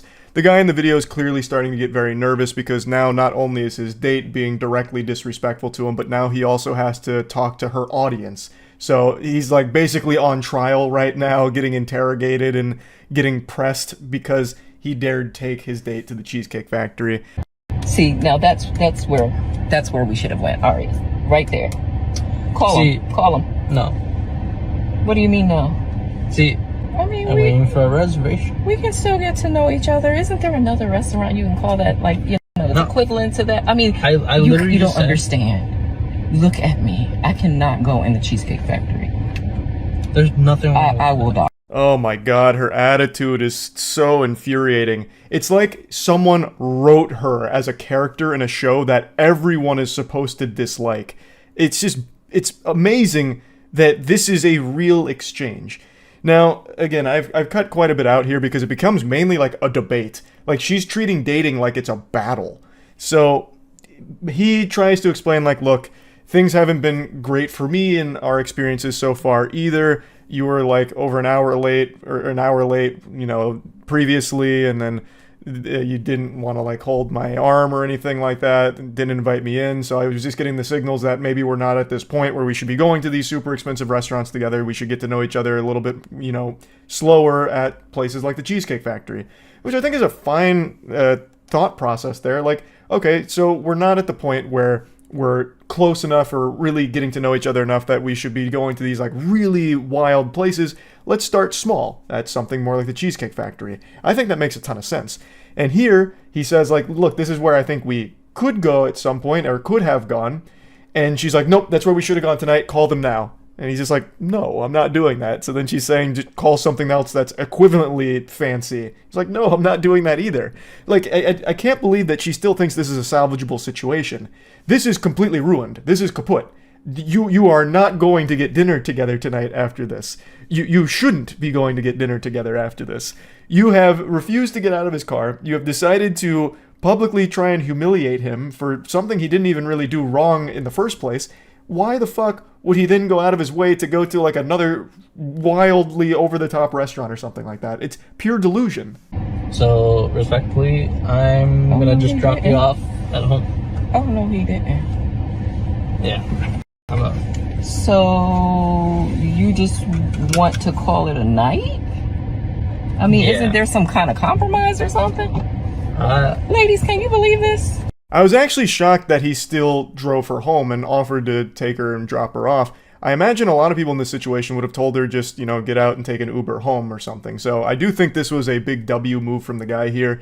He felt very disrespected because he obviously was. And he said, look, this is where the evening concludes. I'm just going to take you home. And somehow she has the gall to be surprised. Like, I don't understand how she would be shocked that he's just taking her back. You've insulted him, and you have publicly tried to shame him. Why in the fuck would he still try and, compromise to find, a dinner for you two that evening? So, that's kind of where the whole thing stops. I just don't understand why she would ever do this in the first place, and not only do this, but then post it. It's so wild to me. It's such a fascinating concept, because this is a truly embarrassing moment. You have filmed one of the worst dates I have ever seen. Well, I'm sure there's worse dates, but one of the cringiest dates I've ever seen because of you, and you're the one that posted it. I don't know, it's fucking awful. That's really about it. I just had to talk about it a little bit. That's it. See ya.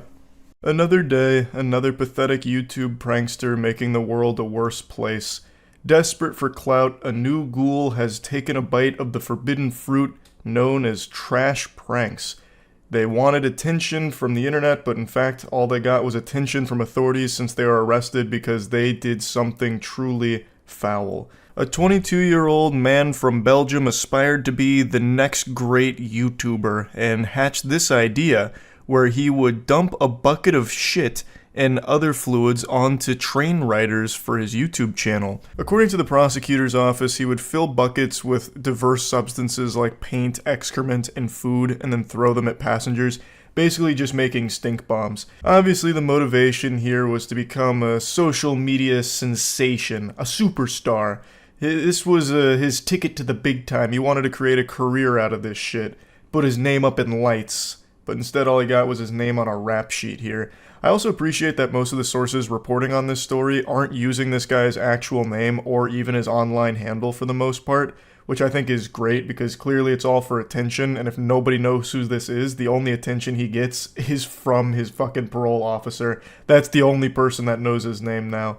So let's go ahead and show you the video. I have to mute the audio because of the music, but here's our protagonist. He's out collecting his ingredients and he's making a strength potion in that bucket, old school RuneScape style. He then gets his secret ingredient to the Krabby Patty formula here, dog shit, pours it in the bucket, and then gets a bunch of leaves, puts those in there as well, and mixes it all around, and he's ready to begin his adventure.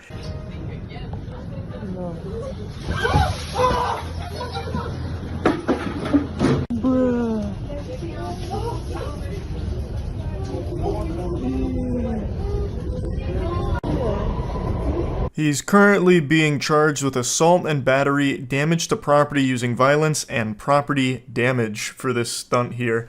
And I hope the cameraman also faces some charges too for enabling this, filming it, and just being an accomplice to this degeneracy. This loser immediately ran away from the scene of the crime, knowing full well every single person on that train could have absolutely beat his ass. He just sucks. This guy super sucks. I wish he had done us all a favor, and after mixing the dog shit into that bucket, he just drank it. It'd be an infinitely better outcome if he was just doing this garbage to himself, as opposed to just randomly assaulting strangers on a train to try and get clicks to his dead YouTube channel to try and find meaning for the life that he's lived that has amounted to absolutely nothing besides being reduced to a public nuisance. It's so frustrating just how common this trend is, where people will just do extreme things at the expense of others to try and get any level of attention. Even though it's overwhelmingly negative, to them it doesn't matter because views are views, and they hope that some of them will stick around just to hate on them, or maybe a couple of them are equally as brain rotted as they are and actually enjoy it. And it's just become this fast track to at least getting some type of eyes on you, which has made it extremely appealing for young people to try. We've reached that age online where so many people have grown up their entire lives with access to the internet, so they've seen a lot of creators do similar things and get a full career out of it.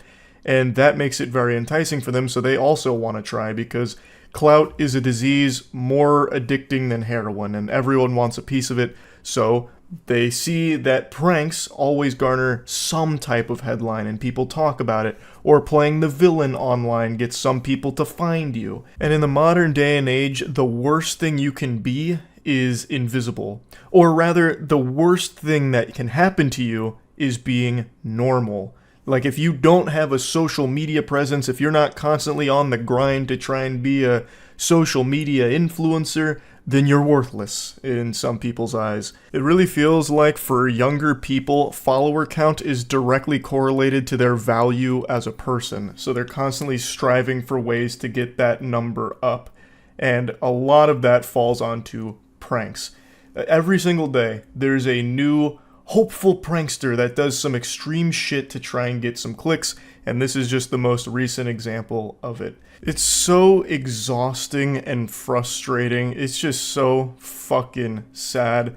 This guy 100% deserves to be arrested. I hope he faces some kind of serious charges for this. We finally need to just start really bringing the hammer down on disruptive, dangerous pranks like these. This is something that guy could have absolutely gotten, like, sick from. Like, it's an assault with, like, a fucking bioweapon here of dog shit and all kinds of other things in it. Like, you can't keep taking these things lightly just because they're portrayed as, like, pranks for views. It's fucking degenerate, and it's gone on too long now. For example, we had that guy in the UK who for months was just terrorizing people, like going into their homes, like the break-in and entering prank, shit like that, and no real serious charges were ever brought up, so it just continued to persist for too long. But anyway, wanted to talk about this douchebag a little bit here because I'll take any and every opportunity to put my shit in a bucket and throw it at an awful prankster like this. That's about it. See ya. Another day, another whiny, entitled loser having a meltdown and freak out in a fast food drive-thru. This time, the temper tantrum is caused because he was declined a pup cup. I'm gonna have to ask you to leave, please. I'm doing a video. I'm gonna need you to leave, sir. Why was the reasoning why you won't give me a pup cup? We're not allowed to do pup cups. Yes, you are. I come here 2-3 times a week, every week, and get a pup cup. As a dog owner myself, I am very familiar with this item. It's super simple. It's just a cup of whipped cream. It's not winning any Michelin stars, but it's just a nice little treat for your dogs if you're going to a couple of fast food places that offer it. I think the main one is Starbucks. But I didn't even know it was, like, super common outside of that. So it's not surprising that they're saying, no, you can't get a pup cup here. And also, 2 to 3 of those a week? That's excessive. At that point, just get your own can of whipped cream. Like, what the fuck? Every time I come here. They're not supposed to do pup cups. If they're doing it, they're not doing what they're supposed to be doing. Do you not understand? It's just a little cup of whipped cream. So I need you to leave, please. Why won't you give me a pup cup? Because we do not do pup cups at this establishment. Bullshit. Came here yesterday and got a pup cup. Somebody hand me the phone, please. Call the police. She's calling the police because I want a pup cup? She's calling the police because you're an annoying pest that refuses to leave, even though she's told you multiple times they don't do pup cups. Now, if you've received some of those sacred treasures here, that wonderful cuisine in the past, it means you got lucky, and the workers probably just didn't want to deal with you because you're a headache and decided to just oblige and give you those pup cups, but it's not something this establishment normally does. And she's telling you that. You're also making a problem for the workers that were nice enough to you to give you those pup cups by snitching on them here. Just accept the no, take the L, and move on. Go to a different place that offers it, or better yet, go to Publix or your local grocer, get a can of whipped cream, and then give your dog your own personal pup cup. She has done nothing wrong, she's not being mean, she told you no, which she has every right to do. And for some reason, you're making this a huge song and dance, and for some reason, so many people have these brain worms in society today, like these parasites that infest their mind that think that they're always in the right. So he starts filming this interaction himself. What should be a shameful moment for him that should keep him awake for weeks to come is something that he is proudly posting online himself. It's embarrassing. It's super fucking embarrassing. You're delusional. You're not in the right. No one's on your side. Just leave. They don't do pup cups. And stop saying that word. It grinds my ass. It chafes my fucking butt how many times he says the word pup cup throughout this video. He spams that word more often than a Rocket League player spams what a save. It drove me nuts. It was so fucking grating. Let's see what the police have to say, because a person wants a pup cup? Seriously, you're calling the police because someone wants a pup cup. That's absolutely absurd. It's absolutely ridiculous. Cassopolis, Michigan.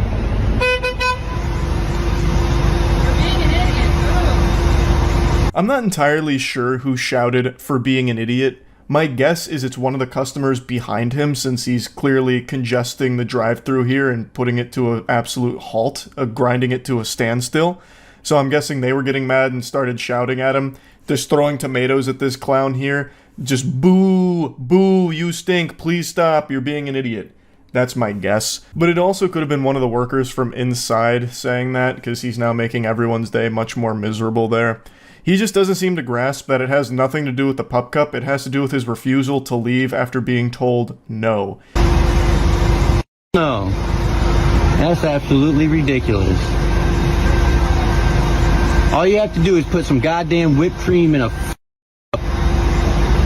and so that my dog can have a pup cup. And I was paying for it. I asked to pay for it. So fucking what? They still said no. It doesn't matter how easy it is, they don't do that here. Your dog's not gonna die from lack of pup cup. It's not like that's the only sustenance keeping it alive. It's not just going to fucking explode if it doesn't get like the sugar from the whipped cream. It'll be fine. Go make your own pup cup at home and get the fuck out of the drive-thru and stop making everyone's day more miserable and worse by your presence. You absolute worm. You McDonald's people need to start, like, come on now. It's a freaking pup cup. Arrogant McDonald's manager right there. Right there. Cassopolis, Michigan. I'm going to corporate with this. McDonald's doesn't support dogs, but you want me to round up to support the freaking kids every time I come here? What the hell is even that? What are you saying? This man's gone loopy from how upset he is at getting told no. He's just not making any sense. It's just a bunch of mumbo-jumbo gobbledygook here. No, this isn't even a coherent rant anymore that he's yelling about. Just flapping his gums over nothing. What do you mean you're going to send this to corporate? What do you think they're going to do about it? What do you think their response is going to be? Excuse me, McDonald's CEO, Ronald, sir. Look at what just came across my desk. Take a peek here. It seems one of our restaurants in Cassopolis, Michigan did not serve a customer a pup cup despite being asked to. Shut it down. Get the Hamburglar on the line right now. We gotta take that establishment offline ASAP, track down the customer, and give him a lifetime supply of pup cups ASAP to make this right. Like, this isn't even something they offer. What is corporate gonna do, you fucking goofball? It's a little bit of whipped cream in a cup, and I'm paying for it. It's a pup cup. Quit being so stubborn. Just give me a freaking pup cup. This could all be averted with a little bit of whipped cream in a cup for my dog. Why don't you stop being so stubborn? This could all be averted if you weren't just such a whiny little baby man. Just take the no and leave. Scram! Get out of town. Oh my goodness. This is why America's going to people like you. We don't do pup cups. I come here 2-3 times a week and get a pup cup. Tell me I can't get a pup cup. Ah, yes. This is what's wrong with America. This is the reason why America's going to shit. They'll no longer serve a good red-blooded American patriot like this man a pup cup that he was trying to pay for. What happened to us? We used to be a proper country. Wait till you lose your job when I send this to corporate. I'm waiting till the police get here. Not much, man. It really didn't need to escalate like this, but You're right, it definitely did not need to escalate like this. But you're a little bitch who couldn't just take no for an answer. So it did escalate like this. And what do you mean, wait till they lose their job? They've done nothing wrong. They've done absolutely nothing wrong whatsoever. No one's losing their job here. And she's sitting there making a big deal saying, we don't do pup cups, you need to leave. I want you to leave. I'm like, hold on, I'm going to pull up my phone. I'm like, you guys are really refusing to give me a pup cup for 35 cents? That, you know, it shouldn't be asking. She's like, I'm calling the cops if you don't leave. I said, go ahead and call the cops because I want to document this because they're calling the cops on a customer, a paying customer that comes here regularly. You're not entitled to a goddamn pup cup, and also you're boring the officer to death by taking him on a trip to Yappersville because you won't shut the fuck up about this. You're not in the right here, and the officer is not on your side. And in fact, it ends with him getting trespassed and banned for this. Like, I don't know what outcome you could have possibly expected here. We're just out here to keep the peace. That's what I want. Said you were screaming at him and yelling at him and videotaping and... I wasn't screaming or yelling. Arrogant McDonald's manager right there. Just give me a freaking pup cup. He tries to claim he wasn't yelling at them, and then whoever uploaded this video, I found it through Reddit, I don't think this is the original upload, whoever uploaded this easily showcased multiple instances of him yelling. Plus, he filmed all of this himself. He can easily just be disproven with his own video that he has. It's ridiculous to try and claim that he wasn't yelling. Good with you? He's good with me. Okay, man, you're banned. Find another place. That's cool. I don't know if I won't come back here. I'd appreciate that. I don't want to. Now he'll go terrorize another McDonald's by demanding a pup cup, and the cycle will continue. Just making a huge commotion because he refuses to take no for an answer and also refuses to just get his own can of whipped cream. You don't need to be getting pup cups 2 to 3 times a week for your dog. That's way too much, I would say. But anyway, just wanted to talk about this a little bit because, once again, another example of someone filming their own most embarrassing moment, and in all the time it seems to happen at fast food establishments where people are delusional enough to think they're in the right despite throwing a temper tantrum over nothing. Just this entitlement plague that's sweeping the nation, I guess. That's really about it. So yeah. My husband and I have removed the bottoms of all of our shoes. Has the world gone mad? Jumpin' Jehooshaphats, cutting the bottoms of your shoes off so you can walk around in the city streets barefoot and into businesses barefoot is absolute insanity. But that's TikTok for you, baby. We decided to start walking barefoot, and one of our followers had a great idea. Since some businesses don't want us being completely barefoot, if we cut off the bottom of our shoes, it'll allow us to be barefoot but blend in with everyone else. It's the perfect plan, the masters of disguise. Hats off to that follower there, shoes off to that follower there, who suggested this fucking stinker of an idea. The barefoot Batman giving them a symbol of hope here. Why not just cut the bottoms of your shoes off so you can walk around barefoot all the time? I bet they said it as a joke because it's the most outlandish suggestion they could think of, and these goobers bought into it hook, line, and sinker. No one will ever know that you're actually barefoot underneath the skeleton of your shoes. So put that in your pipe and smoke it, big business. Also, it's really comical to me that the husband is wearing socks in the house. So they walk around the city streets barefoot, but draw the line at walking around their own home barefoot. What, is your house dirtier than the fucking city streets? You don't trust your own house floors, but you trust the city streets that are covered in poop and all kinds of other bodily fluids and chemicals and yuckiness? But you get the heebie-jeebies thinking about walking around your own home barefoot. Ooh, I would never walk around here without protection on. I'm double layering my socks today, actually. Do you not clean your own floors or something? It makes no sense to me. That's so weird that they'll wear socks in their house, but not in public. They're just full-blown barefoot, letting it be raw. This is a huge commitment, but we were willing to make it. These are our favorite shoes. Our shoe collection is worth more than $20,000. But this is a sacrifice we're willing to take because walking barefoot means the world to us. Rest in peace, 20,000 bones. That's a lot of money to just flush down the shitter just to be able to secretly walk around barefoot. Far be it for me to question what people are passionate about, but why this? You know, I'm a bit of a daredevil myself, a bit of a rebel. I like to walk around barefoot in the comfort of my own fucking home, where it makes sense to get my little hobbit stompers out and just roam around here. Why sacrifice 20 grand just to do it in secrecy? Like, you can't just wear shoes for a little bit. You have to be barefoot all the time. It's almost like a fetish at that point, it feels like. They can't help themselves. It's so weird to me because it's a dangerous thing to do. I remember back in college when my campus would do like shoe drives where we donate shoes. My roommates and I did it once, and we walked back barefoot, and my buddy cut his foot on a piece of broken glass and just gashed that shit open. Now, amplify that danger times 20x because you're just walking around the city streets barefoot. It just doesn't make sense. Plus, you're risking, of course, like disease, infection, and shit. Like, probably get like fucking hookworm and COVID, and those two mash together and form like COVID turbo strain or some shit. I don't know. It just doesn't compute. You can't just wear shoes for a little while. You have to just ruin 20 grand worth of shoes to be barefoot secretly because businesses don't want you barefoot inside there, which is a totally reasonable thing to not want because it's gross. The benefits of walking barefoot are priceless, so now our shoes are worth more than money could ever be. So today we got to work and started removing the bottoms. The benefits of walking around barefoot, huh?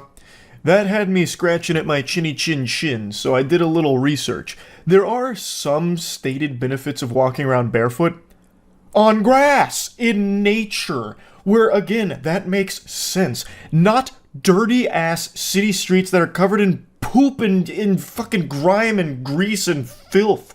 Or on, like, the floors of businesses, which, again, are going to be covered in all kinds of shit. The benefits of walking around barefoot are minimal at best, but there are some, and it's all in nature. Like, in the forest, on the beach, like, literally anywhere besides just contaminated city streets. This is just vile and disgusting. I bet if you brought out a Geiger counter and held it to this couple, that shit would blast off the charts. They're gonna need Radaway or something after a single trip to the grocery store while barefoot in these incognito boots.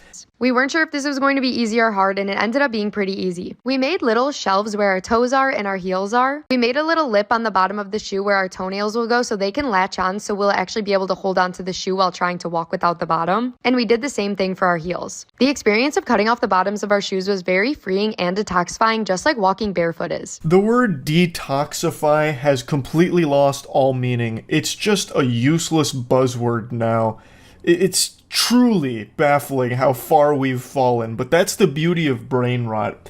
Yes, I start every morning with a dirt and urine smoothie while walking around barefoot to improve my connection to the earth and realign my chakras to detoxify my body. Absolute lunacy. You're not detoxifying anything by walking around dirty-ass city streets barefoot. You are actively toxifying yourself. If anything, there's all kinds of sewage and shit that spills onto the pavement that you're now just barefoot raw dogging. And even outside of that, you could step on like a small piece of metal or something, give yourself tetanus. Like, there's so much risk associated with this and no benefit whatsoever. What do you get? The ability to wiggle your toes a little bit in the open air on the pavement? Yippee! It's just so stupid, and they're trying to preach about it like it's a good thing, and this is supposed to be a tutorial for other barefoot enthusiasts. So that way you can go incognito while barefoot in businesses and on the city streets.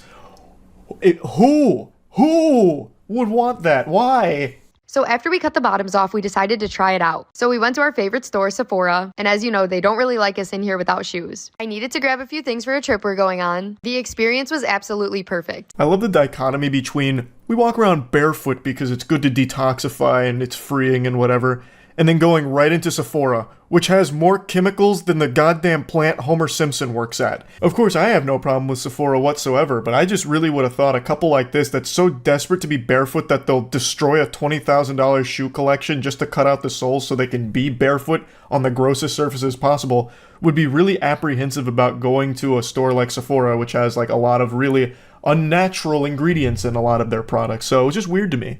And it starts to make me wonder if this is all just performative. Like, I feel as though there's a chance they don't actually walk around barefoot ever, and this was just for the sake of being quirky and unique on TikTok.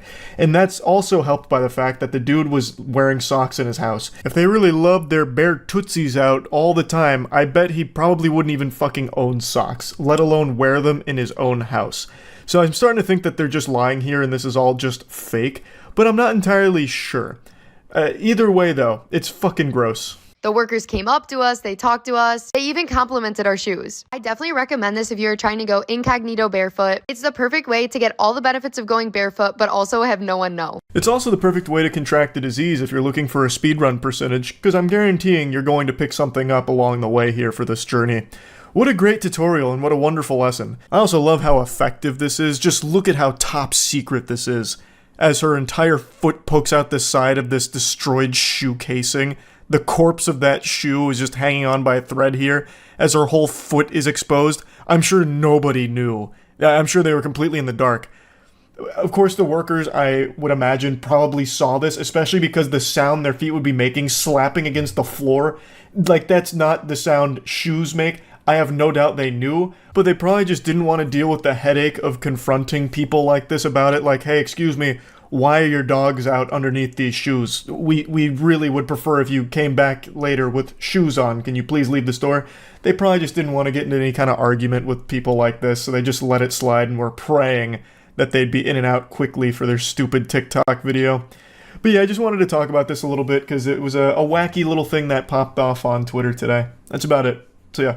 There's a story I've referenced a handful of times over the years because of how bizarre it is. It's from 2010 when a Counter-Strike gamer got knifed in the cyberspace and got so upset that he spent 6 months, or a little over 6 months, tracking down the perpetrator who dared knife him in the game, to stab him in real life to murder him for it. His name is Julian Barreau, and he was dogshit at Counter-Strike, got knifed, got mad, and then dedicated over half a year to finding the person who steamed his cheeks in order to ambush them with a knife attack. So he found his rival, who then opened the door to greet him, and was immediately met with a knife being plunged into their chest, narrowly missing their heart.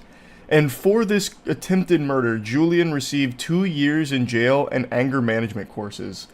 I think he got off easy. This is a fucking menace. And the judge even used that exact word, calling him a menace to society. But he served the 2 years, and now Julian's probably out there still getting farmed in whatever game he chooses to play. The reason I mention this story is because we just recently, 3 days ago, had a very similar thing happen in a dead MMO called ArcAge. And I do mean dead MMO, it actually just shut down yesterday. So the last oorah from one of its few active players, of all 9 people that were still left in the ArcAge Thunderdome, one of them decided to track down their rival and attack and try and kill them with a hammer. Weirdo thought that he was Nobara out of Jujutsu Kaisen, I guess, but the only curse technique he could muster was the go straight to jail technique. Luckily, the victim survived in this case as well, and now this individual is going to be looking at many, many years behind bars for this attempted murder plan because he was salty over some ArcAge beef. It's unhinged lunacy. You hear the news about the guy that flew 17 miles to a guy's house to murder them with a hammer over drama in a dead MMO. I saw a little bit about that story. What do you mean he flew 17 miles? That's like a 15-minute drive. I didn't see that. Is there even flights that'll take you 17 miles? I don't remember where it was, but that'd be like an actual 6-second flight. Like, how would you even get off the plane? You'd actually have to jump off with a parachute. You probably travel 17 miles on ascent. Like, from the runway, before you even reach cruising altitude, you've probably already reached well over 17 miles. Now I need to look it up and get more information. Where the fuck was this? Across a neighborhood? I'm just gonna type in flying hammer. I don't know what I expected. Oh, it worked. New Jersey man accused of flying to Florida to attack fellow gamer with a hammer. 20-year-old accused of flying from New Jersey to Florida to kill fellow online gamer with a hammer. The 20-year-old suspect was charged with attempted second-degree murder for attacking the victim whom he'd never met in person. Edward Kang and the victim had never met in person before the attack early Sunday, but they were acquainted through an online video game called Arcade, which Nassau County Sheriff Bill Leeper said during a press conference allows players to fight and kill each other's characters. You don't fucking say, Bill. Fucking obviously, Bill. Was that supposed to be like a big revelation? In this video game, you can fight other players and kill them! Arcade, though. Holy shit. I didn't know that game was actually still around. I know you said dead MMO, but I thought the servers got shut down for that a long time ago. Holy. What a throwback. That's 2013. Reminds me Taylor Swift broke a jet record with a flight equal to a 5-minute drive recently. Hey, congrats. That's big, Taylor. I knew you could do it. I knew you could find a way to fly even shorter distances. I'm not even going to fact check you because it sounds so believable. Some things that make you say, what in the world does he think? Kind of quiet, Bill. Things that make you say, you're not going to believe this. Left ear only? Oh, okay. I won't torture you with that then. Damn it, Bill! Get your audio department in line. Lieber said it's unclear what exactly occurred in the fantasy game to prompt Kang to jump on a flight to the victim's Florida home Thursday evening, but the suspect told authorities after his arrest that the victim is a bad person online. What the fuck? That's... Oh, it's so creepy to read. Oh. Yeah, this Arcade player is a bad person. He killed me in PvP. After telling his family he was leaving New Jersey to meet a friend he met through an online video game years ago, Kang landed in Jacksonville from Newark and took an Uber to his hotel in Florida Fernandina Beach, arriving there at 2 a.m. June 21st. He later went to an Ace Hardware where he purchased a hammer and a flashlight, receipts in his hotel room showed. Then, around 48 hours after his arrival, Kang went to the victim's Fernandina Beach residence and entered through an unlocked door. The unknowing victim had been playing video games in his room when he got up to use the restroom, opened the door, and found Kang standing with a hammer raised in the air, anticipated strike position, while wearing all black gloves and a mask. Holy shit. The victim's stepfather said he was awakened by screams for help and entered his stepson's room to find him struggling on the ground with Kang still armed with a hammer. The victim and his stepfather were able to disarm and restrain Kang until deputies arrived at 2 a.m., when they discovered significant amounts of blood in the home's entryway in the victim's bedroom. Sheriff said both gamers, who are around the same age, were taken to a local hospital and have both been released. Kang into custody and booked into Nassau County Jail. The victim had severe head wounds, but they appeared to be non-life-threatening. That's super lucky. He got super lucky. Luckily, he survived. What a fucking insane person. Actual lunatic. The sheriff said his office believes Kang left New Jersey with the intent to kill the victim and that the suspect's charges of attempted second-degree murder and armed burglary may be upgraded in the future as investigation continues. They should be, 100%. Yeah, absolutely. This was clearly premeditated. After his arrest, Leeper said Kang asked the deputy how much jail time a person gets for breaking and entering an assault. I would say, Mr. Kang, it's going to be a long time before you play video games again. That goes kind of hard. Oh shit, and that's particularly true for Arcade. According to an April announcement, the Korean massive multiplayer online role-playing game will shut down in Europe and North America on June 27th due to a decline in active players. And at least one of the active players is an actual maniac. Oof. He won't even get to say goodbye! Dude caught an attempted murder charge for a game shutting down in a few days. Yeah, it shuts down tomorrow. This guy said, fuck it, I'm gonna take him out. The incident serves as a stark reminder of the potential real-world consequences of online interaction. We urge the public to exercise caution, report any suspicious online behavior to the authorities, and always ensure their homes are securely locked. The shortest flight in the world is Logan Air Westray to Papa Westray route. It's about 90 seconds long and covers 1.2 miles. You should just be arrested if you take that flight. You should just go straight to jail to think about what you've done. I don't trust anything online, and I never will. Especially not WebMD. Yep. And that has nothing to do with today. But recipes, I don't trust them when I see them online because they're usually terrible. But there's one that's been going viral that piqued my interest about vanilla ice cream, olive oil, and sea salt. So we're going to see if it's actually any good. Because to me, it sounds like one of those gross out things that people do as a prank. Like when 4chan used to tell you to make your own custom cooler during the summer. And it would poison you, right? And it would poison you, yeah. I don't think anyone died from it, but... No. Right, let's try it just plain by itself. Oh, okay. I was like, we have the technology with us.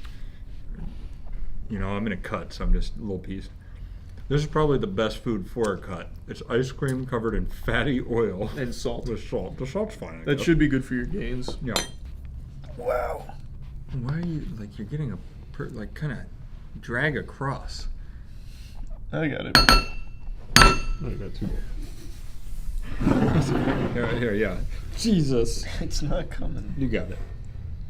I didn't realize our ice cream scoop has like the little rubber at the end. Isn't the reason they're all metal so your hand warms it? So it, I like, think cuts so. through So it easier? scoops through. Oh, Yeah, a is lot of there? them have liquid so that it. Oh, so that one's cringe. Should we do like...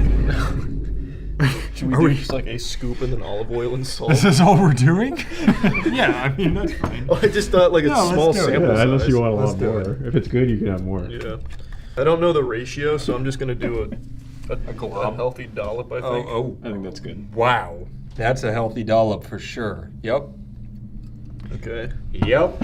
Let's try it just like that and then add salt. Okay, yeah, we're trying each step. This is so bad. That's how recipes work. So gross. I don't want this.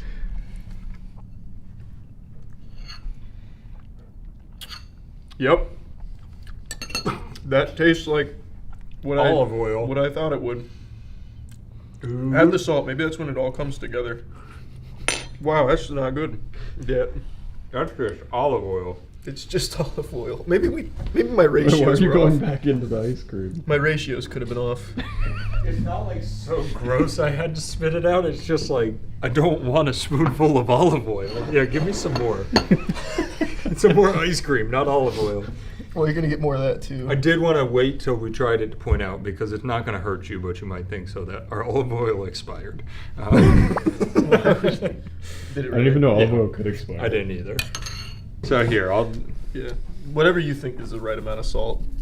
Wow. I think that's right, yeah. I did mine better than I did yours.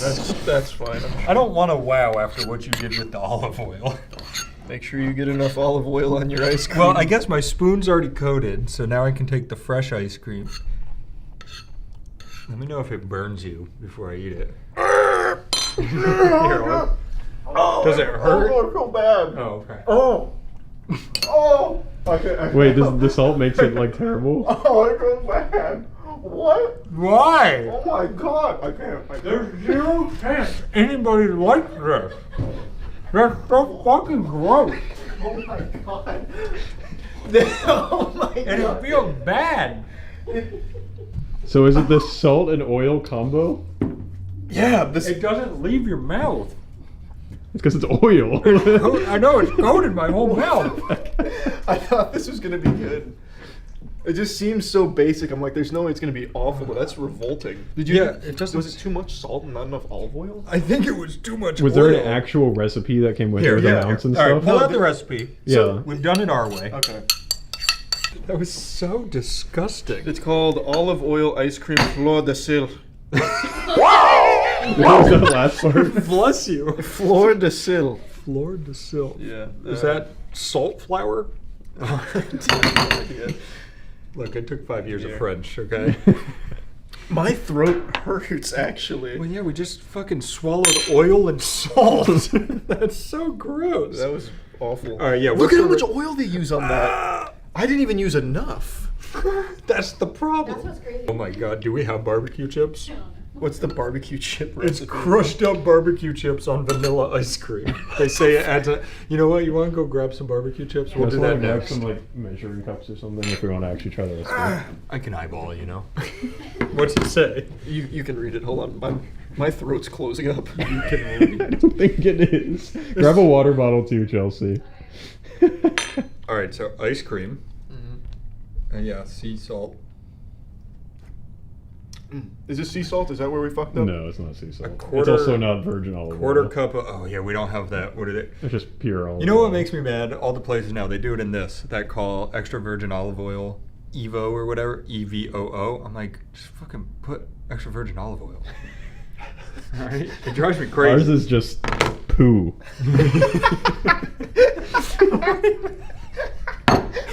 That's where we went wrong, damn it. We used the poo. Well, to be fair, I guess we're not doing the best. We have expired olive oil and non-sea salt. Okay, but be honest. If it It's was, not- I don't if think it we- was like non-expired, This doesn't and other taste salt- extra. This just tastes like normal olive oil. It doesn't. I don't gotta- think it changes. I'm sweating a little bit. I'm taking my hoodie off. Oh yeah, you got it. Yeah.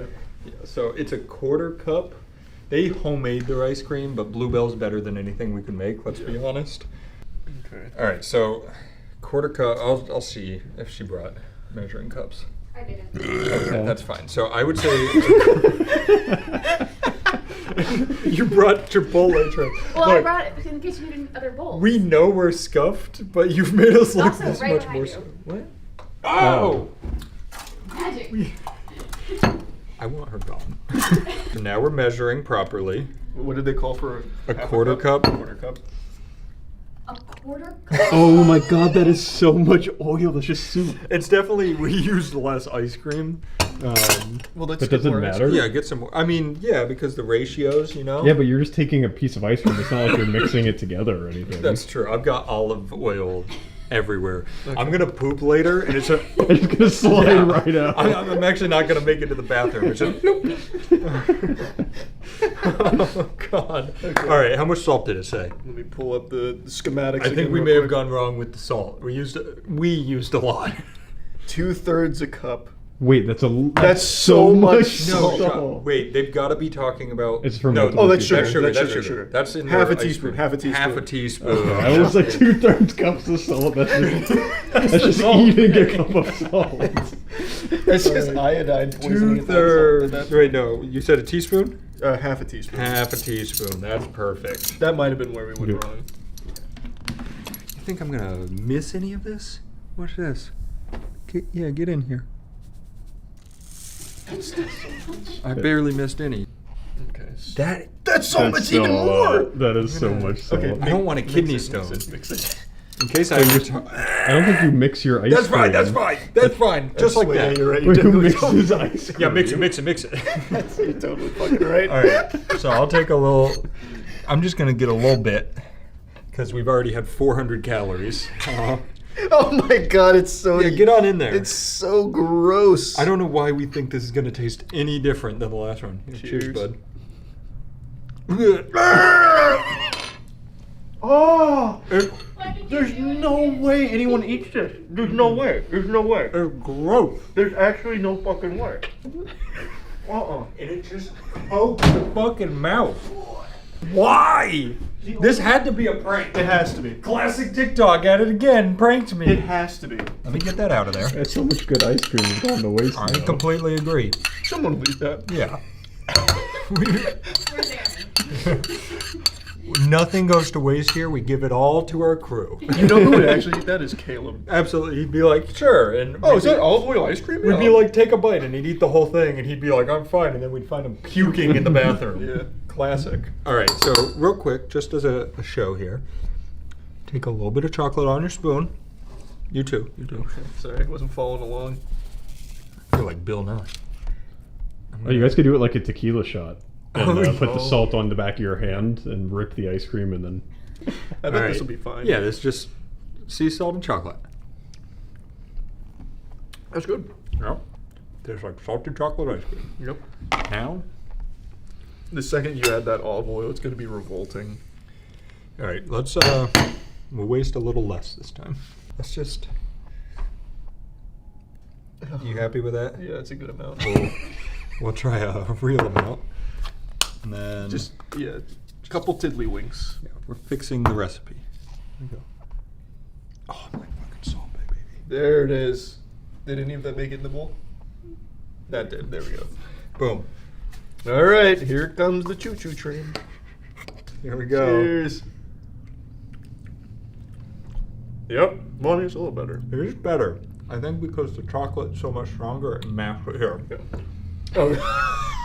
It's not bad enough yet. Here. Gotta go back in. We're not doing I could swallow that one. Yeah, that one made it down the pipe. Now it's TikTok. This is so fucking awful. Cheers. Yep, that's ruined. Yep, that's back to the vanilla one.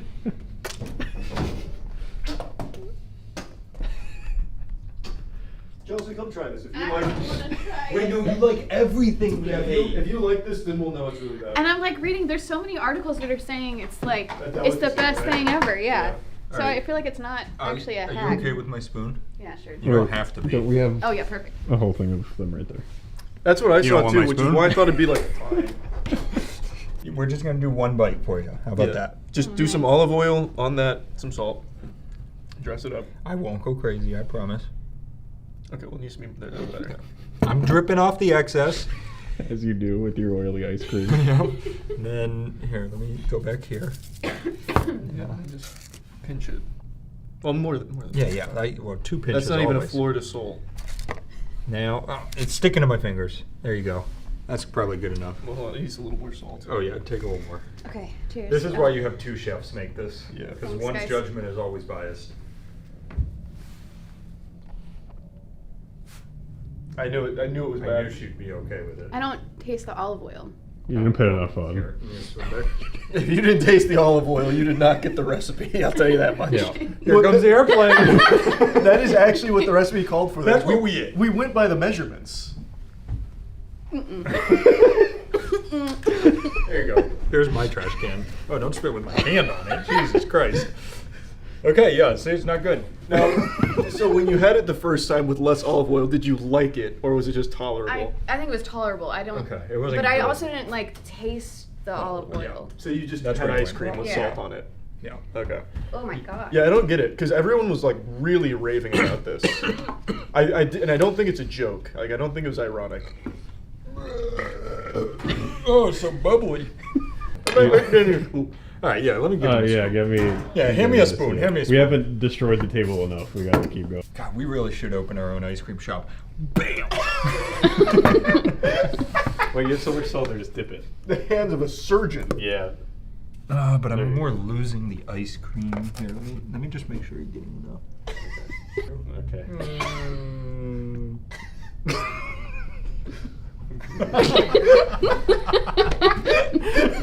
It was almost instant. He looks like he's so mad. It's just like you don't taste the ice I cream know at all. you It's just just salt salt and oil. I know the first thing the comments yeah, it was are going to be lovely, like, they thank didn't you. use enough ice cream. It's just shit. I Well, no, promise that's, it's we bad. definitely we went by their measurements. Yeah, but we didn't measure the ice cream. Well, I mean, It doesn't matter. It's still a scoop of Yeah, ice but cream. It's still a still, scoop of it's ice shit. cream. It's shit. Because you're not mixing it together like a It's soup. really so it doesn't really fucking matter. bad, no matter what you do. Wow. Who would have guessed we were led astray again by a TikTok recipe? I'm tired of TikTok pranking me. Yeah, all right, let's try the barbecue chip one now. This is one. That's probably the saving This grace. is one Chelsea found. It's probably really good. So it's vanilla ice cream. This one can't be bad, I don't think. Yeah, I feel like that's what you eat when you're really high. Yeah. You know, every cheat meal I take each week, my ice cream with barbecue chips.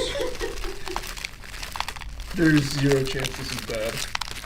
You think? Like actually? Yeah, I think this is just gonna be good. I put barbecue chips on my sandwich, like if I go to a sub shop, which everybody knows that's just like a scoop of vanilla ice cream. Yeah. I just spit everywhere. It's okay. You can't tell. There's oil all over the table. Well, that's the problem. Everything's just slipping right out of me. Not as good as I would have thought. Same, but better. Yeah. By a landslide. Not even a competition, really. Yeah, you do get like a little nice smokiness. Yeah. From the barbecue. I have an idea. Have you tried fusing the two? Oh. Maybe that's the secret. Maybe the first one left out the barbecue. Now we're talking It's like the alchemy. Da Vinci Code. They're trying to hide messages within the TikToks.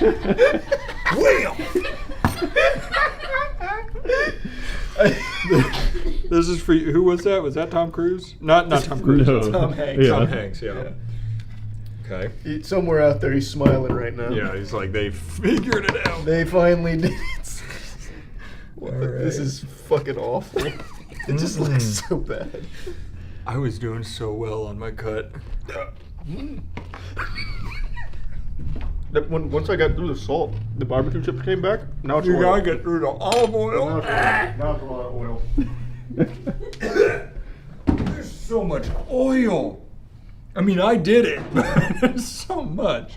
I think if you could ratio that a little better, that might not be terrible. Like with the barbecue chips for the salt instead of using salt. I think the salt is fine. I just don't think the olive oil will ever add anything positive. I don't either. Can't trust anyone. No.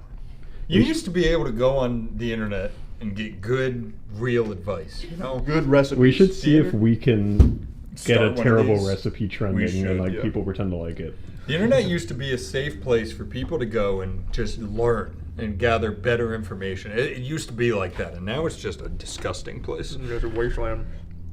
Full of this and terrorists. And fucking OnlyFans. Yep, woke liberals. Goddamn liberals. You got everything. How long until people start? Yeah, that's the recipe right there. Do that again. Yeah, I found the recipe TikTok needs. Yeah. Buy Bluebell. That should be ours. We should be like, we figured out a crazy recipe, and it's just like you open up Bluebell ice cream, put 2 scoops in, and fucking eat it. Damn. You're done. Stop putting olive oil on it. Well, it was worth a try. Yeah. There's 2 things you would never confuse me as. A tall person and a fan of TikTok. I've made it pretty clear over the years that I think TikTok has been largely detrimental to the development of the younger generation, as well as just overall a negative effect on people as a whole.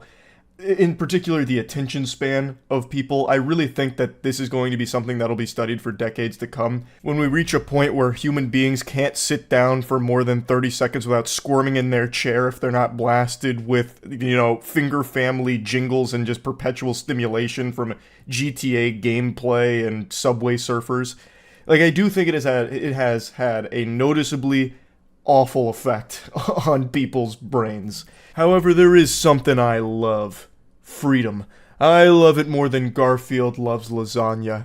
My blood runs red. My belly's filled with cheeseburgers and brewskis. When I have a birthday party, I ask the attendees to sing the Pledge of Allegiance instead of the Happy Birthday song. If I wasn't a human, I'd be an eagle. That's how much I love freedom. God damn it. God bless. So, I think it's a beautiful thing that we have the freedom to download TikTok and subject ourselves to that fucking mind rot. And this is something that I've covered for a few years now because this is like a boogeyman that keeps rearing its head occasionally, like some kind of cameo in every season of the United States with the whole TikTok ban. That's been a proposal for years now, but recently it's been gaining a lot of steam, and today the president has signed a bill that will force a sale of TikTok, and if they don't divest after 9 months, they will be fundamentally banned. So TikTok is a very shady app, and there's been a lot of shadiness that's been reported in it for years, and it's even been deemed a national security threat due to the potential of China using it to collect data on Americans. This is something I'm sure all of you know. This isn't some kind of surprising plot twist here for all of you. And I'm sure all of you also know that there's no such thing as privacy anymore. Every single one of you watching this right now is actively having your data harvested and sold. But typically, your data is being sold by American companies. This is pretty rare in that it's a Chinese app that gained mainstream adoption by Americans, thus they are the ones that are getting the data as opposed to American companies. And the government's not super happy about that. So, if TikTok is not divested within 9 months to an approved buyer, then it's going kaput. It's going to vanish like that. It's going to be banned. TikTok CEO has even made a video going over all of this to its users, and it seems like they're going to be fighting tooth and nail here to push back against this. They believe it is unconstitutional. Before showing you the video, I'll read their statement. This unconstitutional law is a TikTok ban, and we will challenge it in court. We believe the facts and the law are clearly on our side and we will ultimately prevail. The fact is, we have invested billions of dollars to keep US data safe and our platform free from outside influence and manipulation. This ban would devastate 7 million businesses and silence 170 million Americans. As we continue to challenge this unconstitutional ban, we will continue investing and innovating to ensure TikTok remains a space where Americans of all walks of life can safely come to share their experiences, find joy, and be inspired. Now, over the years of this TikTok tug-of-war that we've been seeing in the headlines about will it be banned, will it not be banned, I've kind of flip-flopped on my opinion of that. I negatively view TikTok. I don't have a good impression of it because I think the good on it, which undeniably there is good things that have come from TikTok, by giving everyone a voice, there is moments where it's able to highlight very important problems that are going on, and there are good content creators on there that are providing high quality entertainment and educational entertainment at some points on TikTok. It's also been huge for businesses, like just normal mom and pop businesses like that have been utilizing TikTok as a way of growing and flourishing. It's been super helpful to a lot of businesses. However, I feel like all of this is outweighed by the overall culture that TikTok has kind of fostered, where the most popular content is the ones that have Subway Surfers gameplay with cutting soap videos plastered on there because they know that the audience can no longer focus on just one video anymore. It needs to be constant stimulation and jingling keys to keep them there because it has damaged people's ability to focus. And also, a lot of the content that blows up on TikTok is the content that is just literally wrong, like fake garbage that serves just to fearmonger. Like, for instance, the easiest example, the solar eclipse. There were thousands of videos about the solar eclipse about to open up a demon portal because CERN's working behind the scenes during the solar eclipse, or like the red heifer has been sacrificed so the Antichrist is being summoning during the solar eclipse. All kinds of mumbo jumbo that serves just to keep the audience on TikTok scared and stupid, so that way they're constantly spending money to stop being scared and feeling stupid. So it's all very, like, there's some evil shit on there. It's also very dangerous because there's a lot of things that blow up on there that actually just get people killed, like the blackout challenge, or like the Kia challenge where you're stealing cars. I could go on and on shaking my fist like the angry old man on the lawn, but I don't need to because all of you, I think, know that. But even with all that being said, I still overall feel that it's important that people have the ability to make choices for themselves, and if they choose to download TikTok, they should have the ability to do so.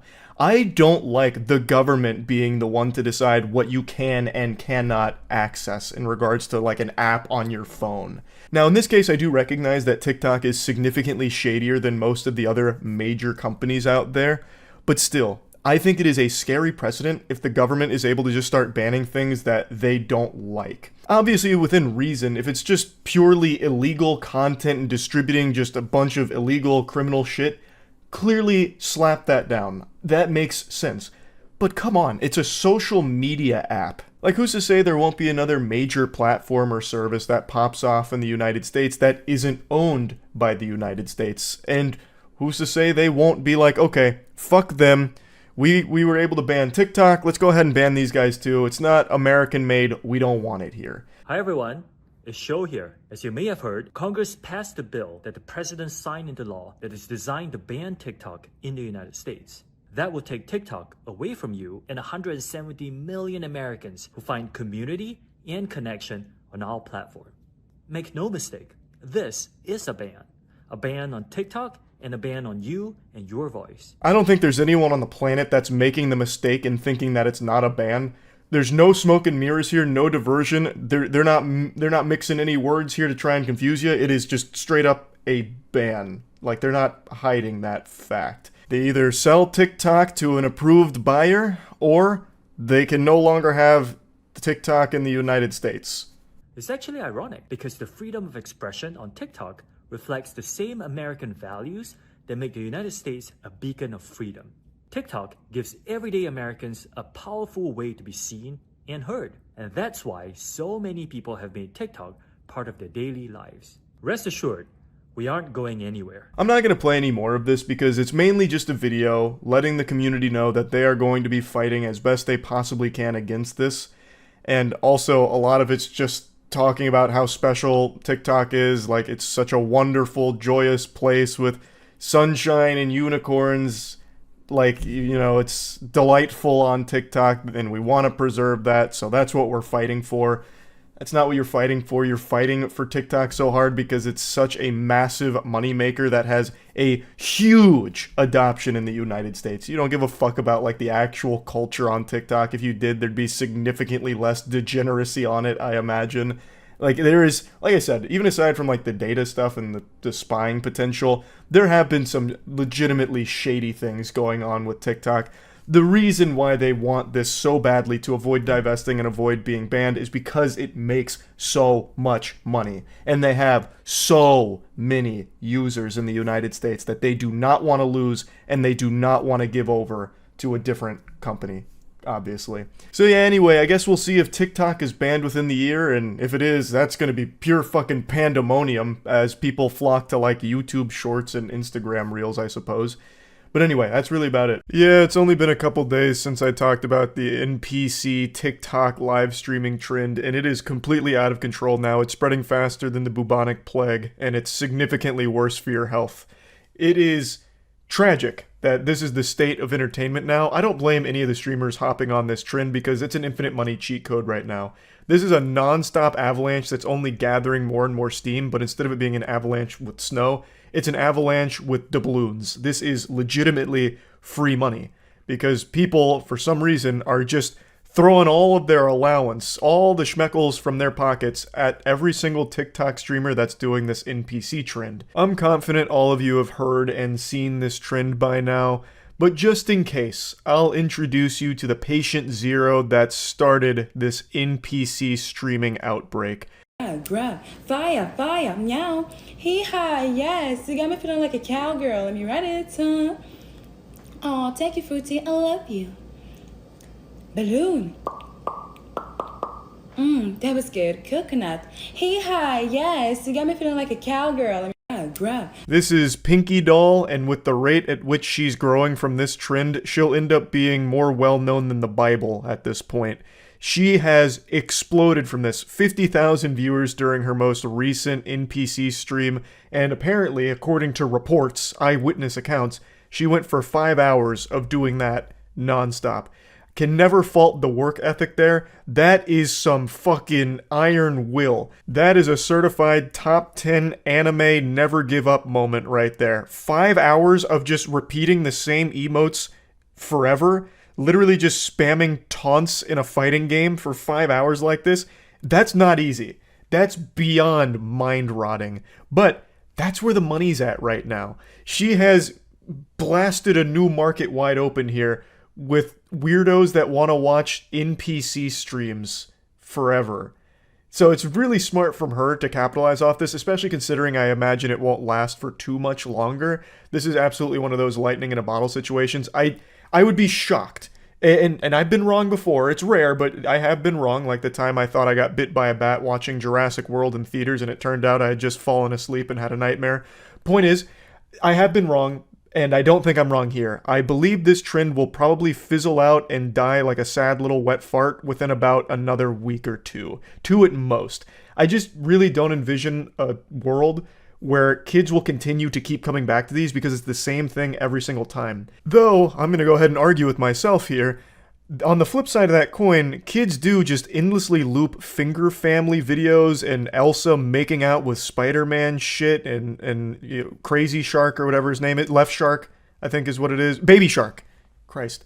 Like, they do subject themselves to the exact same things on repeat forever, so maybe this will have legs for quite some time. I'm not really sure, but regardless, it's smart from Pinky Doll to keep striking while the iron is hot, because she is making a fat stack of cash from all of this here.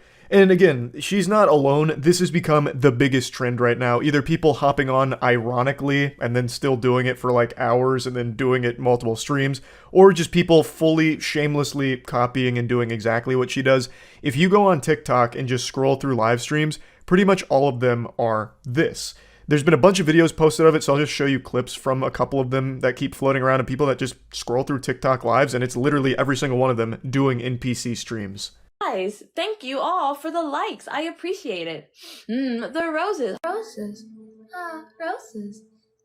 Roses. The clip goes on for a lot longer, but I want to quickly interrupt before getting back to it. That roses to roses true combo there was actually fucking wild. That wasn't planned or anything from the person who posted this, I don't think, because they were just scrolling, I believe. So that just happened naturally. Like, that's how formulaic the NPC streams are. They're pretty much the same thing, just repeated forever. And they all generate a lot of attention from the audience, like thousands upon thousands of viewers for pretty much every creator that's hopping on board, as well as a ton of money, because again, the trend is NPCs acting out their emojis that people are donating. So they're getting donated roses, so it's smelling the roses. Roses! Roses! Roses! Oh, roses! Roses! Roses! Like, across the board forever. It's always the exact same shit for everyone doing it, and it's highly successful for them. And the audiences, for some reason, find it very entertaining and satisfying, which is concerning. It's the perfect illustration of just how bad for the human attention span TikTok is. Like, this is some fucking embarrassing shit for the future generations here. Because this content, the NPC streams, is basically just resetting the human brain to default factory settings. It's making you devolve to baby brain. Watching this is like watching parents play peekaboo with their baby. Peekaboo? Peekaboo? And then the audience is like, every time. Every single time, even though it doesn't change. It's fucking wild. Hello, I'm AI. Rebooting. System rebooting. Thank you for your GG. Thank you for the share. Life. Queen Slane. Hi, Zaza.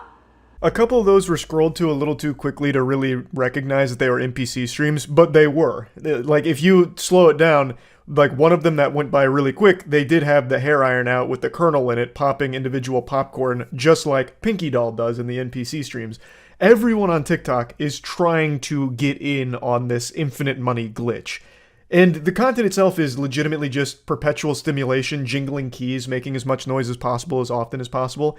And it's working. You can see how effective it is, which is so fucking sad. Again, not for the people doing it here, because it's a free bag, and basically they just have to be the little clown honking their nose in order to make the children laugh by saying the same shit every single time for emojis that come through in the donations.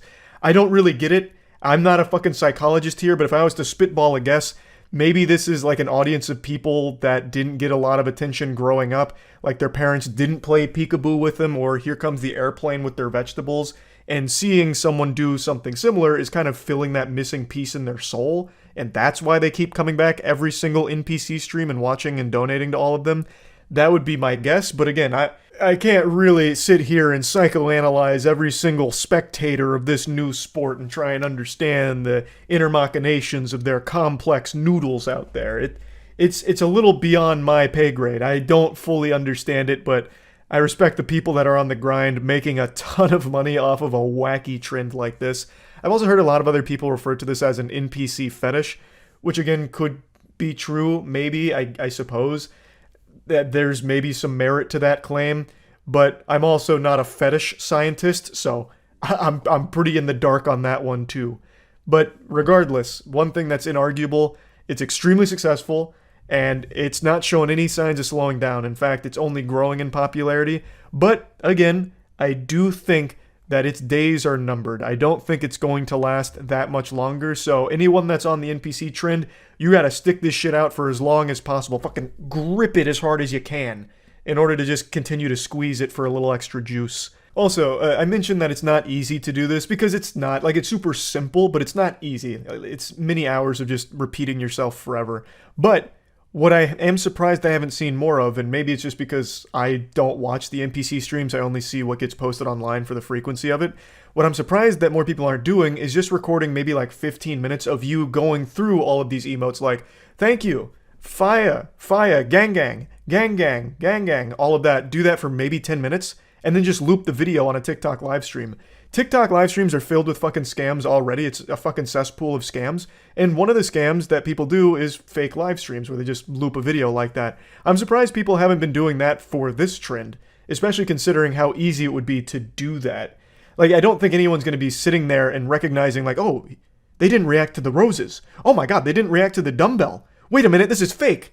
And even if they did, what are they going to do about it? TikTok doesn't shut that shit down. They haven't shut down any of the scam streams. So I'm just surprised that that hasn't become more prevalent with this trend, but maybe it's just because I haven't been paying that much attention to the actual streams. Maybe this is super common and most people are faking it. That's very possible. I'm not sure. But yeah, I just wanted to talk about this a little bit because it is completely fucking out of control with how big this has become. That's about it. So yeah. This is a type of video I've never made before. I'm making this purely out of spite. I'm just a vengeful spirit right now. I had to suffer, and I feel it's only fair you suffer too. On Twitter today, a few people tagged me in 2 TikToks that were just so insultingly offensive to my eyes. I was more disturbed than a Christian youth pastor going to see the director's cut of The Human Centipede. It was so yucky that I just feel obligated to inflict this pain upon you, the viewer, and I'd like to talk about them a bit further. It's from a trend on TikTok where weird dudes try and be sexual and do, like, sexual shit, but it's super fucking creepy.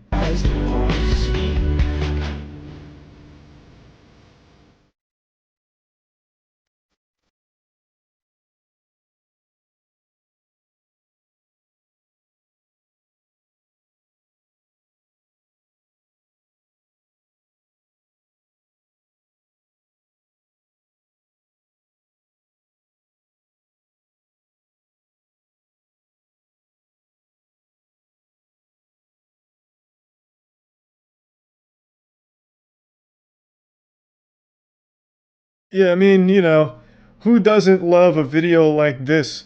Just massaging spit into a blanket that you're pretending is a clitoris. Like, who is this for? I can't imagine there's a single sentient human being out there that's, like, excited about this or being turned on like, fuck, I'm wet now. Or, like, being cheered on in the locker room. Yeah! Oh, baby, yeah! Keep fucking rubbing her clit. Yeah, look at him go. Yes! It's vomit-inducing, especially considering that the majority of the TikTok user base is children.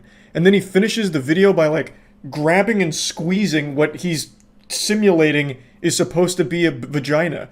So he's basically just fucking, like, grabbing on it like he's trying to start a lawnmower. He's fucking trying to pop a balloon in his hand. Like, it's so disturbing, like, the whole thing. And he's not the only one. There was quite a few videos I saw just like this. I don't really get it. Maybe I'm just getting older. But how would any woman see this and be like, damn, I gotta hit this guy up. He look at the way he's massaging his spit into that blanket. That could be my pussy right now. Oh my god. He could be massaging my pisser and it'd feel this amazing like what I'm watching in this TikTok video. This guy's truly an expert. A sexual wizard. A pleasure wizard. From what I can tell, this trend is supposed to prove that you have sex. Like, hey, no, look, I fuck, and I'm good at it. And then they have, like, whatever song's playing here, Arctic Monkeys or whatever is going on, I don't know the song. It just doesn't make any sense. You know, like, if I was to participate in this trend, I'd want to go, like, full-blown Alpha Chad Thundercock status. Like, I not only know how to massage one pussy, but 50. So I'd have, like, some inspirational music playing. You know, like maybe Scatman or something, and I'm just going all over the place. Fucking southpaw on him, maybe get like the Zoidberg going. Just simulating rubbing over 1,000 clits around me. And then maybe I'd be considered the most sexual man on TikTok. Which when said out loud sounds like a crime, actually. The thing is, this whole trend is so disturbing as a viewer. Like, how is this content that anyone would leave a like on? But what's crazier is I saw so many people trying to duet with this video in particular, so there were so many people moved by it and turned on by it that they wanted to respond to it and, like, fainting. Oh, it's wild. TikTok is truly an absolutely baffling cesspool sometimes.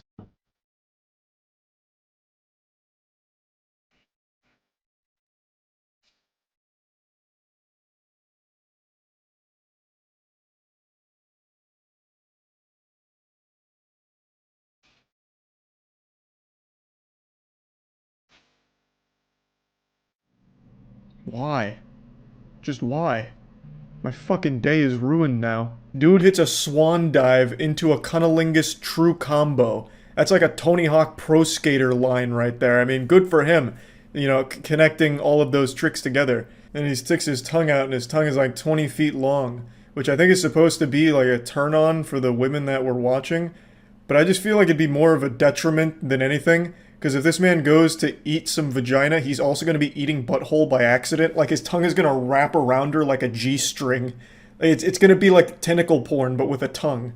So I don't think it's like necessarily the best thing in the world to have a tongue this long. Especially not for him in particular, because when you're going to administer the doctor-recommended dose of vaginal eating, you'll just get a taste of ass too. It's like, oh god, babe, why does your pussy taste like shit? It's like, well, you know why. Your tongue is fucking deep in my colon right now. How do you not realize that? But I don't even understand, like, this doesn't even show that you're good at sex, which I think the whole trend is supposed to. Because who the fuck is like, hey babe, you ready to bang? You ready to make a bedroom ham sandwich? Alright, here I come. And you do like a cannonball onto the bed, and then you just start like... But yeah, I just wanted to show these two videos from the trend here because I had to watch them, so I thought it was only right that you also had to experience this with me.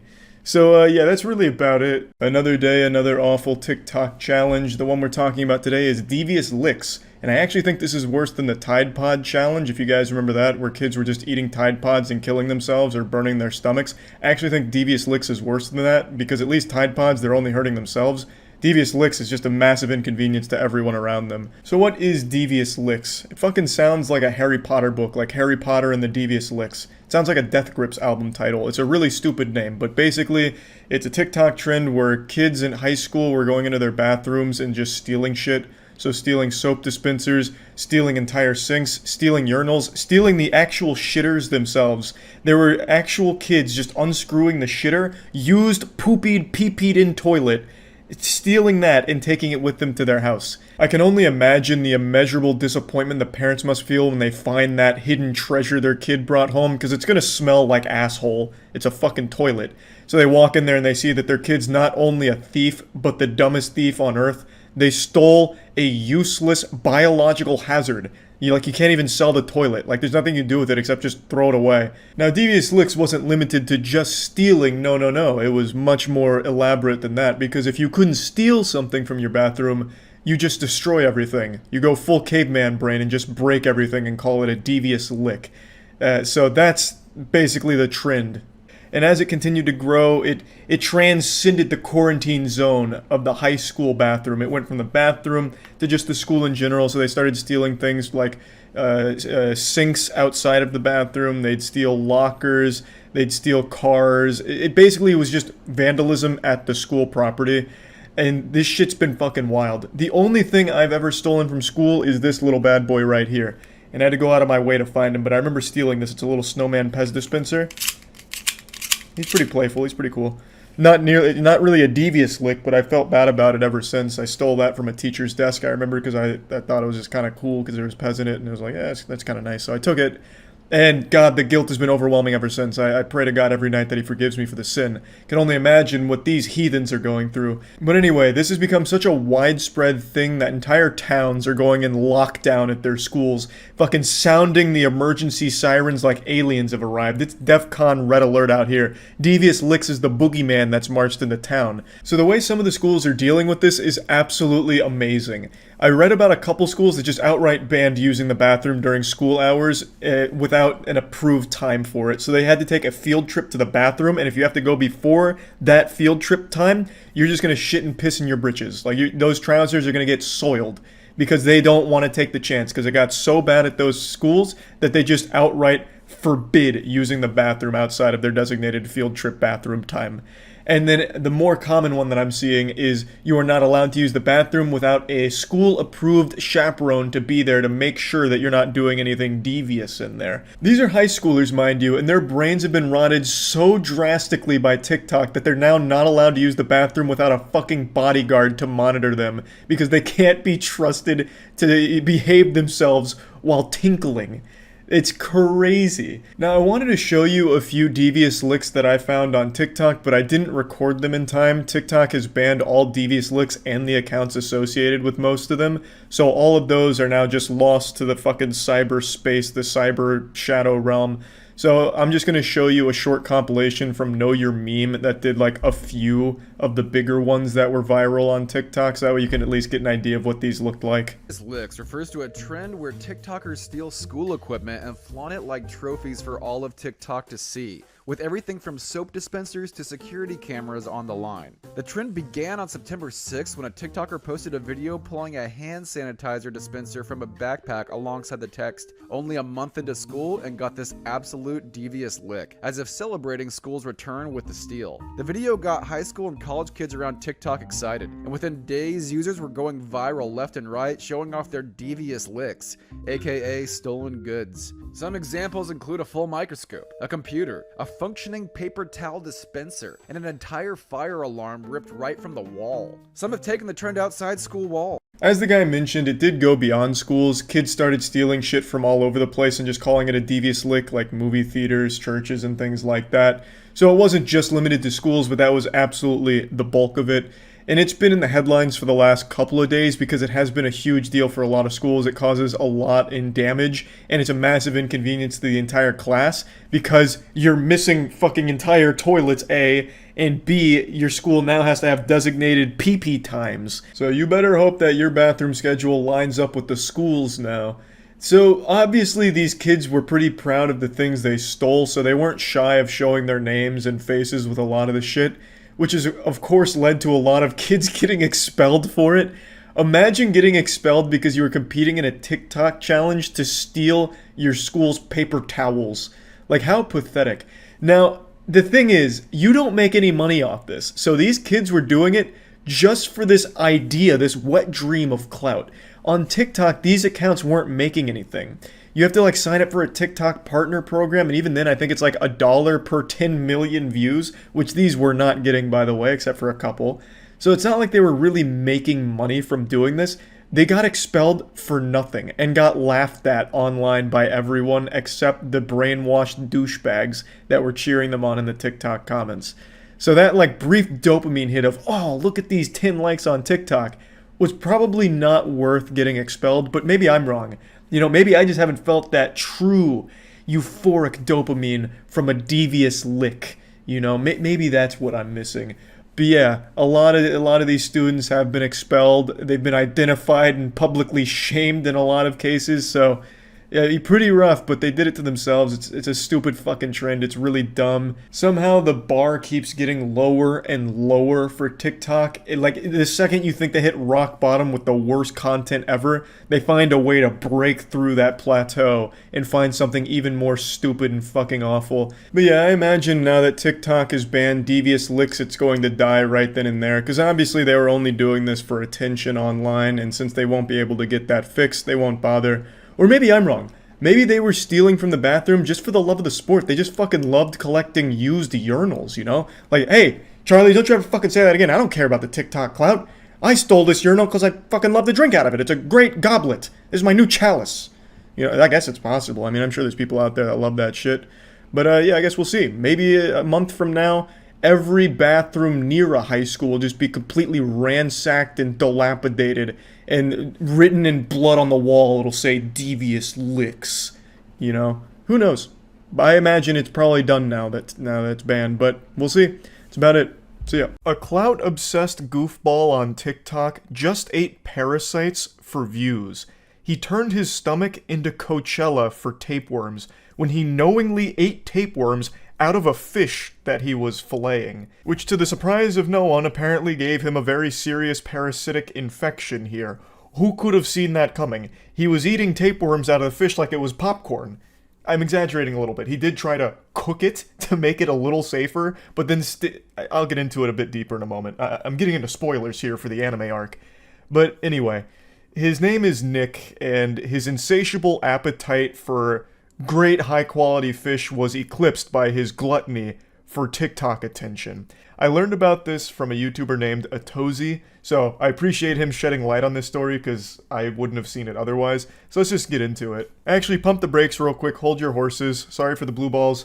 In Atozi's video, he censors the part that shows the tapeworms because there's a lot of blood there, because obviously he's filleting a fish, so there's going to be blood. I don't know if you have to do that on YouTube, but I'm not going to for this. I feel if I don't show the tapeworms, then there's always going to be that question in the back of people's mind on, is it fake? Because most things on the internet are fake these days, but this one, I don't think is. It would be very impressive props here to have a fish with tapeworms that look like this. Let's go fishing in the hurricane. I'm gonna be using a whopper flopper, which is a topwater lure.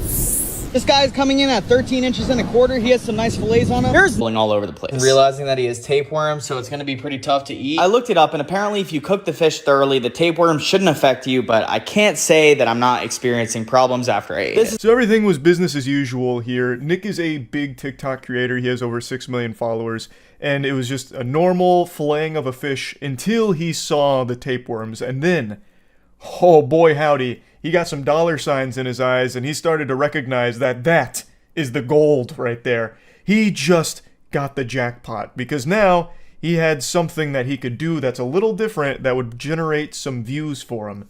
Eat the tapeworms. Because for some reason, everyone's like so poisoned with content brain that even something that is detrimental to your health, like eating a tapeworm, is something that people think is a good idea because it'll get extra views with people pointing and laughing at you or calling you an idiot, and that's all that matters, is if you're getting extra attention. So he does it. This is the fillet I got. I seasoned it, threw it in the pan, and then presented it right next to the tapeworms, which was a mistake. Yo, low-key, like, the tapeworms add some flavor. They're pretty good.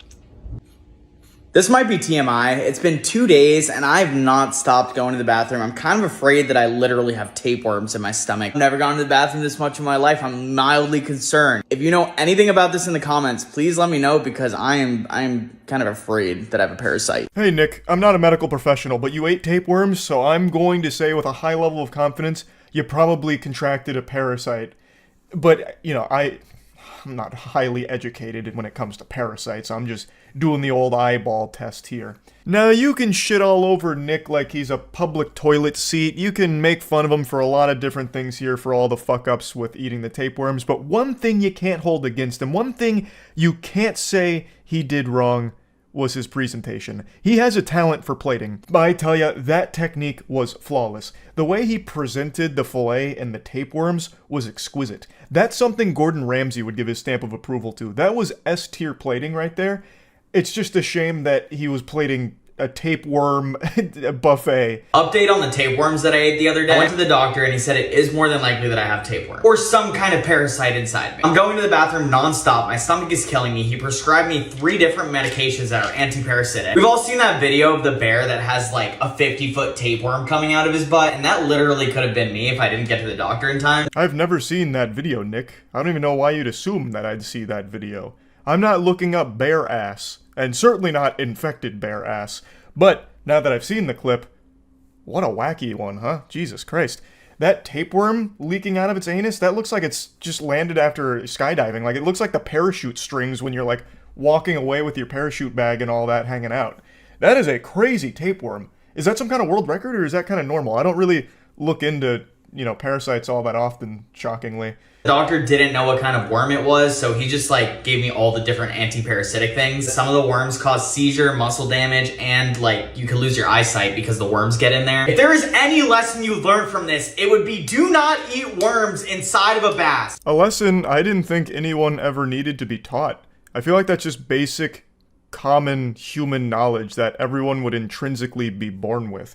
The only reason you ate them is because your mind is so warped and rotted from all of this desire for more and more TikTok attention that for some reason you were able to justify putting your health at risk here. Now, interestingly, it only gets worse from here. So he went to the doctor, apparently got, you know, some medication to help combat the mystery worm inside of him, even though I don't think it's much of a mystery. If I was playing a game of Guess Who, I think I'd get this one on my first guess. I think the culprit is a tapeworm. I'll take the mask off of the villain here like it's Scooby-Doo. I think it's a tapeworm that you've contracted. Yeah, just a hunch. But anyway, he gets the medication. He's now got a plan of attack here to get himself feeling better. And then something very, very interesting happens. this video gets posted. Update on the tapeworm situation with Nick. 7:30 this morning, Nick passed away at the Kaiser Hospital. I was with him over the last 24 hours and he wanted me to inform you guys on the situation. Nick was on antiparasitic medication and unfortunately it was not working. The worm spread to his eyes and brain. By the time we made it to the hospital, it was clear that Nick was not going to be able to make it. That's when the really dramatic organ music comes in. Doom! So he didn't survive apparently. So this is a friend of his, I guess, announcing that he passed away from the tapeworms that he contracted from eating the fish. Much to the chagrin of his audience, who was very upset, saying things like, you know, fly high, Nick, you know, rest in peace, this and that. It's just a real sad situation to see someone go down this way. Tomorrow Eternal Funeral Services is where we're going to be hosting something for Nick at 10:30 a.m. on Saturday. It is going to be an open casket. He wanted you to know. Hopefully you guys could all remember him fondly, and I'll be seeing you guys all at the service. I apologize for the trauma I just gave you guys. I assure you I'm happy, I'm here, and I'm going to be making content for a very long time. Oh my god, it's a miracle! He's not dead! Oh, we've been fooled! He played us like a fiddle. Wow! You know, just like Dino Spumoni, he faked his own death here with the ultimate goof. So, this is the cringiest shit ever.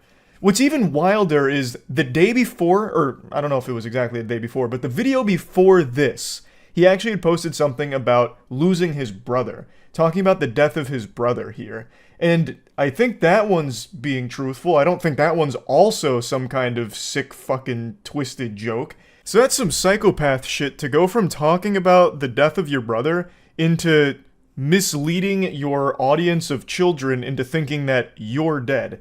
Now, no one watches the full video for things. Not on YouTube, not on TikTok. People don't even read past the headline on an article on Twitter before, you know, clicking off and already making up their mind about it. So not many people watch the whole video for when Nick came out of nowhere with a patriotic, heroic return. So most people just assume that the guy talking in the beginning here was being honest. You know, like they just took him at his word because they don't know any better. They're young kids on TikTok. It was also super weird that they just dropped a funeral service homepage and told people that there was a celebration of life, a funeral taking place there for Nick. And like I said, a lot of people didn't watch the whole video, so I'm curious if anyone actually showed up to that place expecting a service. Don't cancel me, Nick made me do it! The antiparasitic medication did work, guys. I am feeling a lot better. I am editing this video right now, and it is definitely the wildest publicity stunt I've ever done. I have officially faked my own death. I made a joke about Dino Spumoni, which is a reference to Hey Arnold. It's a guy who actually did fake his own death. That's not what you did, though. You didn't fake your own death. All you did was just lie. Like for only like 20 seconds, too. You just had your friend come out and say that you were dead. It's not faking your own death. That's just like a really lazy, lame prank. Like, that's like the pranks I would do on April Fool's Day in middle school when I'd tell my friends Dragon Ball Z spoilers that weren't real. Like, it's just dumb. Like, it's not some clever, crafty plot that you've hatched, like some genius plan to fool everybody. I think there's a good chance the tapeworms weren't actually defeated, and his friend is right. The worms spread to his brain. Because you have to have brain worms to have come up with this idea. It's so fucking stupid and weird. I'm really happy that you guys are holding me accountable for this because creators lying to their audiences is not cool, especially in the manner that I did. I was under the impression that because I was at the end of the video that it would wind up being taken as a lighthearted joke. I should have definitely seen that that was a super foolish take. It was just dumb. Yeah, he followed it up with this apology video. His audience said, too much cringe, I'm out, lame joke, trash, goodbye. And he's like, wait a minute, I'm sorry. This was dumb. I don't know what I was thinking, it was stupid. You know, I can't tell you how effective it was. I'm not overly familiar with Nick outside of the tapeworms saga here. But yeah, I just wanted to cover this story because it's just a perfect example of how delusional people have become, that they will put their health at risk just for the sake of a couple extra views on TikTok, and then follow through with even stupider plans like pretending that you died for like 20 seconds, I guess for the sake of shock views or something. I don't really know, but it's just all very stupid. I want to talk about it. That's about it. What to do if you get shot? Cry, scream, pray? All the above? Detroit. His advice is going to be some, like, manly shit. Like, you get shot in the chest, you reach in with your two fingers here and you pull the bullet out. You feel around. Oh, it's your sternum that's broken? Too bad. Get the bullet, pull it out, give it a kiss. Flick it at the bad guy. Share with you today some ideas that can assist you in the event that you get shot. Push the barrel up, back towards the aggressor, and you can actually use his finger to control them if you What? wanted to. I just got or shot. strip the weapon from them. Whatever you do, remember, get the gun, because the only thing worse than getting shot is getting shot again, repeatedly. What are you talking about? Is this the strongest man of all time? What'd it do if you get shot? Rip the man's head off. No one shoots me except me. He's got a point. I mean, yeah, getting shot twice would suck. But I feel like after you get shot once, your ability to disarm your attacker drops exponentially. Especially if you're getting shot in the fucking chest. Alright, so you get shot in the chest. What, are you gonna cry about it, pussy? No, you take that gun, and then you shoot him with it. 20 times, at least. And no, you don't call 911, you walk yourself to the hospital, because you need to punish yourself for getting shot. You clearly didn't follow my advice. Do you know what to do if someone has a gun to your chest? Yeah, I just learned. You take the bullet and then steal their gun. That's what you just taught me in the other one. Detroit Urban Survival Training, I'm going to share with you right now something that can save your life we hope you never need. In this case, you can see he's pulling the trigger. It's not firing. But if we backed up, it's firing. If we push it in, it can't fire. Hammer, you would use the slide. So coming in here, he tries to pull the trigger. It disengages because it's into your body. Push the slide to the rear. Turn it out, and now you have the weapon. Backed up. Do you know what to do if someone has a gun to your chest? Yeah, just run into the gun. That is horrible advice. This again assumes the guy's just standing still. What's gonna happen is you're gonna be like a fucking NPC walking into a wall, and the guy's still just gonna shoot you because he's gonna move with you. Like this is literally to kill someone. This is 4chan advice. I feel like maybe he's just a troll. Maybe? Like, there's no way. There's no fucking way. Like, it's actual advice. He's had one video so far with good advice, which was, if you think you're being followed, go to the police. Other than that, it's like, if you're getting choked, try poking him in 16 different pressure points on his body, and then get shot, and then once you're shot, you're at the advantage. So you don't want to get shot twice, right? So then when you get shot the first time, that's when you're going to steal the gun. And then you're going to transmogrify that gun into a bigger gun, a shotgun perhaps, and then blast him. If someone has a weapon, you want to grab the thumb, the tip of the thumb, and you want to push it to the second digit. If you press this here, it opens the hand biomechanically and gives you the weapon. How in the fuck am I ever going to do that? You want to press here. So there's actually nothing What? the sharp sides of the edges of the blade. Take the pads of your fingers here. You're actually gripping it and pulling down. There's no muscle groups on top of the thumb to stop that action. Oh my God. There's actually a gap here. So you're actually not getting cut. Even if you did get cut in the hand, it's okay because it's not a vital area. And you can pull the wrist and press the hand. This opens the hand and gives you the blade. 3 ways to increase your survivability. How? What in what universe? Someone's coming at me with a knife. Am I going to be able to get in there and, like, do a thumb war with them? Like, I'm going to the most dangerous part of my attacker. Good God. I mean, I guess if they're, like, I don't know, holding it out like it's Fall Guys or something, I don't know. Like, if they're just, like, holding it straight out like this, maybe I can get in there and push on the thumb, perhaps. If they're, like, a child. But if they're a kid, I'll just, like, throw sand in their face and, like, push them over. This one was a pretty wild one. And also trying to grab the blade seems like a recipe for disaster. At that point, you really could just go full anime, slam your hand on the blade so they can no longer use it. So you just fucking blast your hand onto the blade and then grab their wrist that way. I mean, I guess that's about as effective as the things he's preaching. Child abduction prevention. Step 1, don't have a kid. I solved it, and I'm not even a Viper. A threat management Viper. Is she wearing a bulletproof vest?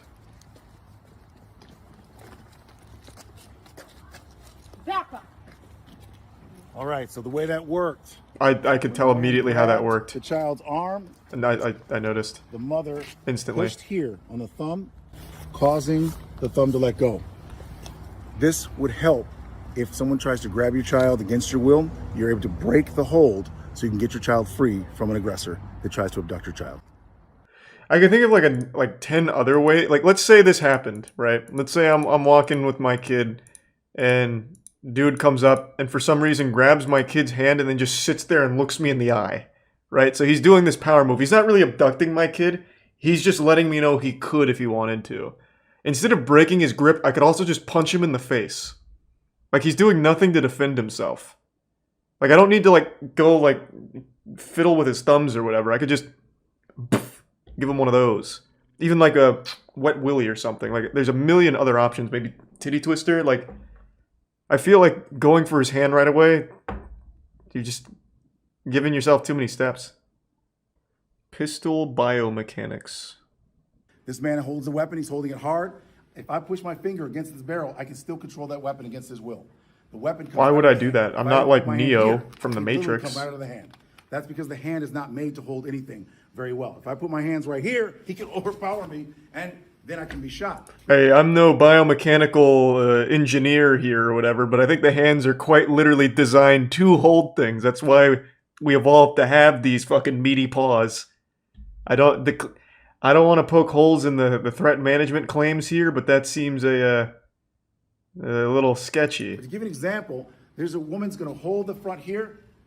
It's literally the only reason we have thumbs. Even though he's strong. And, in fact, she pushes away, and even though he's pushing hard, she can redirect it. That is because it's biomechanics, it's not strength. So what we do is make sure that you have tactical advantages when you have to defend your life if you decide to do so.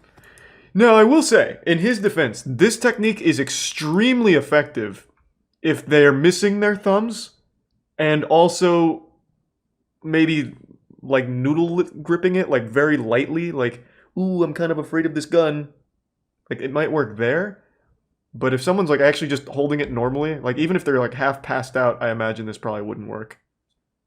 Detroit Urban Survival Training, I want to share with you right now why we say the hand is not meant to hold anything very well. This man is much stronger than me, much bigger than me. Okay, he's saying with confidence, he's probably right. You're holding hard, right? Yeah. You're not gonna let go. You're gonna let go unless he has to, correct? Correct. Yep. We're gonna come here, grab our fist, comes right out. The hand is not meant to hold things very well. Yeah, again, this is one of those situations where, like, let's say my man comes up to me on the street and he's just trying to shake my hand, but he's a little aggressive and I get scared. So we're in this position. Instead of reaching over and grabbing my own fist, I'll just hit him in the nuts. Like, I'm already in a good spot for, like, a little nut tap and be like, hey, let me go. Give him one of these. You're gonna make 3 consecutive right-hand turns. When do I start drifting? Then you're gonna make 3 consecutive left-hand turns. Then you're going to want to find a parked tow truck and ramp off the back. Like GTA. If the car is still behind you, and you look back there, they're still there, Mm-hmm. you're gonna go to the nearest police station and call 911 on the way. The first actual good advice. I didn't expect that. I thought he was going to say if they're still following you, you get out and start blasting. So you like akimbos some Mac 10s. But I mean, that's just like real advice. Like if you're being followed by a sketchy vehicle, yeah, just drive to the police station. This is how the gun disarm works. Number 1, move what's in front of the barrel always. So if it's more to the front, I move to the rear. Grabbing the barrel, frame, up, back towards the person. If it's this side, I move my head to the front, then you would actually come under, redirecting, now you have the... I really want to try that. Not against like not against like someone who's really trying to take my car. But I want to give Matt like an unloaded gun, no magazine in, so there's not going to be like one of those stories where YouTuber gets shot doing a prank kind of thing. I just want to see if someone is actually holding a gun, is it fucking possible to take the barrel and redirect it? That strikes me as so unrealistic unless that person is a literal mannequin. Because what's going to happen is they're going to move with the gun, right? Like that's how that works. That's why these things are so worthless. No one's just going to stand there and like fucking flexing as hard as they can so they don't move. Like, when you try and bend that barrel up, they're going to be moving too. But I haven't tried it myself. I want to see what happens. Just use a Nerf gun. No. I'm gonna use a real gun. I will go for true authenticity. I'm making sure this is gonna be like the set of Rust with Alec Baldwin, where there's gonna be like real bullets anywhere in the vicinity. It's gonna be the safest area possible. No bullets, no magazine. Do it at like a playground. Well, playground would be the worst place to do it, actually. Like in a safe location. If your neck is grabbed from the rear, clasp your hands, turn, and the wrists are hyperextended, and there's a lock on the wrist, which causes the pain to cause the man to let your neck go. Very painful. I can't argue with the science, I guess. How about a rifle disarm? We've seen like 5 pistol disarms. How about a rifle? Being hunted by the... Wow.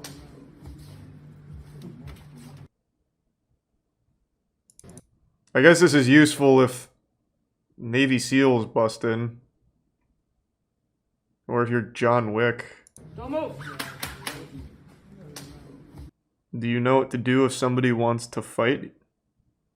Yeah, I run away and I scream, help. There's a bad man. Help. Help. Please, God, help. That's all they want to do. Do you know what to do if you're being choked against the wall? Moan. But what can work is you take your hand just like this, go right into the eyes, pushing outward. Then you transition out, smashing the skull into the wall or the ground. From here, He just watches action movies. Or striking the throat. Neither of these things will kill them, but it will stop them from continuing to attack you. These techniques are just developed from an action movie. I mean, I feel like as far as getting choked advice goes, this is about, like, the best you can do. Just like, hey, poke him in the eye. The water boy technique, like, hey, don't choke me. Just give him one of those, and then I guess you can, like, follow through, just, like, keep poking him in the eye. Unless he has a longer reach. Yeah, if he has a longer reach, then you're probably fucked, I guess. I don't know, these techniques are only developed for 6'5" men. Anything other than that, and you might as well just give up. Pushing the eyes and the face back, gripping downward. This locks the spinal cord, causing the brain to be broken, which takes him down to the ground. Securing the weapon here increases your survivability. Imagine you're taking hostages at like your local Burger King and you unfortunately had Dale there that was chowing down on an Impossible Burger. You come up to him only for him to hit you with one of these anime maneuvers. Cops bust in and kill you. What a way to go out. Fucking imagine. Locks the spinal cord. Could you use your cell phone as a self-defense tool? Detroit Urban Survival Training. We're going to share with you right. Excuse, let me see that one more time at full speed. What did he do? Like blast him with 5G waves? We couldn't catch it on camera, but what he actually did is he turned on Bluetooth and then he touched it to his wrist, opening up a portal for the 5G to infiltrate his veins. Go right to the bones of the hand right here. Press in to your hand, and it's extremely painful.